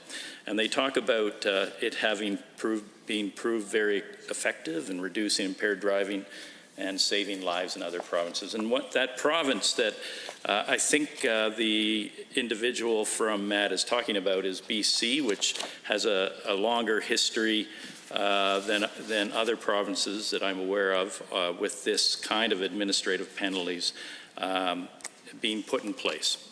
And that's certainly something I'm going to be looking into in greater detail to make sure that the outcomes that the individual from MAD spoke to as being achieved in other provinces is actually achieved and benefits the government of Alberta from undertaking similar kind of work.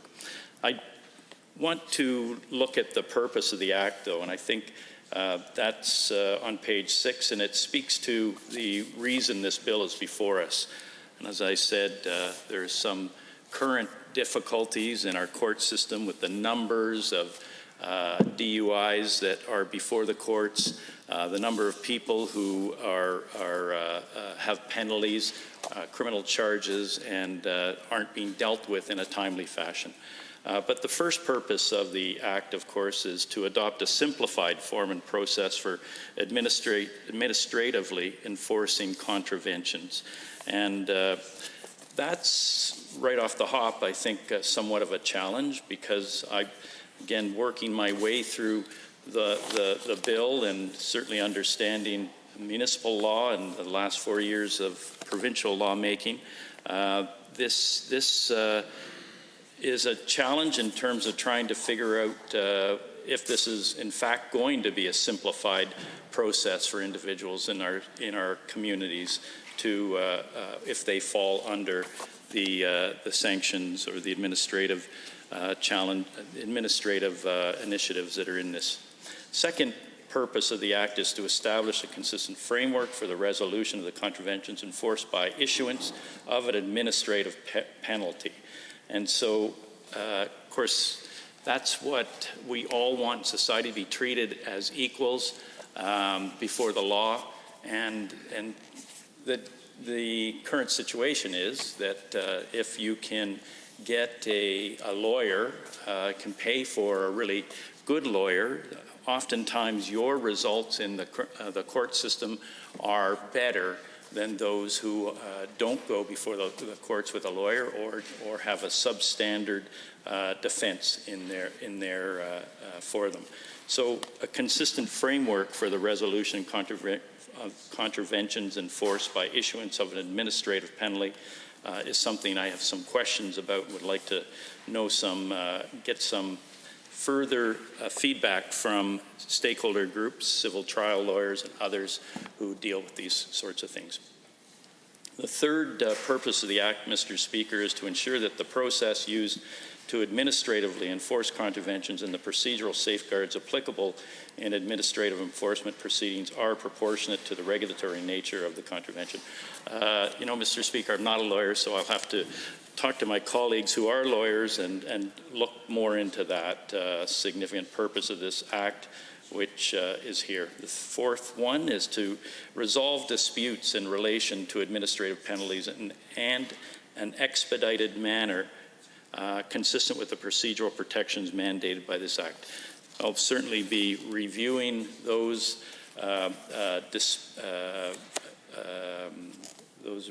resolution of disputes mechanisms that are in this Act further. The fifth one is to affirm that the consequences for the contravention enforced by the issuance of administrative penalty may not include imprisonment. And I certainly understand that our prisons are full, Mr. Speaker, and if there are other ways to deal with and ensure that people who break the law with regard to driving under the influence can correct that behavior and are accountable for their behavior, I think that is something that's worthwhile to consider and worthy. And the last purpose of this act, as stated here under F, is to enhance access to justice by establishing an administrative enforcement process that can be readily understood and provides for a simple method of disputing a notice of administrative penalty. So these are the things that the Act purports to want to achieve. And I think from the perspective of a non-lawyer, I would say that I'm not sure this Act will be achieving all of these things, because I think it's going to be somewhat convoluted, certainly initially for people who are found in contravention of 0.05 or 0.08 blood alcohol content or other drugs in their system.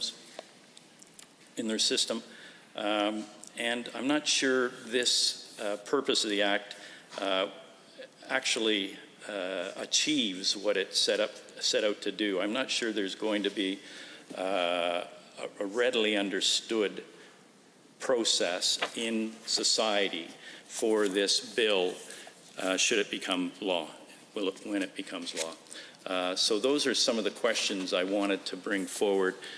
And I think, in fairness, there are people who we should listen to from the side of wanting to dig further into this bill before it becomes law. And in that regard, I'm certainly open to talking with those individuals, those groups, before this bill moves into a final third reading and gets passed. I think we can learn a lot from the BC situation, for sure, that they're kind of set the ground and were first in this regard with administrative penalties. And we can, the ability to look at the provincial government website on this issue is, and what they've done is certainly one I want to take a greater time to undertake, and I think all of us should do that. I think we should have some opportunity to hear from those who are in the legal profession, and in addition to the Solicitor General and Justice Minister and my colleagues who I mentioned. There are those who work in this field, certainly in the Justice Ministry as well, who have advised the Minister on this bill that would be interesting to hear from in terms of the cross-jurisdictional review that they have been able to undertake and the efficacy of those laws in other jurisdictions. I want to perhaps also mention that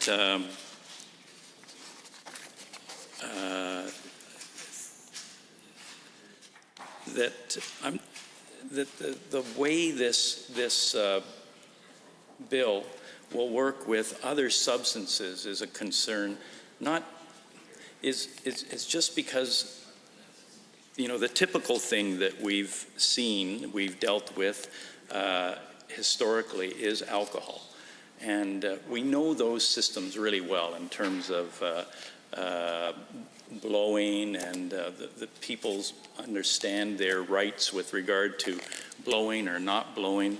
And they've seen that movie played out in our society for decades as a law enforcement tool to help keep our roads safe. What we haven't seen, and what is fairly new in Canada and in Alberta, is the legalization of cannabis.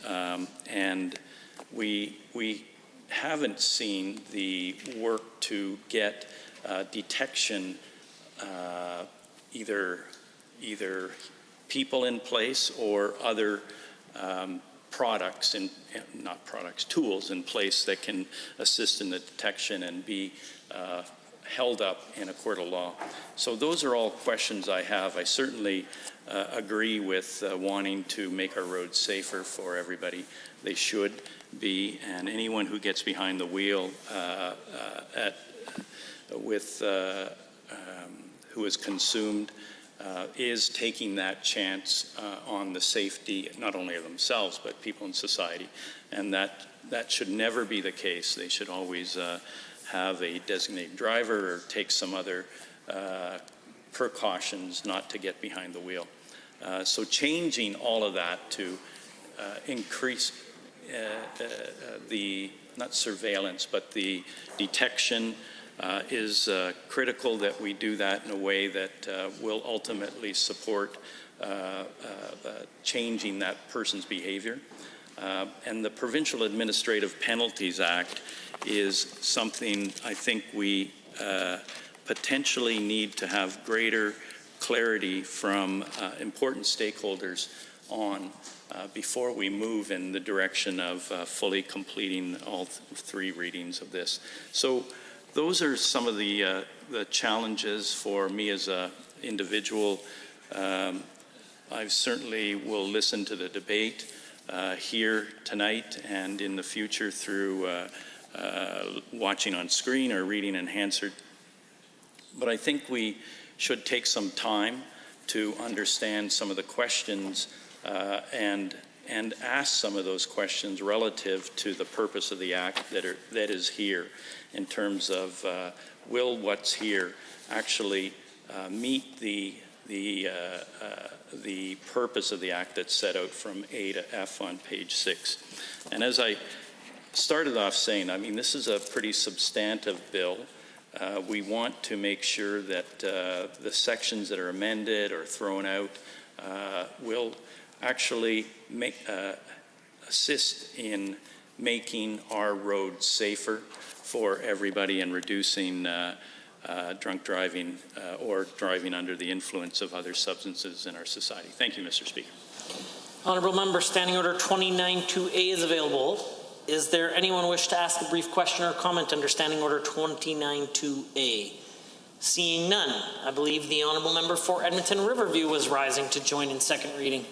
That's right. Thank you, Mr. Speaker. So I'm pleased to also join the debate on Bill 21, the Provincial Administrative Penalties Act, which has been brought forward by the Minister of Justice and the MLA for Calgary Elbow.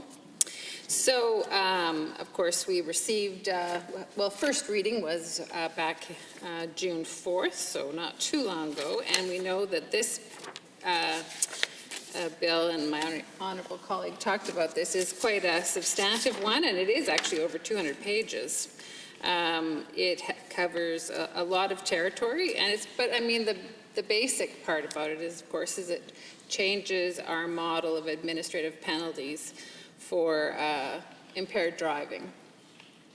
And it does that by sort of borrowing a bit from our neighbour to the west, BC. And BC has kind of been a bit of a leader on this issue in Canada. And back in 2010, they implemented legislation that I believe this bill is sort of templated on somewhat. There is some kind of controversial pieces of it because it does, right off the bat, decriminalize impaired driving for drivers on their first offense. It changes things quite substantially. And of course, when anything like that happens, we must make sure that we're understanding that and if that's a good step forward. And so certainly I feel like on this bill, we need sort of more answers to those questions to make sure that we're moving in the right direction. We need to hear more from stakeholders who have, direct experience, the police, to know whether this is exactly what we should be doing here in Alberta. But that's a question about that first piece of it that would be decriminalizing that first offense of impaired driving. So it's something really to, I think, be very reflective of and not just sort of accept that lock, stock, and barrel right off the top, because it is a substantive change, and we want to make sure that it is the right change for our province. And of course, we want to make sure that our roads are as safe as possible, and we do not want drunk drivers on our roads. We want as many lives saved as possible. You know, any death is a tragedy, of course. So making sure that the changes we make to this legislation that will become law are the right ones. So understanding if that is actually the most effective way to go. Certainly we know that now when an officer has reasonable grounds to believe that a driver has committed an impaired driving offense, they issue an administrative penalty. And right away, that will trigger a 15-month suspension. This is the current system. A driver can drive again after 3 months if they install an ignition interlock device. So even though it does say that they have a 15-month suspension if they do have this ignition interlock device, that of course they can't drive a vehicle if they have been drinking at all, then they are able within 3 months of that to be able to drive again. Certainly in the beginning too, just right after they have been charged, their vehicle is seized for 3 days, according to the current legislation. And as I was just referring to earlier, they are criminally charged with that first offense. They do have a criminal charge of impaired driving. So that's what our current situation is, and this legislation now is looking to shift that somewhat. And the officer again can, stop someone on reasonable grounds. They believe they're impaired. They can issue an administrative penalty. And again, that 15-month suspension is also part of this. And a driver can drive again after the 3 months if they install an ignition interlock device. So those are consistent with the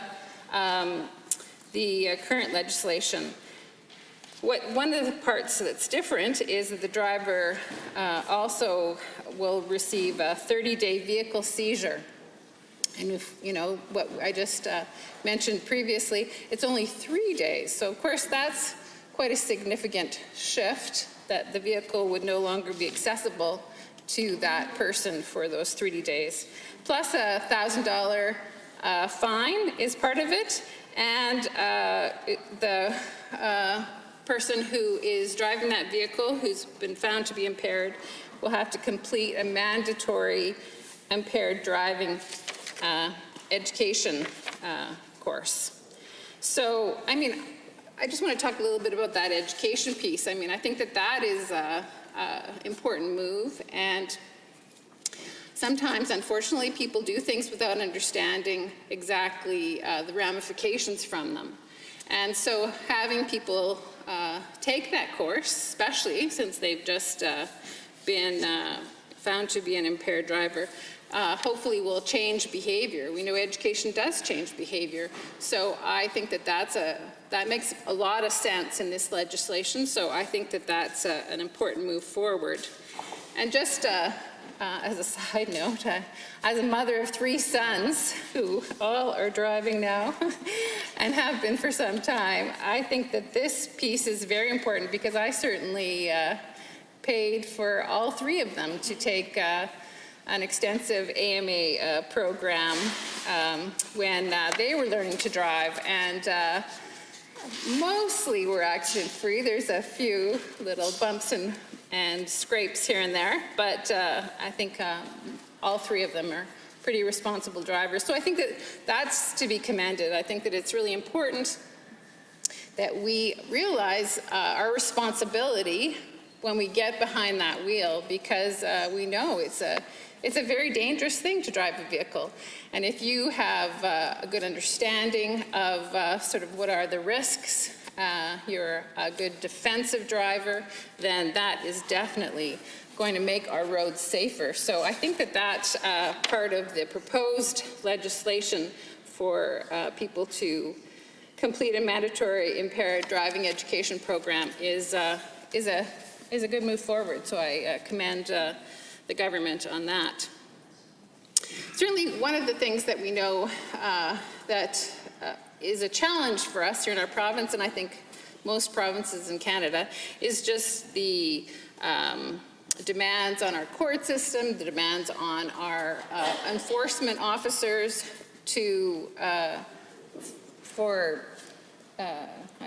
just the time required to fulfill on all the things they must do to carry out, say, charging someone or stopping someone because they've been an impaired driver.